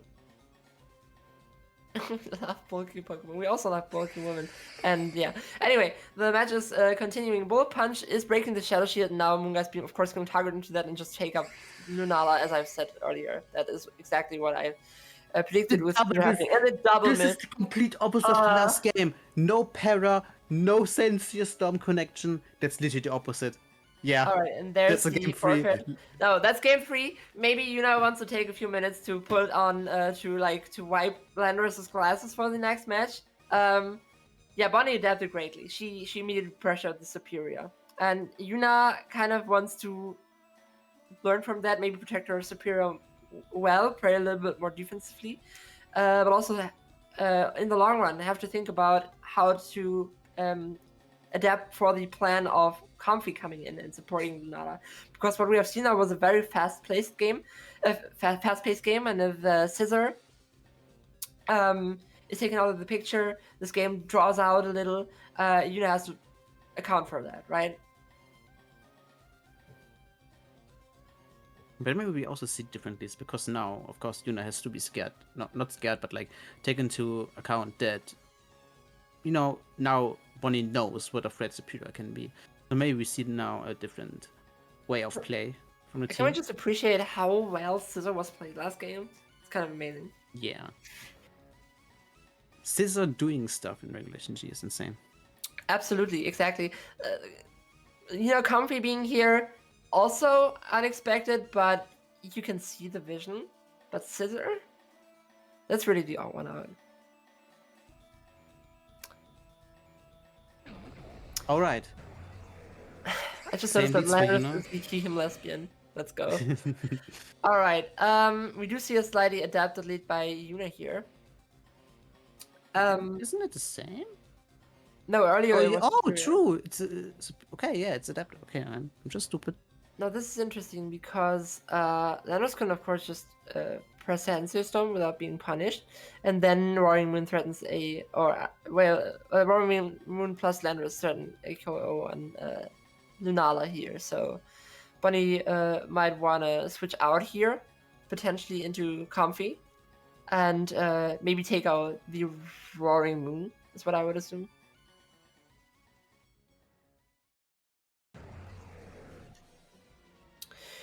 We do see acrobatics, Terraflying acrobatics, and Sensei Storm, exactly as I've predicted.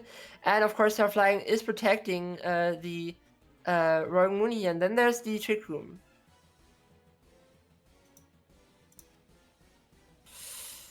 Of course, the disadvantage that Bonnie immediately has is not being able to get her Comfy in here, because that puts Lunala at a big disadvantage of not taking another hit. And now with the Terra flying out, we have to now Bonnie has the advantage of tearing whenever she wants. Now she doesn't have to take into account when Yuna wants Terra, but Oof, as the the Meteor Meteor Beam into into Telandris. the, That's oh, damn. It's good. But it is a double down, unfortunately. Ooh, that does not look good for Bonnie. But it's not quite over yet. We have Comfy and Rillaboom.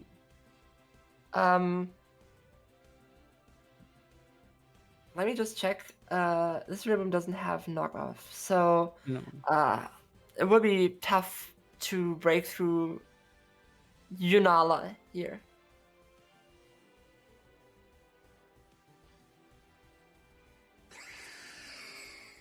Of course, with Comfy being here, it could just continuously heal up Rillaboom, but I don't think this looks good for Bonnie. Oh, the Tailwind coming up in the Trick Room.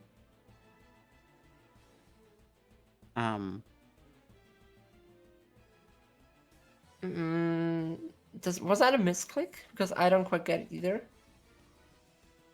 That's an interesting move. Maybe like also Bonnie wanted Comfy to die, but like didn't. Ooh, And the now miss it doesn't is again. important.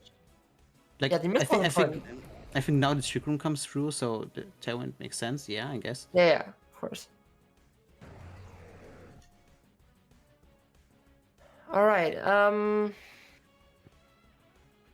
Yeah. Once again, I think it's a very tough situation for Bonnie to be in here because this is a boosted Lunala sitting on Yuna's side. There's not really a way to get around the Roaring Moon. Yeah, of course, Draining Kiss, Woodhammer, double targeting actually takes it out. And now the last two Pokemon standing are Lunala and Superior. Lunala and Superior. Once again, Superior kind of being in a very good position to just set up screens here, and that, of course, increases the longevity of Lunala. But with Comfy still being on the field, it can just continuously heal up Rillaboom again and again.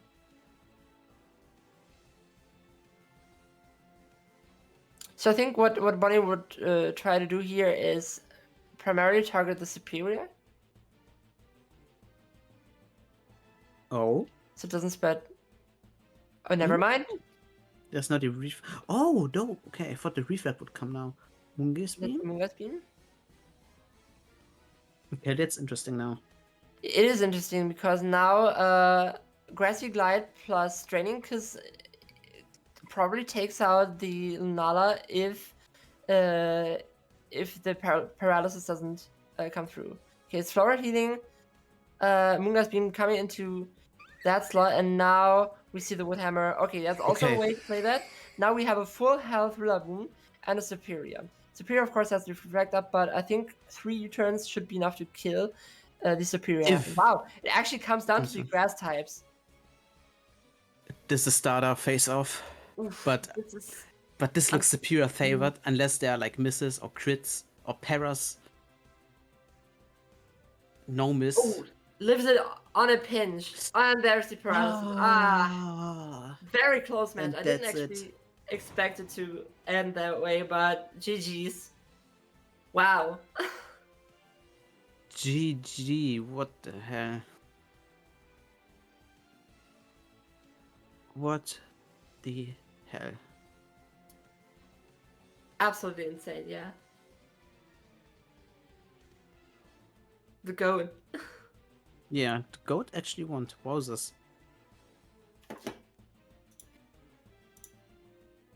Crazy stuff. Who could have expected to do double screen Superior to do such heavy lifting? Absolute monarch. Like technically, like not technically, like usually that's like a Superior is a really singles Pokemon, like for single battles, right? And so is Scissor usually. So it's like it was like a really fun matchup, in my opinion, because like those Pokemon usually shine like a singles meta game, but now they like did stuff here in the doubles meta game. Yeah, and what is interesting about Superior in Yuna's team is that this is the adaptation she made to the Vancouver team. Now, Ogapon originally had a very defensive role. It was a physically defensive Ogapon with redirection support, of course.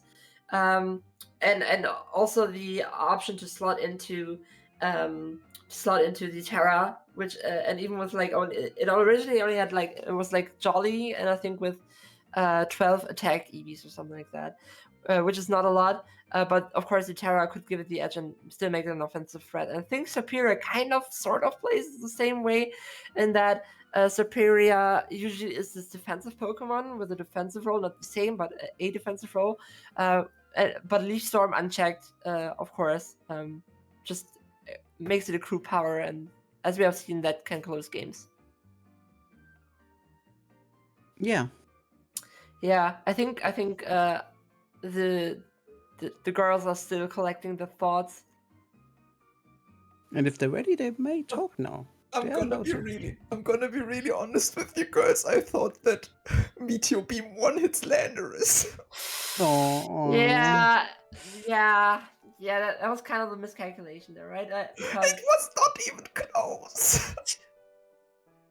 I think originally the Landorus, and maybe I don't know if wants to confirm this, probably not.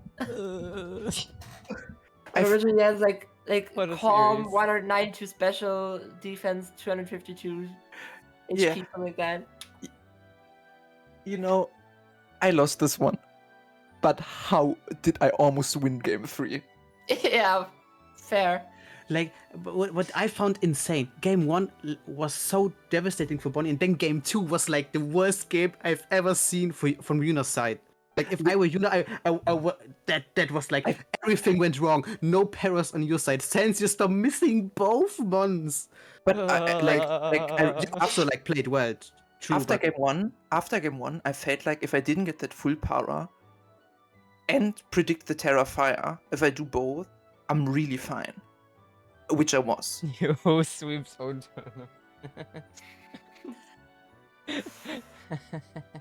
But how did Rillaboom The almost win house this? always wins. Scripted. House always wins. Like if there was no full para and one Leaf Storm miss in the end, Rilla would have won I'm that. gonna And be if I Yeah. crit one time, I'm gonna be so for real with you. I'm playing against. I played against Comfy for the first time in my entire life. I did not have any head calcs. I have no idea about this thing's base stats. I don't know what moves it learns. I know its moves, but holy shit! Scripted, of course. Comfy's- So house always wins. Comfy's a little bitch, yeah. YUWUNA in the final, second tournament in a row. Last time I lost in finals. But last time I was against Trick Room. This time. Trick Group size spam. Now well, you this are time size you spam. might be against Trick Room again. Look how the turns of tables. Oh my By god. the way, we still don't know how our Lunala speeds interact. Like we had 3 yeah. games, and Lunala didn't have the Lunalas didn't have a speed type. Okay, Like, I'm gonna tell you something that you didn't know. Bonnie was sending her team sheet and her paste in the group. I was actively avoiding it, without saying anything, because I just wanted to like have as fair of a game as possible. So I have no idea about your investment. Me neither. About yours. Yeah, Obviously. I kept it a secret on purpose. Yeah. Hold on, I have to check now. I even was like, yeah, since Yuna is talking about her teams all the time, yeah, I'm gonna just share my team, so it's not unfair. And you didn't say anything about that. You didn't say when I anything decided about about on a team, because I was thinking about a lot. I was thinking about Kyogre, Superior.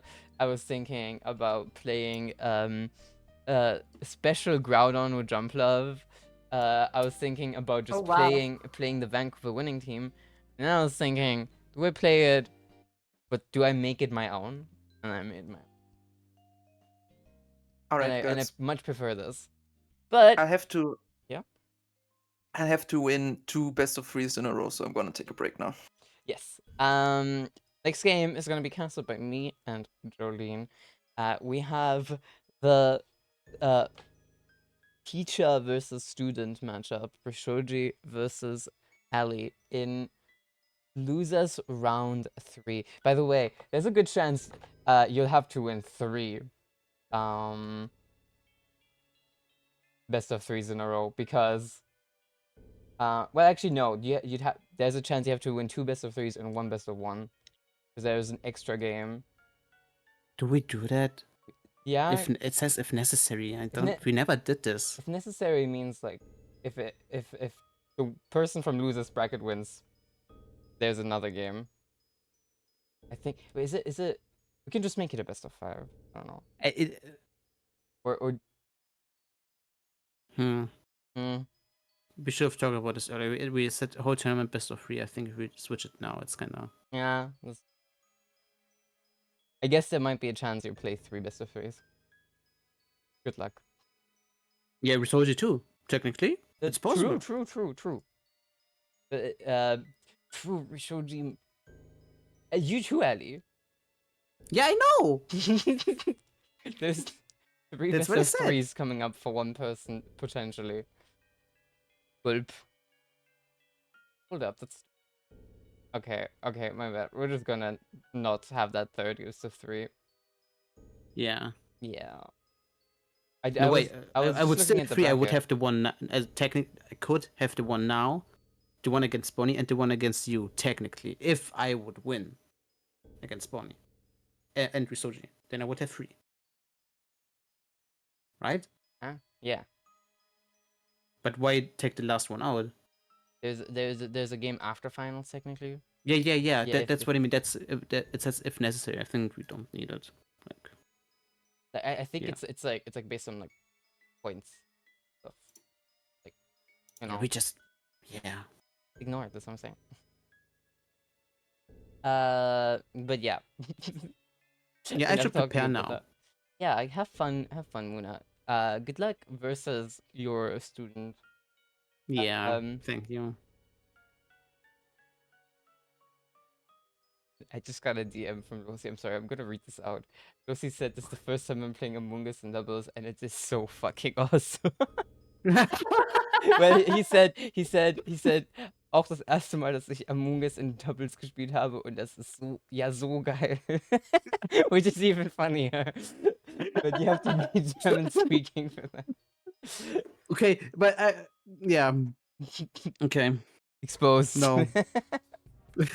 Like this caption, this as a caption on the Snapchat would be so fucking funny. So true, actually. Please do that, Lucy, and post it on any Yeah. platform. Post on the Discord. It would be so awesome. Please just do it. Please do it. Okay, see ya.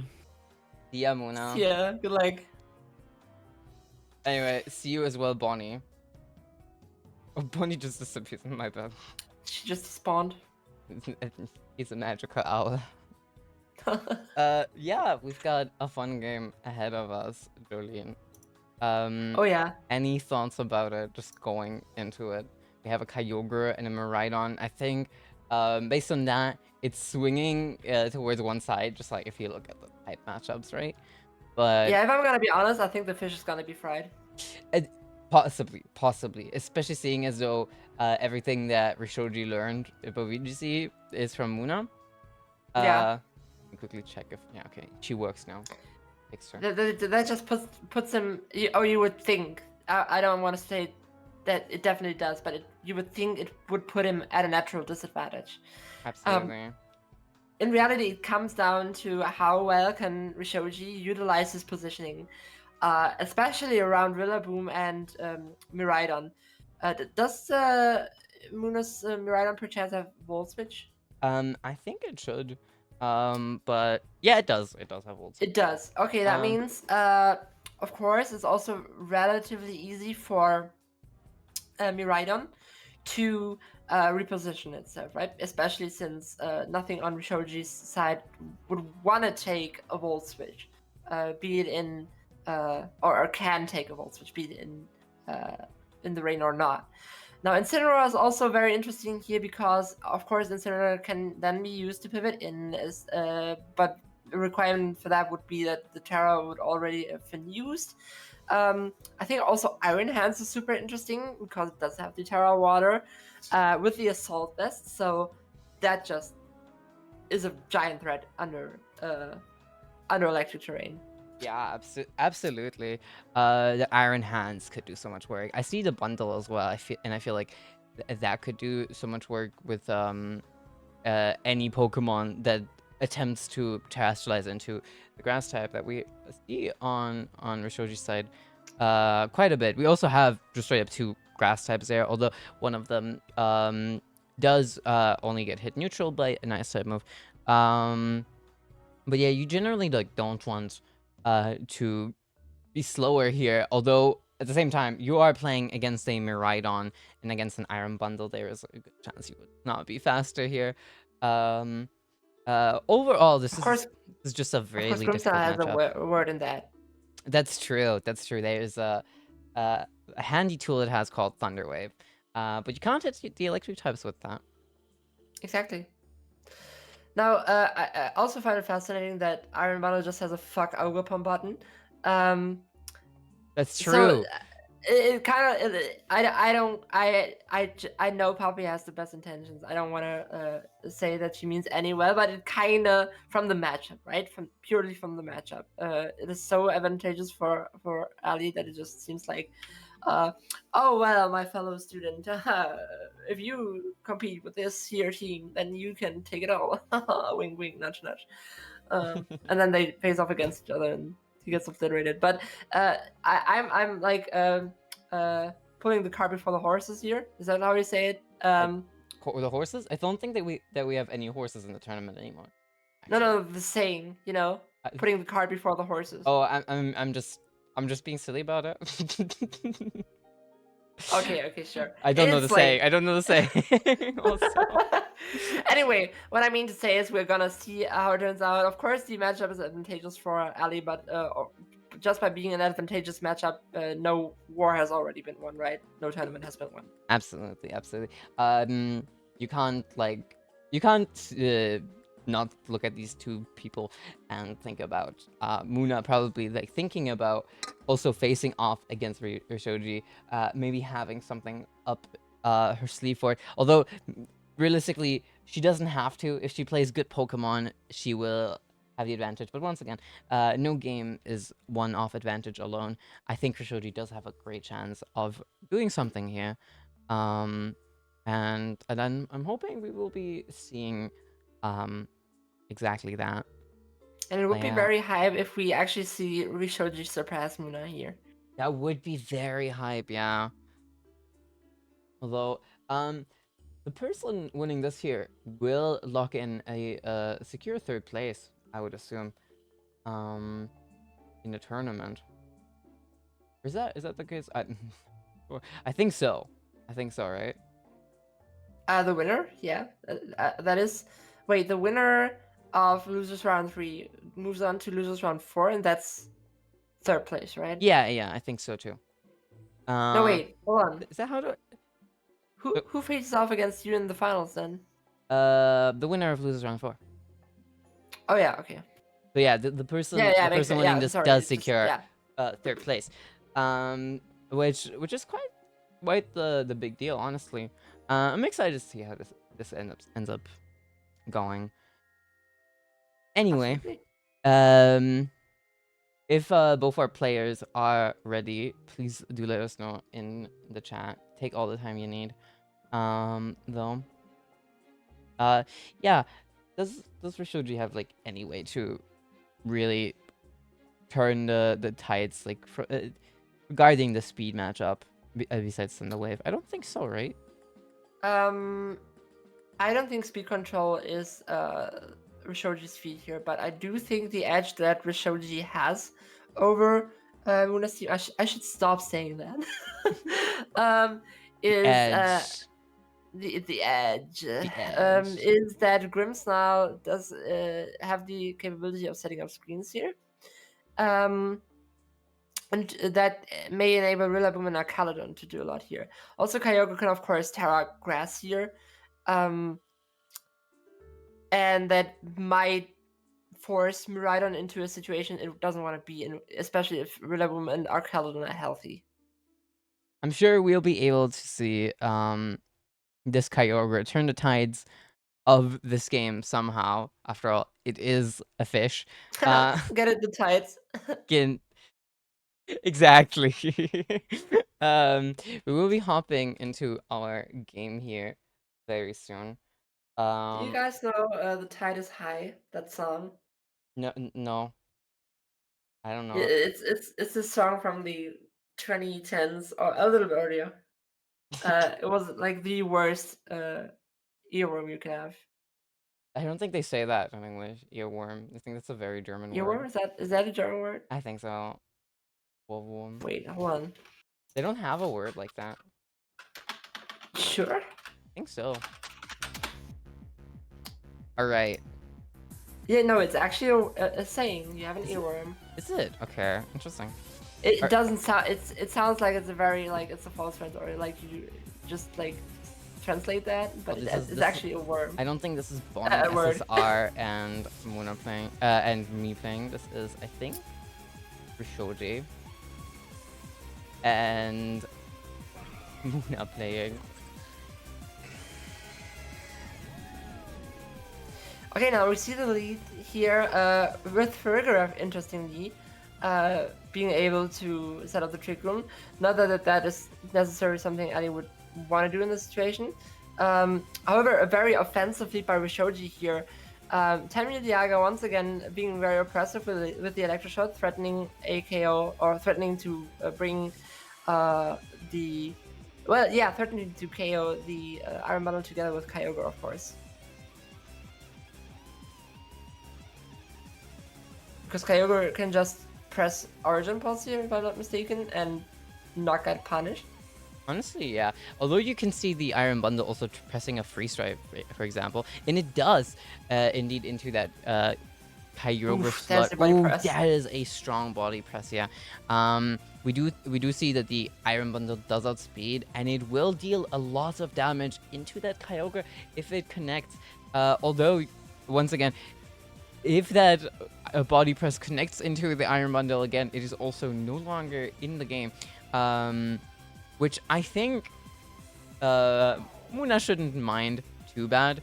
At the same time, there is the Ghost Terra. Ooh, the Encore. You have to protect. Counter that. Ooh.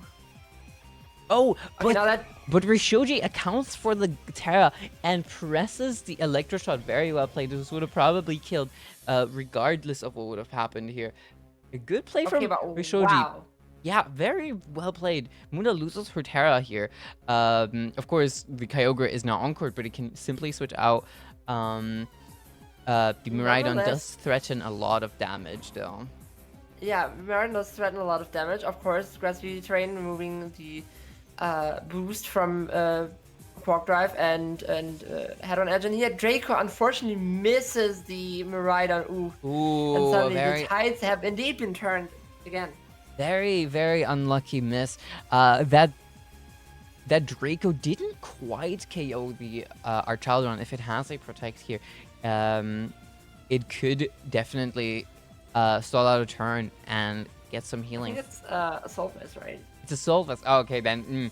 I think the Draco, regardless of the stat drop, will probably kill. And if not, it will only survive by a hair, and the Iron Hands should be able to clean up. Muna does not say no. The Fake Out comes out. The Draco connects into Samantha, and Samantha survives. The Drain Punch into that Archaldron, though, gets a knockout. It's amazing. That Archaldron was a huge threat. Iron Hands, once again, being in a very good position here, because together with the Electric Train, I mean, Ali could opt to switch Fergarath out into Miraidon here. And then Rillaboom is not able to immediately reset the terrain, and Iron Hands can just threaten a KO. Now, this Urshifu should be the fastest Pokemon on the field right now. It will deal a lot of damage into whatever it hits. It is in the rain, but I don't think Muna minds too much. The Miraidon is in the back. It will get the electric terrain up if this, if this Rillaboom doesn't switch out. It doesn't, and this Urshifu does end up taking out the Iron Hands. That's unfortunate. I think the play in that turn was to switch out Iron Hands into Miraidon, set up the terrain, and then Trick Room with Samantha in order to position Iron Hands. But now Ali doesn't have an opportunity to reset the terrain anymore, and that is a focus sash. No, it is. Wait, is it focus sash or is it? No, it's I a think 95. was. It's, the Urshifu does have Yeah, the Mystic Urshifu Water. is. The Urshifu come has the again? Mystic Water. Mystic Water. Okay, so yeah, that just okay. Kyogre. The being Helping able to Hand bring out Dazzling here- Gleam does not do Oof. even half of Kyogre's health. And now, with Miraidon as the last Pokemon on the field, right? I don't know if I it can think do it much still here. can win this, right? I don't know. This Miraidon is locked into the Dazzling Gleam now. Muna does not have to Terra, and that Kyogre should have the Ice Beam ready to hit this Miraidon with super effective damage. I think this might be over, especially since the high horsepower also could come from the Rillaboom. Yeah, and Urshifu switching out Urshifu here was definitely the right play, since Rillaboom can just apply fake out pressure if push comes to shove. Exactly, and it can also get the terrain back out here. Aqua Jet comes through. Dazzling Gleam gets to knock out on that Urshifu, but it doesn't matter. The Ice Beam does take the KO, and Rishoji takes game 1. Turned the tides Interesting. indeed against Muna here. Yeah, Muna chose a very, I think, technically here, and Rishoji being in an immediately offensively pressuring, threatening situation paid off well. Yeah, I think Rishoji played this very well. So did Muna, but especially getting that knockout on the Iron Bundle when it Terra meant so much. Losing that Terra immediately without getting anything out of it can just really, really stomp you from making anything happen out of a game, since the Terra is such a valuable resource. Very well played. With Yeah, that I hit. think Ali can adapt pretty easily to that by just. I think there's nothing holding her back from choosing an offensive lead here. And we do see, we do indeed see an offensive lead. Yeah, we do. We see one if I've ever seen any. Now, of course, there are interesting mind games here with Akaldon because Landorus immediately pressures Akaldon with Earth Power. However, it could just Terra Grass and then eat it. But then there's the Sludge Bomb, which could, of course, Ali predict. I think what's fairly easy for Ali to do here is target the Kyogre. Yeah. And then there's also the Terra and the Kyogre, so there's a lot of ways this turn could play out. Absolutely. Honestly, a Protect on the Landorus would not at all be bad for her. Just scout out what's gonna happen, what's gonna Terra. Protect on Kyogre as well. That's correct. The Kyogre does just switch out though, gets rid of the terrain. The Miraidon Terras, the Protect doesn't need to come out on the land. Yeah, that was smart. And the Draco hits into the Archaludon. The Draco, wow. on return, does not deal any damage due to the fairy typing of this Miraidon. Amazing, and now Landorus is in a very good position to just press Sludge Bomb and go with it. Absolutely. This Landorus is in a great position. Yeah, the thing is, of course, there's fake out pressure from Rillaboom, but maybe Ali brought her Ferrigraph again to kind of circumvent that. We will see how that plays out.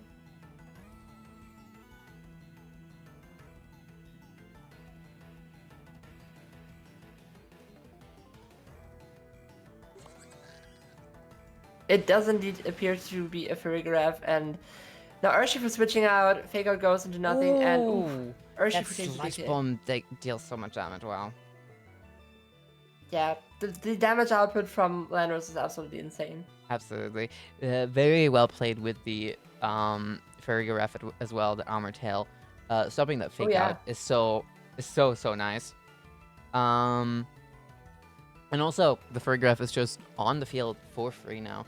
It has free reign to press whatever it wants and probably survive a hit. Yeah, Muna is just very well positioned right now. Be interesting to see. Yeah. Will be interesting to see if Rishoji can turn the tides again. Okay, there's Oshifu being taken out, and also Landorus. Goodbye. Ooh, the Kyogre is still healthy in the back as well. Yeah, that Lando did its job though. I would argue honestly. Yeah, there was. I think Luna had to decide which Pokemon had to go. I would have chosen Rillaboom here. Because Rillaboom, Terra's already out on Akalodon, I believe, and Rillaboom is just able to, turn the terrain wheel again and again. Also the fake out. Yeah, can you switch safely into that Rillaboom now? Though is the question. Oh wow. Oh, Okay, sure. that's the Rillaboom gone. I mean the Archaldon also, but yeah. Oh, that water spout dealt so much damage. That wasn't Electrodrift though. Luna is locked into that move now. Yeah, that Kyogre does not want to take one of those. Now the question is, does Rishoji just protect the Kyogre, and take out the Miraidon? You know, the right read here from either one of them could win the entire game. Absolutely. This is a very decisive turn. Have we seen Ali's last Pokemon yet? No. Yeah. Oh wait, Ali's last one? No, we have not.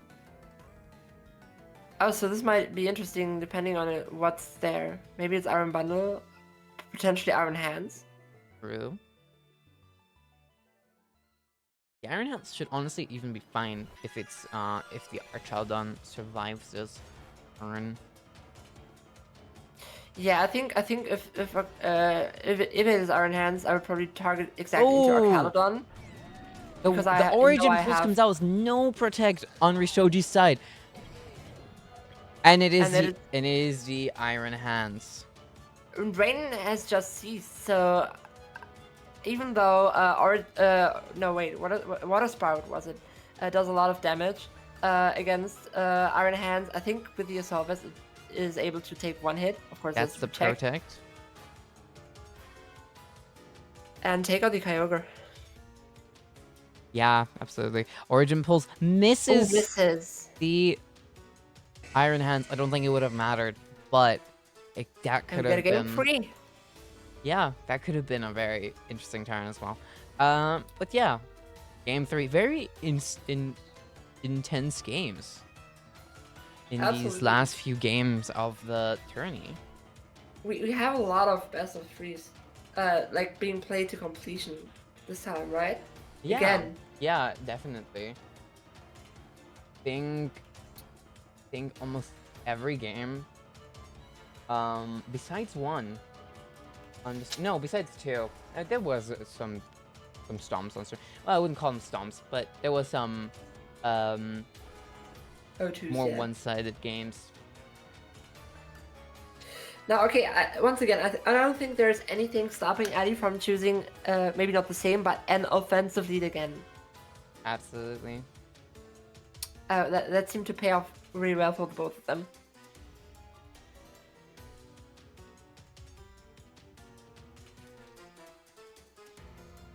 The Landorus Miraidon lead honestly wasn't such a bad call from Ali, and I would opt for it again because the coverage of Earth Power plus Sludge Bomb does so much.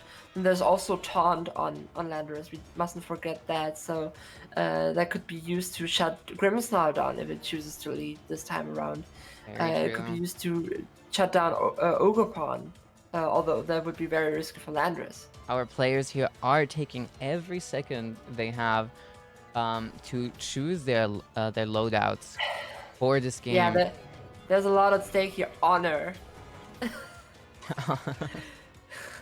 we see Rillaboom leading this time. We see the double paradoxes on Ali's side of the field and the double grass types on Rishoji's side. Very interesting leads. We'll see how they play it out, but I think Rishoji does have the upper hand here. Although there is the Icy Wind and the Freeze Ray that could hit this Ogerpon for super effective damage. The interesting thing about this is fake out, right? And I would say Rishoji shouldn't do it because yeah, exactly. Iron Bundle can now protect an Encore next turn. The Drain Punch goes into the Rillaboom. double targeted into that iron bundle that hit the protect. Very interesting. Yeah, that was smart. And Iron Mana has the focus sash, so it can just encore the Rillaboom here, take a Hornage, and then do whatever next turn.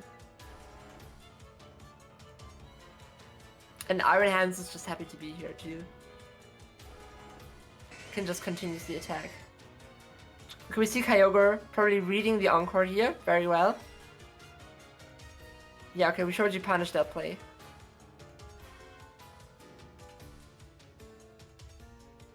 Yeah, the But bundle now down to Iron, its sash Iron, now. Iron Bundle has the... Yeah? That's... Go ahead. Now Iron Bundle, of course, can just press Icy Wind, and then Iron Hands looks very threatening currently. Absolutely. It's gonna be very interesting to see. A Terra could come out from this Kyogre. Would honestly be in a great position to hit that. Although the Iron Bundle is a pretty fast one. Follow Me goes into the Ogre Pond. The Water Spout hits and takes out that Iron Bundle. The Wild Charge but that- takes that Kyogre out though. Now, Ali really putting everything on the table here. Just pressing the right moves, being very offensive in what she's doing. And now we do see Ferrigraph coming out, of course, stopping Rillaboom from doing any shenanigans with Fake Out.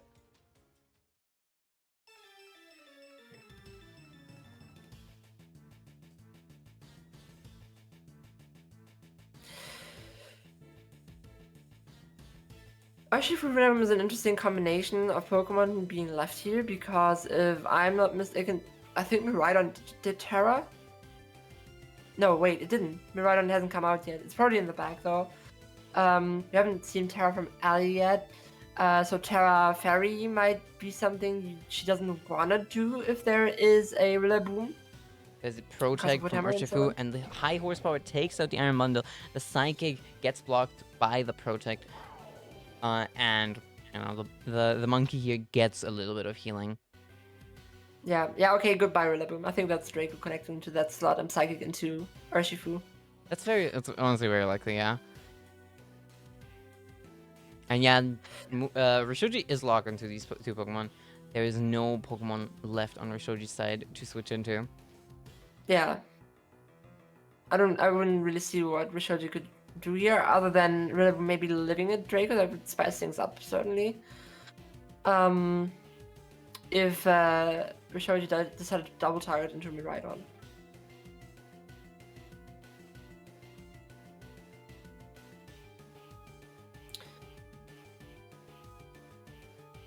Both contestants take time to consider their possibly final move in this tournament. We do see Electric connecting into the... Wow. Oh, very well played from Muna. The foul play into the Rillaboom, leaving it alive. Yeah, we were saying that... That's game. Yeah, that is game. Very well played by Ali. Absolutely, absolutely. Not quite giving the baton to her disciple yet. Not yet, not quite yet, but she played very well. And so did Rishoji. Yeah. Rishoji definitely proving that they're a good student. Getting a 4th place finish here in the YUWUNA Showdown. Congratulations! Very well played, both players. Now, Muna playing another time right after this.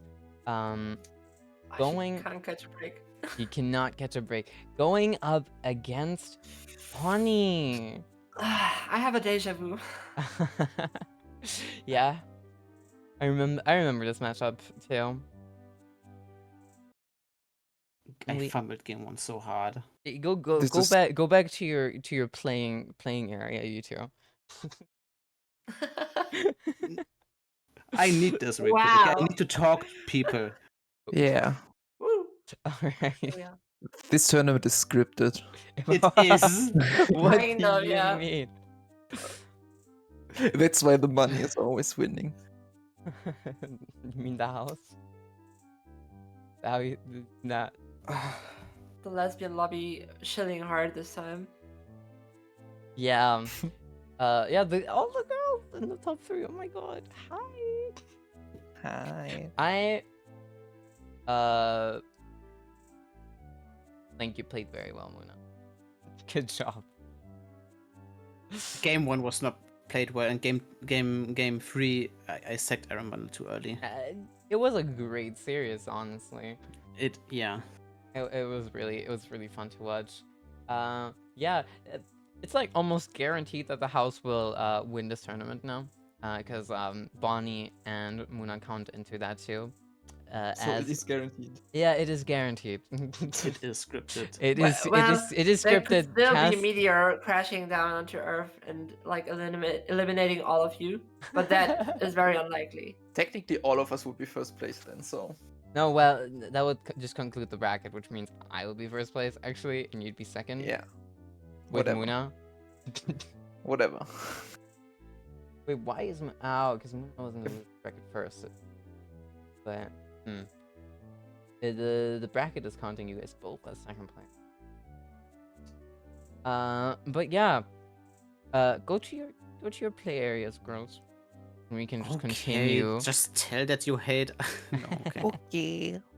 Good luck, have fun, both of you. Thank you. Thank you. Oh, Muna didn't sound that enthusiastic at the end. I think she's a little exhausted. Muna Fair. Muna does not like to play a lot in a row, and like a tournament format like this, does just require a lot of games being played in quick succession. She will get better at it. But yeah, we have a fun matchup. We have two of the girlies, two of our casters playing against each other again. Indeed. This time in the losers round 4. Yeah, this is round 4, and this is a Miraida versus Lunala matchup. You could honestly expect this in the finals, and it probably will be, depending on how this match turns out. If not, it will be a Lunala mirror matchup once again. Absolutely. So, both things we have, well, Lunala mirror matchups we have seen more than enough, but we have seen the first game of today. Me and Muna playing against each other. You know, if Muna wins here again, she gets to run it back and try and prove herself, trying to get, you know, play the game for all the marbles, one might say, and take it home with her. But regardless of what happens, we are seeing the same matchup we saw in the first game of today, just with Bonnie's team this time. Which plays very differently from my team, to be fair. Absolutely. Now, I do think Bonnie's team is a little weak against Miraidon. But if any person in this tournament is able to position their Rillaboom around Miraidon, it would be Bonnie. As long as Lunala, the thing is, as long as Lunala is still full health, that usually means that it doesn't get one-hit KO'd even by Miraidon. And the other thing to watch out for on Muna's side is that Kommo-o is here. And now Kommo-o is a very interesting Pokemon, I think, because Iron Defense enables it to get the edge over. Why do I keep saying this? I need like a shock. I mean, edge is a real word, you know. Yeah, edge is a good word. Like I'm edgy. That I love edge. My favorite Urshifu is Urshifu Edge Strike. Yeah, Edge Strike. Strike, yeah. Single edge. That's the one. Rapid Edge. Rapid Edge. Damn, that sounds like counterintuitive. Anyway, Kommo can set up the Iron Defense here. And with the Terra type being Terra Steel, that places Allie in uncomfortable situations where she wants to guess what Kommo does. Because if she hits the Draco slot into Kommo when it Terra Steals, that immediately puts her at a disadvantage. But the same goes for Dazzling Gleam, and the same goes for Dazzling Gleam, but it also does if Kommo doesn't decide to Terra, and it stays in its Dragon type if Miraidon presses like Electro Drift. Together with a Comfy, this could be really deadly for Muna. if she doesn't decide to take out the Comfy in time for Komo to like do meaningful damage. Yeah, so I think the way she wants to play around this is by playing really offensively. Yeah, I'm already in thoughts about how I will be playing this as a person playing Yeah. one of these girls next. I already have thoughts against the Yuna Muna matchup. Yuna Muna. Yuna Muna matchup. Yeah. Yuna Muna matchup. But we'll save that one for potentially another time. I see. Yeah. And yeah, body strength is once again Comfy. Like if Muna doesn't find a way to take Comfy out and let Lunala set up Trick Room, get up a Meteor Beam, and so on and so forth, that will cost her the game. Certainly. I think we have seen enough matches today to find out that targeting Comfy first is the primary goal here. Yeah, this Comfy, unless you get a good one-hit knockout on a Pokemon, this Comfy does just not let you win a game. It doesn't let you wrap up. It has that floral healing, and it will constantly be healing up its partner Pokemon if you allow it to, which you definitely don't. And now the thing is, like, it might not even be a Comfy Lunala lead. That's very unlikely, I think. As long as Rillaboom is there, it can also repeatedly reset Miraidon's electric terrain.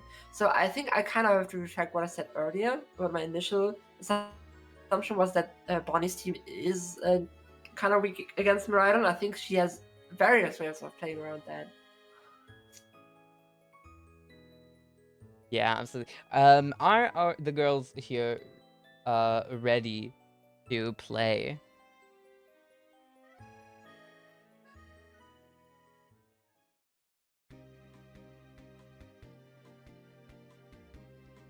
Let's see if they are in the game yet. They are already in the game. Alrighty. That means we're doing the thing. Hello. Now there we are in losers bracket. This is not Rishoji. What? That was not Rishoji. Oh yeah. Ellie versus Rishoji just Ellie. likes being there and on the graphic. This No, keeps it's happening. losers round 4. We see who? Whoops. Who? Huh? There we go. Huh? Everything okay? I think yeah. Now, okay, to collect my thoughts. One lead that I can see Ali going here is Iron Bundle Miraidon, because that I think covers most options. It does account for speed control. It does immediately threaten an important Pokemon to be taken out. We see the leads here. It's gonna be Lunala and Rillaboom against Iron Bundle and Ferrigraph. A very wise decision of Ellie to not immediately bring Miraidon here. Yeah, you don't want this Rillaboom to immediately take out the electric terrain. You want to definitely wait out until this Rillaboom is here, so you can get rid of the grassy terrain. Especially since this Lunala benefits so much from it. Yeah. Yeah, but still, Lunala's in a very, very good position. Iron Bundle is threatened, not necessarily by Rillaboom, but by Lunala's Meteor Beam. Of course, Ferrigraph could foul play, but then there's Terra, right? Terra Fairy. There's no real reason for wanting to not do that here. Icy Wind comes out, Oof. and the Skizzer comes out too. The Lunala takes a lot of damage from that foul play. Meteor Beam goes into the Iron Bundle. It's brought down to its sash. But the Lunala got hit so hard here. The thing is, I don't think it matters, because Lunala can hit Moonblast into the Ferrigraph slot, and of course Scissors threatens with Bullet Punch. And then Comfy could just come in and like potentially heal Lunala back up. That's true, but the foul play will still deal so much damage, even if the Iron Bundle gets taken out by a Bullet Punch. The Comfy will not be there in on time. Yeah, this was the one play Bonnie could have done, just switching out the Lunala. The Freeze Dry goes into the Comfy. The Iron Bundle goes ignored. Okay, Scissors in an interesting position here. Because it threatens both the other opposing Pokemon. The Terra Fairy here from Samantha was really well positioned. That Bug Absolutely. Bite would have absolutely knocked it out. It's such an important Pokemon in this matchup because it threatens to set the Oh wait, Trick Room as well. Bullet Punch can come out because of the orange. Bug Bite does so much damage here. The Trick Room comes out from Yeah, that was smart. Evelyn. Wait, no. From Samantha. Oh yeah, predicting the Tailwind. Well Yeah, played. very well played. But now Scissor is the fastest Pokemon on the field, and yeah, Ali has to account for that. Absolutely. This Miraidon is not in a good position right now. It is absolutely threatened here by Evelyn. The hard switch from Lunala into Comfy really played out in the long run. And now there's Rillaboom, and Yeah. what can Miraidon really do here? Nothing. Not really. The Helping Hand going into the Miraidon, really just tucking it into bed in the end. Good night. Yeah, exactly. Not doing much at all. The Lando coming out here, revealing Ali's last Pokemon.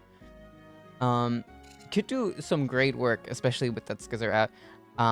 And the Terra was a Terra used yet? No, there's no Terra used. There is a Terra. It goes on the Rillaboom. Bug Bite. Next. Ooh, I don't know about. Oh yeah, actually, I wouldn't have expected Rillaboom to be. Oh yeah, no, wait, I forgot the Tailwind. True. Huh. Yeah, Bonnie played really well around there with the Terra. Yeah, the Bug Bite comes out again. Was protected though. The U-turn from the Rillaboom comes out. Of course, Tailwind runs out this turn, and then there's still one turn of Trick Room left for Bonnie to use. Yeah, Comfy could come in here. Yep, there it is. It's probably it just is. going to press. There was a Trick Oh, Room. smart. Wow. Yeah, probably just going to press Floral Healing here. Bring that Skizzer back to full life. Yeah, I don't think Armada can kill that Scissor in one hit. Floral Healing does go through because Armor Tail only protects Ali's side from priority moves.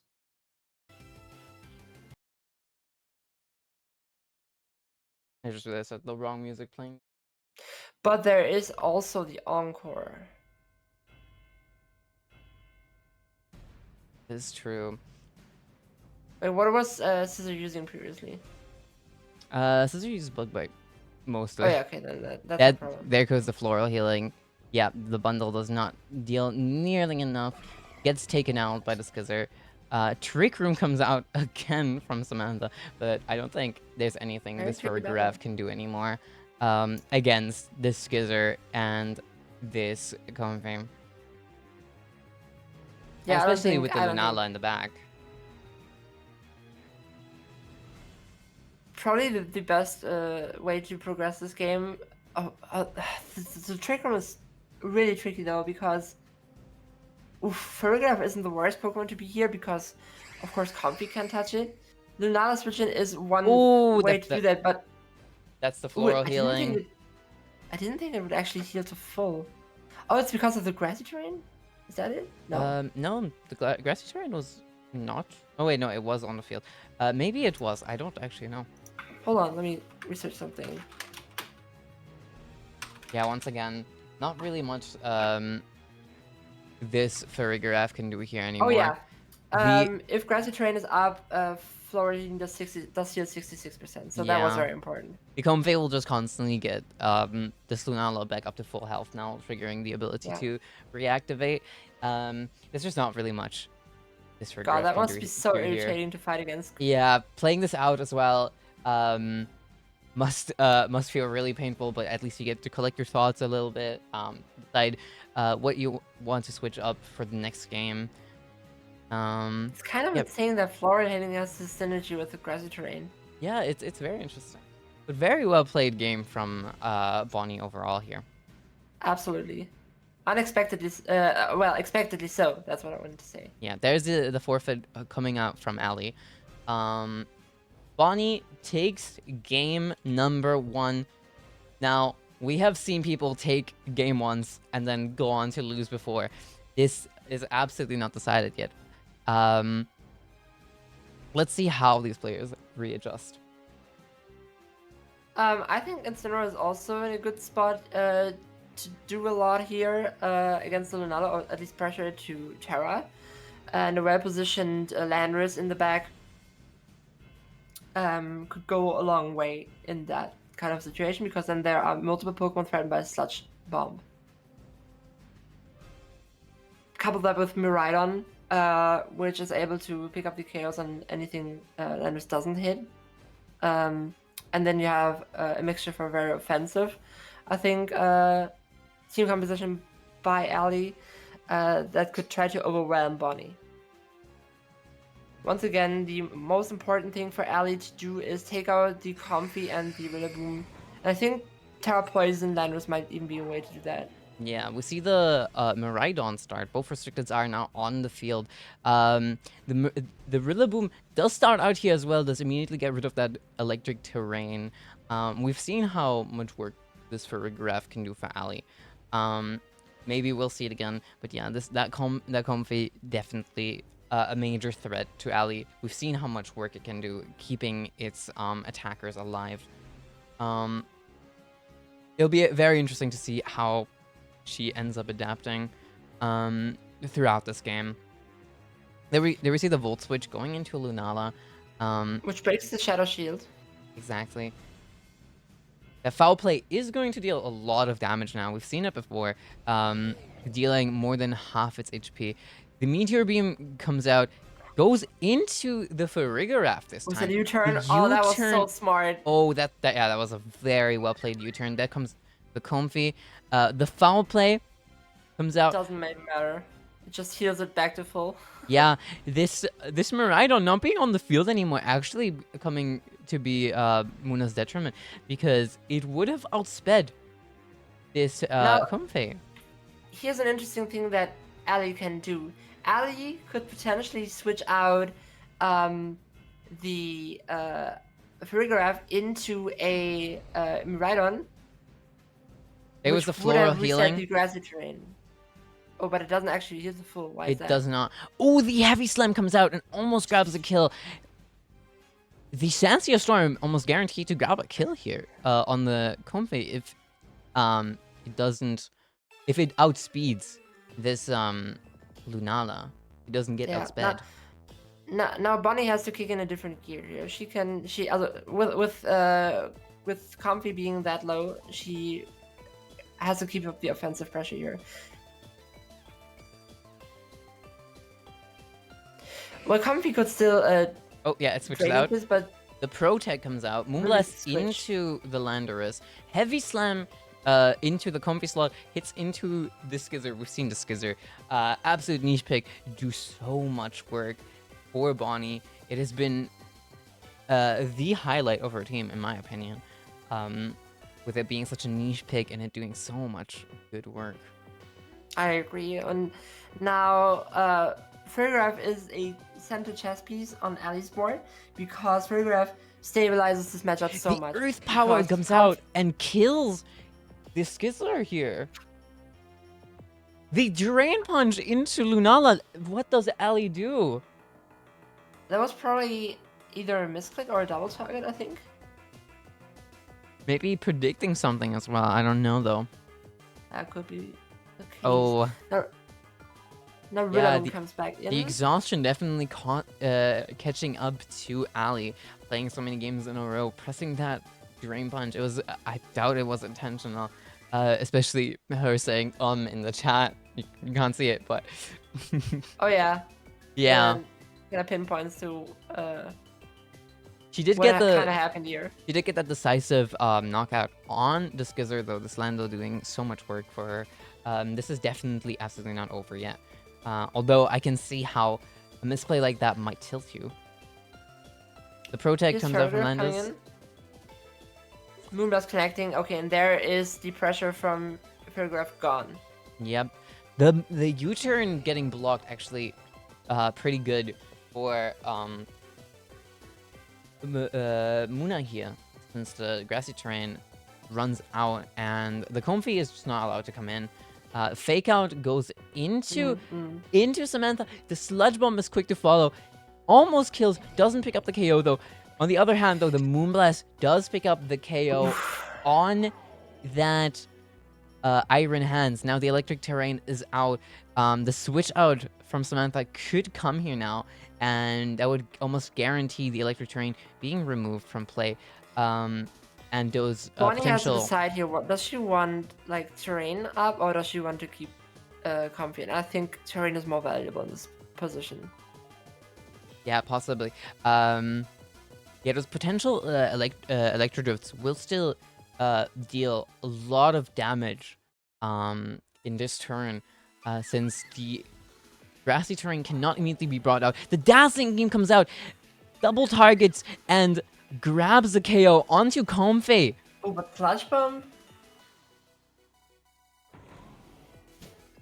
Nerf Power might have done a lot more. It might have even netted the kill. Possibly. The Lando protects again. Fake Out goes into the Miraidon slot. So good. Moongeist Beam into the Landorus.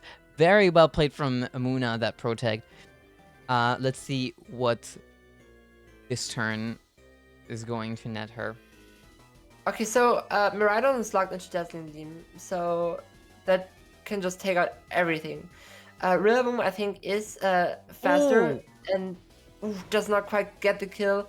The Moongeist Beam hits into that, and a well-placed Earth Power and Protect. Why is she going for the Sludge Bomb, though? I don't... Yeah, good question. The Sludge Bomb, definitely not the right play. If she would have pressed something else, maybe she could have grabbed the victory here, but I think this is over now. I think Ali has a double protect here, yeah. Failed, unfortunately. GG's. And then there is the game. GG's. Muna might have her cogs up, and she might know more than us, but yeah, that is a Bonnie going to finals and having to rematch me. Well played, Bonnie. Well played, Ali. That last game was very intense. Honestly, very hard to tell which way it would have gone there in the end. Honestly, after game 1, like the last few turns, I let the timer run out and thought what I could do. I had no idea. I didn't know anything. So yeah. I think game 1 was pretty pooped out after, like, in the late game. Yeah, fatigue was probably part of what led Muna to lose there. Okay, stamina is something you can train. And you did really well. Congrats on your 3rd place finish, Muna. Yeah, really. You played well today, Muna. Thank you. Now, going into this final game, we'll have Muna and Jolene commentated for us, since it's going to be me and Bonnie playing the final game of the tournament. Of course, the house. Something? Yeah. YUWUNA69 intentionally skews the tournament towards her by doing it in the middle of the night. Okay, alright. I literally only have 50% of my brain capacity. Okay, say that to Josie, who is in NA, and also benefits, and yet She does. I'm training her up because I will not be able to defeat you because it's too late. Oh, Because it's too so? late, so I have to train up Josie. Bonnie, I believe in you. Okay, look, I'm your opponent, but I'm scared. Okay, I am. I played an entire tournament just like you did. I think we're equally exhausted. Thank you so much for the follow. But yeah, I think Bonnie and I are going to go get ready now. And we'll leave this to you girls. See you soon. You got it. Hello, Opie. Hello.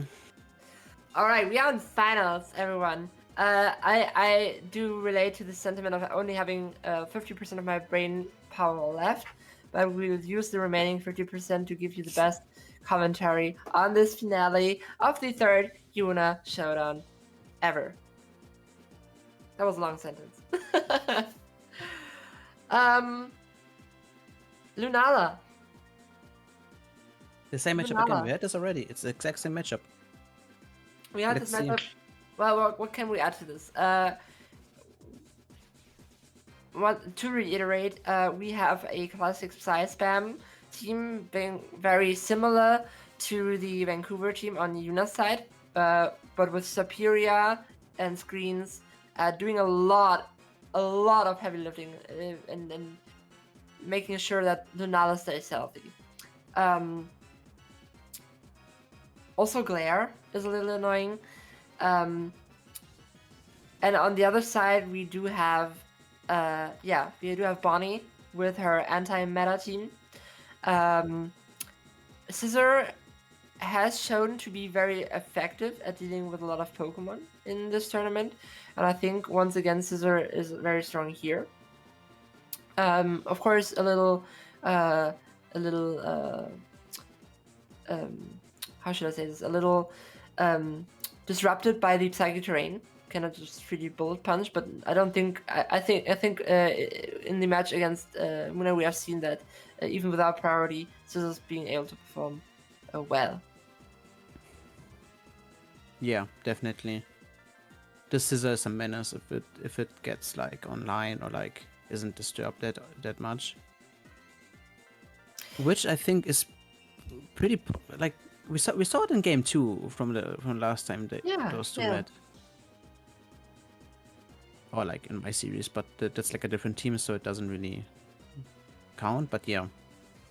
Yeah, interestingly, we haven't seen Pelipper yet because I don't think there's so much reliance on the terrain here. Since Bonnie has Rillaboom, this kind of sort of forced Yuna to not rely on Psy Spam too much. But using Superior here has proven very effective. The Terrifier, of course, also being able to protect it from Scissors onslaught. But I think this matchup hasn't been played to completion yet. There's a lot of ways this could still go. Of course, with the matchup just starting, both of them could pull a very bold move to get a lead. Of course, everything can still happen. Like this matchup has just been played 3 games, right? Like there are things we haven't seen at all. I think from Bonnie, it's like the Pelipper. I don't know. I haven't seen the other replays. We didn't see on stream. And we haven't seen Komo at all. I think. Yeah. I would say Komo does still have a decent chance in this matchup. Yeah, I played literally right now, and I respected Komo way too much. And this was, I think, my demise because I don't know. So. You were doing what, Yuna? Wait. She was what? She was what?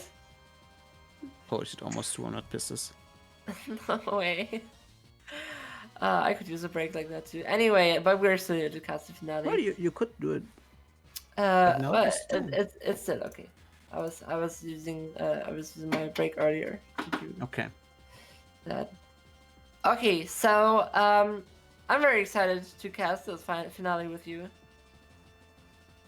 Me too, and I really kind of hope that we see Pokemon from those 2 participants, finalists that we haven't seen yet, especially that Como. I don't really know if it's good here, but the thing is with Landorus and Lunala, I don't know. I don't know. No, I don't know. I don't think it does actually do that well, but it entirely depends on if Landorus comes to the battle or not. Because if it doesn't, then I think Como wouldn't even be that bad. But as what has worked very effectively for Yuna in the past matchup in the semifinals was the screens, and maybe Bonnie has to find a way around that. I once again think Pelipper does have merit here, does have a chance to maybe catch the superior off guard. Yeah. Maybe like a mixed onslaught would be strong, but yeah, the last matchup was a best of 3 that went to 1, and this shows that Bonnie has the ability to push through. I think the first matchup was also very decided by, I think, it was a full paralysis, if I remember correctly, and that didn't happen in the second game. So we will see how this will go. We do have Landorus and Superior coming out with Lunala and Scissor on the other side. Now, of course, there's once again the Superior here with the Tower of Fire being just resistant to everything Scissor does. But Bonnie could pull a bold move here and like predict this with a Meteor Beam, for example. That would be This has to interesting. be respected. And now also we know from earlier, Bonnie knows now that Meteor Beam doesn't kill Landorus. Exactly. We know that this Landorus is very specially bulky one, so Rillaboom is maybe the key to defeating that. And is the feat also like is there like a still for you? Oh, okay, now it's working. Yeah, now Landorus, of course, also being very threatening. You can just press Sandstorm Storm here. Oh, Bullet Punch, okay. Okay, we've Leaf seen Storm? Leaf Storm into Scissor.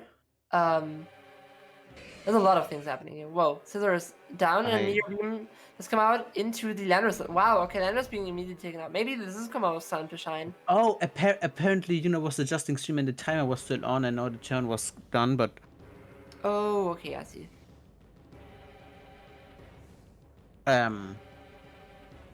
This is awkward now. Okay, we have Comfy and Lunala. The combo is fully unlocked here, and we have nothing to block the Draining Kiss coming into Roaring Moon. Yeah, except like a Terras, because the Terra is still open for both participants. Of course. But even then, you would like tank lots of damage from the Lunala. I But think also the Superior has to be gets respected too, though. The Superior gets scarier and scarier with every Leaf Storm it presses.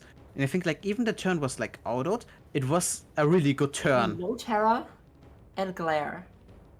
Interesting. Me. Oh, wow. And the Trick Room. Ooh, that's pretty. We saw this a lot.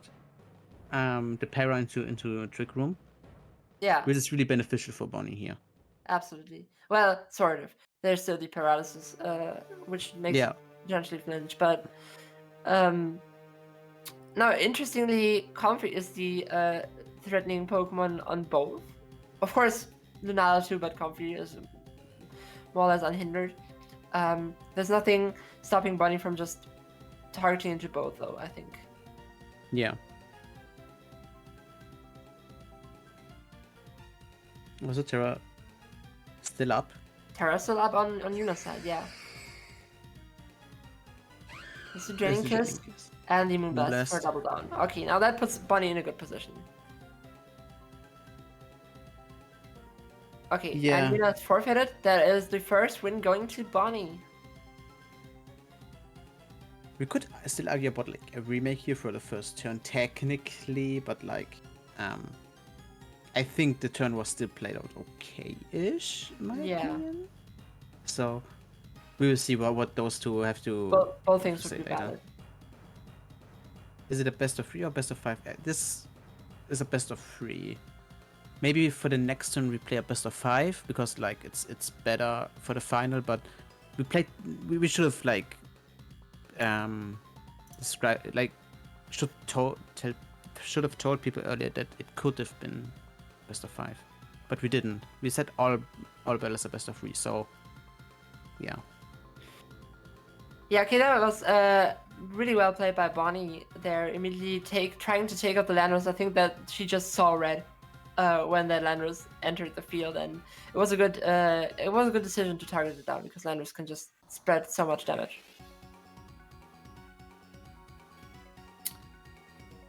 And also the Superior being like chunked to 7% in the first game was also very, very Okay, important. Bonnie and I have agreed on a remake on the first game Okay. because my stream was I being thought weird so. and Okay, timer fair. had timer ran out. So yeah. Yeah, I thought so. Okay. Alright. What I had in Rewind. mind right now, we didn't really see from Yuna's side like the Psy spam part, right? Because like I think obviously she's scared of this Pelipper, right? But the Pelipper didn't appear yet. But also the Como is scared of the Landorus, so that didn't appear yet as well. So like, Well, That- the thing is that Psy Spam isn't really that good in this matchup. Yeah, because not there's a only there's a Rillaboom. Pelipper, there's a Rillaboom, there is a Terra Steel, Komodo, and there's a Scissor, right? There's Yeah. so much speaking against, and of course it doesn't do anything against Lunala. To spam expanding course. So Psy spam modes aren't really that important here. What could be interesting, of course, terrain resetting, and because I actually don't know if Psychic terrain protects you from your own priority moves. So that would be I interesting. think it does. Like it does. I think it doesn't work unless you are flying or like levitating. So That would that's be why I'm interesting, also right? wondering why Indeedee isn't here yet. Yeah, so we see once again the same lead, I believe. Yeah, because this Yeah. is remake. This time we see both Terras being popped immediately. Interesting. Now Power Herb is knocked off, so Meteor Beam won't come through, and that of course would put Superior in a good position. But Trick Room comes out. Bonnie is reading this, and yeah, now there's a very fast Scissor on the field, maybe biting this Superior. Like a bug. The bug bite, you know? Yeah. But there's still this cool bisexual. They can still like go for acrobatics now. Oh, it does not. It goes for protect, and the Superior just goes down like that. Okay, I did not expect this. Okay, now, but what would have been incredible was if this was a predict with Meteor Beam into Roymoon, but yeah, no, Superior being like immediately taken down makes Yuna only half as threatening, I would assume. Because we saw the screens just do so much. Of course, light screens up, which is primarily hinted at Lunala. And now there's this very bulky Landorus too. And we know from the game that is remaked right now, the Scissor has to be scared of the Earth power. The Scissor has to be Could be scared of the coming. Earth Power, and Bullet Punch into Moongeist Beam does not kill Landorus, if I believe. I think Moongeist Beam should do around we 20. will find out now. Yeah, exactly. Yeah, it does not. That's what I was thinking. But there's not a lot Roymoon can do. I mean, Acrobatics does decent damage, but now we probably have Comfy in the back. I think. Or Rillaboom could also be here.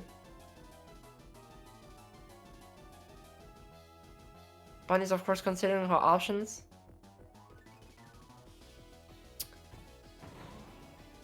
And it will be Rillaboom.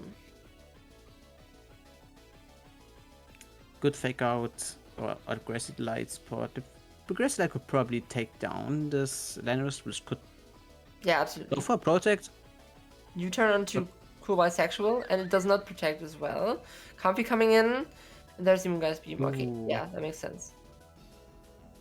Ooh, Acrobatics actually takes the kill. That might have been a roll, right? Yeah, that might just have been a roll. Ooh, that is unfortunate for Bonnie. It's not over yet, though.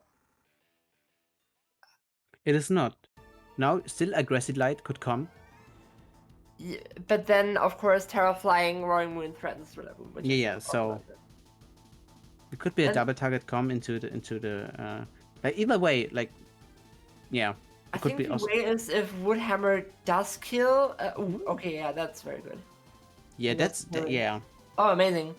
Okay, now, Woodhammer, if Woodhammer manages to pick up the KO on Roymoon, that would be good. I don't think one Sludge Bomb kills Rillaboom, especially since this is a Saltless Rillaboom, right? Yeah. Especially since this is a very defensive Landorus. Of course, it still does a lot of damage, but probably doesn't take the KO. And then you still have then you still have the Comfy on this side being able to heal Rillaboom back to full. Like it's nothing. Is Yeah. this the double protect coming through? Ooh. And the Tailwind on the other side as well. Wood Okay. Hammer does take the KO. Now it's important on what's in the bag, actually. It's Yeah, Lunala. Nala naturally. Interesting.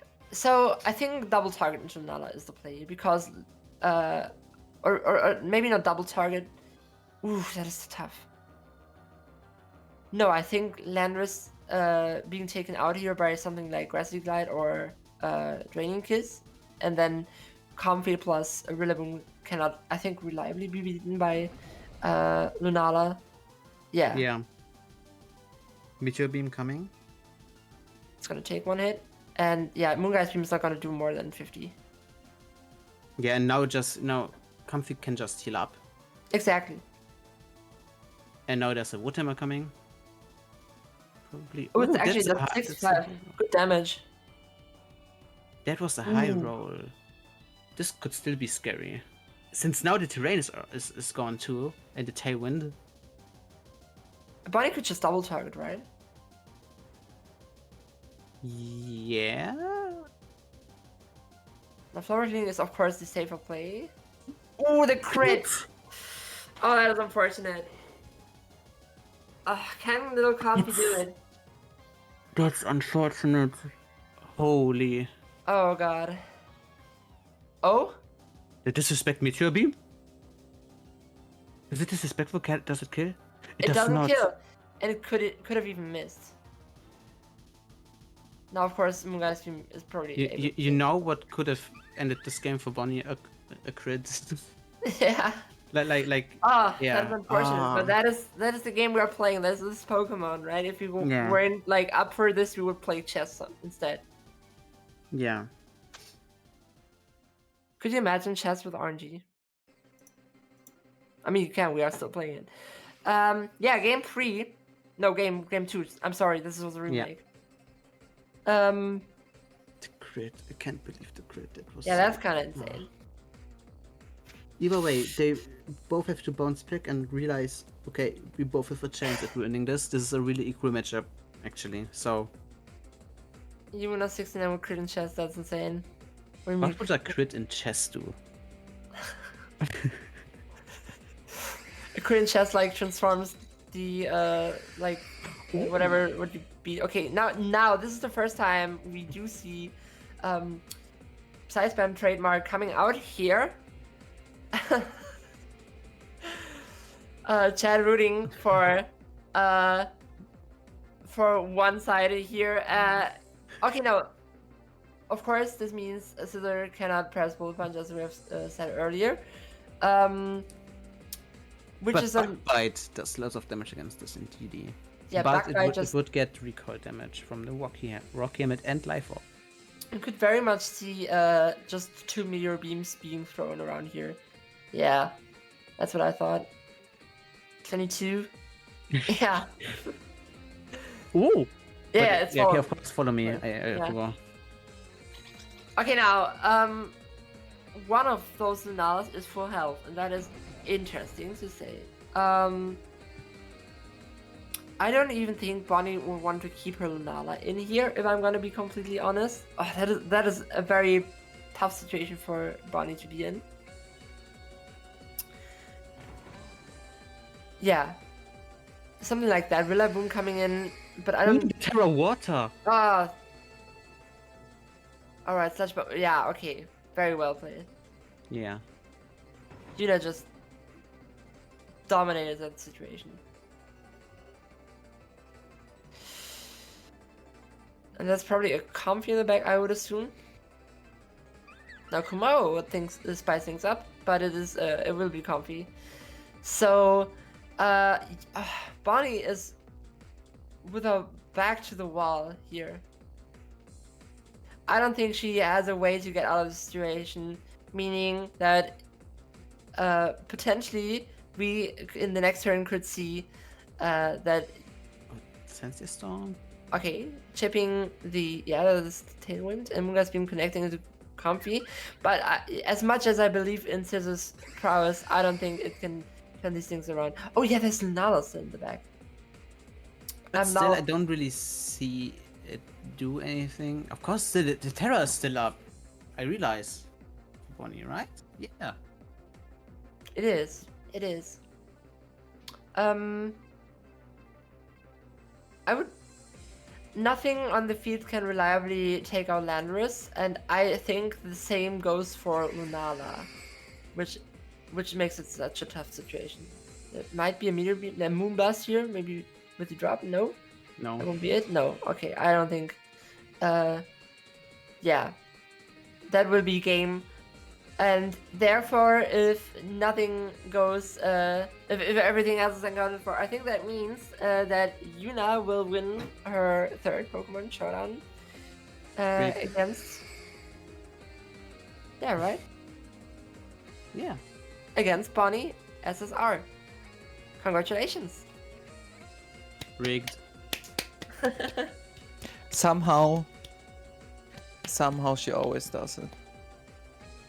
Undefeated against Yeah. Bonnie SSR. Let's fucking go, baby. First I off, didn't even play that's any wrong. Pokemon the last month.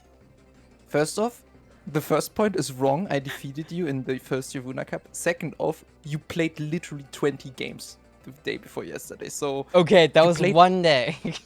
you played up to 1,600 elo. You played more Showdown than I did. Well, I did not play up to actually, 1,600. 1,300. Oh, you said 300 earlier? No, I said understood 1,600 in regulation age. it was about Ursaluna earlier. Well, sometimes she needs a crit to win, and you know what? I respect it. Yeah. Shade, Crit ladies was and gentlemen, and nasty. everyone betwixt and beyond. The crit was insane, yeah. Oh, well Yeah. played. Do you still know- want to count that remake, or do we just like count it as a game? Because I'm No, we counted it as a game. as a You game. waved. Yeah, it's okay. You won that. Wait. Alright. No. No, I that was doesn't- talking about the first game that we remake. Oh yeah. Oh, Yeah. do you okay, want- okay, then do- it do- works like that. Then it Because works it's a like that. 2-1 if we count that one instead. Yeah. I'm sorry, but the first one, like, Yeah. even if Lunala full powered, I would have won that. I think. Okay. And the first one, the I don't know, like the randomness chose a good move. It could have been way worse, low key. No, when you run out of time, it isn't It- chosen randomly. It You chose just randomly. lose. Yeah. No, I did. Okay. it chose randomly. Yeah. Oh wow, actually. Yeah, in best of three, you don't lose automatically unless it's like the Okay, end. You completely or run like- out of time. Yeah. Wait for What this. was thought- that with Rishoji? Yeah, I don't know, but I yeah. think Rishoji completely ran out of time. Like, there's probably an Yeah, overall may- timer. Yeah. Okay. Well, you won. You won. I give you that one. Oh my. But this shows me we are way too fucking evenly matched. To be fair, you also played the exact same team. They're not Not team, really, not re- Pokemon. They're really Okay, the same yeah. restricted, which Yeah. makes the matchup much more even. I'm not gonna lie. Our teams couldn't be more different. They are Yeah, so they are different. They were different, just but playing the the- same restricted. We're Yeah, just but playing the re- same but you still- restricted. Yeah, but that's like the restricted is like the maker of the team, you know? Yeah, and I guess. But The we way still you played it play around the differently. restricted Pokemon. To be fair, I agree with Muna because Bonnie and I kind of did play the same Lunala in the end because I never got to expanding force ever. That's true. I did not size spam. That's true. Kinda makes you wonder why you even play that move. But maybe that's just me. It has proven its worth throughout this tournament. But yeah, the house won. Go home, everybody. I win everything. This is, I can't believe this fucking crit. Yeah, that was nasty. Oh my god. Fuck, that Woodhammer would have fucking killed you. I don't think so. Because I calced I it. think so. I calced that. I mean, even if it didn't kill, like then I would have won with Draining Kiss. Do you wanna put the games in? My heart rate is I think at 180. honestly, I was like genuinely constantly saying, yeah, no, Bonnie deserves to win these last days, and I meant it. I was fully like meaning that because she's been playing a ton of Pokemon. She played against Wolfie like today, and I went in my last Grand Challenge. I went 3-18 with the worst performance of my entire life. is it Right why is after, it always? by the way, right after the second worst performance of my life at Stuttgart Regionals, and I've just been extremely rusty in general. So I was like, okay, Bonnie is winning this. But I put in the hours 2 days ago, and it shows. And you took what's yours? I did. Taking when a win against Bonnie, is a UNA's divine right.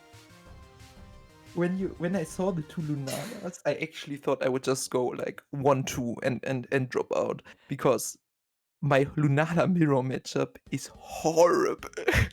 There was 3. But you gotta say you played that amazingly. We saw Thank you. so many Lunalas. Oh my god. Thank you. Yeah. Well, Like, yeah. well, I hope you guys are all looking forward to the next YUWUNA showdown, the 4th YUWUNA showdown. It's going to be in Regulation G again, but this time with a fun gimmick. We're going to have Mega Pokemon. It's gonna be the biggest yeah. shitfest ever. And It's I'm gonna be the so biggest shitfest excited. It's gonna be so bad. It's gonna be so Like, fun. ever. Like one person will find the right Mega. Wait. By the way, do you ban like Salamence and shit like that? No, We don't ban stuff here. we don't just ban. ban the primal forms. Yeah, Primal Oh, Forms and what Mega What Rayquaza. about Red Mega Rayquaza. Ray? Yeah, Yeah. Mega Mega Ray. Rayquaza and Primals are banned. Yeah, the Okay, rest was legal. That means okay. I guess I can't choose a Mega I like. Fuck. The fun thing is, thanks I'm for the actually opportunity. also planning to participate this time. Oh, okay. Oh, Okay. Yeah, the Yeah, amount of I'm already cooking. Oh, holy Ooh. shit. Yeah, Shoji, I hope we see you the next one. That goes out to everyone who played. Thank you all so much for participating. Thank you for watching me Yeah. win my own tournament. Strap it. this was Look, this third place finish in the first one, second place finish in the second one, first place finish in the third one. Cinema. you. Okay, the logical next step is in the next one you like get 8. I mean, I'm probably playing Mega Absol, so we'll see. Probably. So yeah, probably okay. Probably if you 8. absolute sure, yeah. Yeah, I'm just playing my favorite Mega. I'm sorry, you will go O2 if you play Mega. Okay. You, I'm sorry, but Muna, you can we scrim play together? without a Mega. Muna, Jolene, can we scrim together? Sure. We have to like we We cannot play kinda online, do. yeah. I'm You not say that scrimming knowing- against Bonnie. You say that knowing that I would be the best scrim partner. yeah? I'm not. I have never Like, won. I I don't have want- not How once about won. we all scrim together? I have Then never we go won- into the sunset. In scrims, I've never won against Bonnie once. And when it Yeah. matters, she has not won against me. Besides that one Oh. time when we barely knew each other, and I was just getting back into VGC, and she was too, to be fair. But like I don't count it as much as she does. Well, I'm not gonna go more into it, but I'm just gonna say critical strikes are a bit mechanic. Oh, sorry. I think someone my spilled my salt God. shaker on the desk. Oh my god.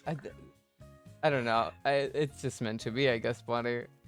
Yeah, no, you're right. It has to be destiny. There's no other way. Like, Remember how I I'm hexed going- you in in Yes. the first game of the cup we played at Stuttgart? yes. Oh my, I don't remember. Makes so much sense. I don't remember. I just remember that I did that. It makes I- it makes so much sense. Actually, the world just hates me. No. The Listen, world listen, just knows listen, who needs to win this matchup. Listen. Bonnie, unironically, is the main character of a fucking sports anime. It always goes like that. Oh my god. No, Oh and, my god. Don't make you not the villain. She will like that. Yeah. But I also just remember like in a best of 3 I always lost against No. Yuna is that one fucker. What's that one fucker's name from Haikyuu? The Haikyuu stupid guy. I'm gonna do You that. stupid guy. I'm No, gonna the I'm gonna say it once. Oikawa. Oh, okay. That's what I Wolfie- said. I'm gonna say it once. Wolfie just beat me one time today. Yuna beat me 2 times today. I'm just gonna leave that one here. I'm just gonna leave that one. Huh? Maybe I'm destined to beat Wolfie Glück. Wolfgang Dicken. I'm so glad I performed with Superior. Like going away from playing an offensive Superior set, and relying on Superior to do some work defensively for the team was such a good idea. And I told her that the Terra Stella is ass, and then yeah, I agree, it's ass. I go fire now. I tried Would you- water and I tried fire. If you win Terra Stella, that would have been so cooked. Like every turn one, I would have bug butted into. Yeah. No, I realized like this Pokemon just needed to be defensively terrored.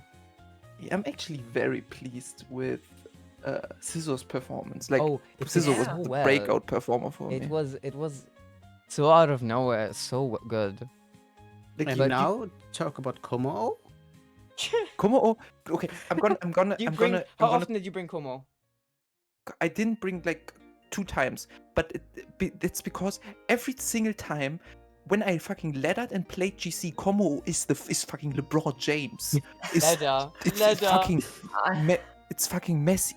No, I mean matchup wise. I mean just straight up matchup. Yeah. This time, every time I looked at the matchup, I was like, okay, there are like 3 mons with fairy moves. There are like psychic move, fairy move, psychic move, and like Como was not meant to be for this tournament. I played against 2 Lunalas. Like 2 Lunalas. Como is useless against Lunala. Unless like you make it stupid Terra and then just also like don't Moonblast it. Like it's You have Overcoat, right? I do have over. Yeah. Like I would have brought it against Rishoji. If Rishoji won against Muna, Como would have like LeBron James, Messi, whatever. Anyways, you guys. I'm afraid. I I'm thi- afraid Kamau is not beating the fraud allegations. Unfortunately not. It's And the I- fucking uh, goal. I don't know. I respected it every time you've had it in your team. Like we've played ever, and it's just never. Like if I give it a shred of respect, if I don't consider it just fodder and ignore it just has not done anything. Go. Have you seen the teams you played against Bonnie with Como? Yeah, but like you always play Psy Spam against Como is just not good against No, Psy Spam. You always I'm not talking about no, today. No. Okay, my Meowscarada team did not have size spam. You had all you needed. You had a fucking fighting type and Psy Spam. That's all you fucking need. And this time you had a ground type plus Psy Spam. That's like you stop playing Psy Spam against Como. Just stop.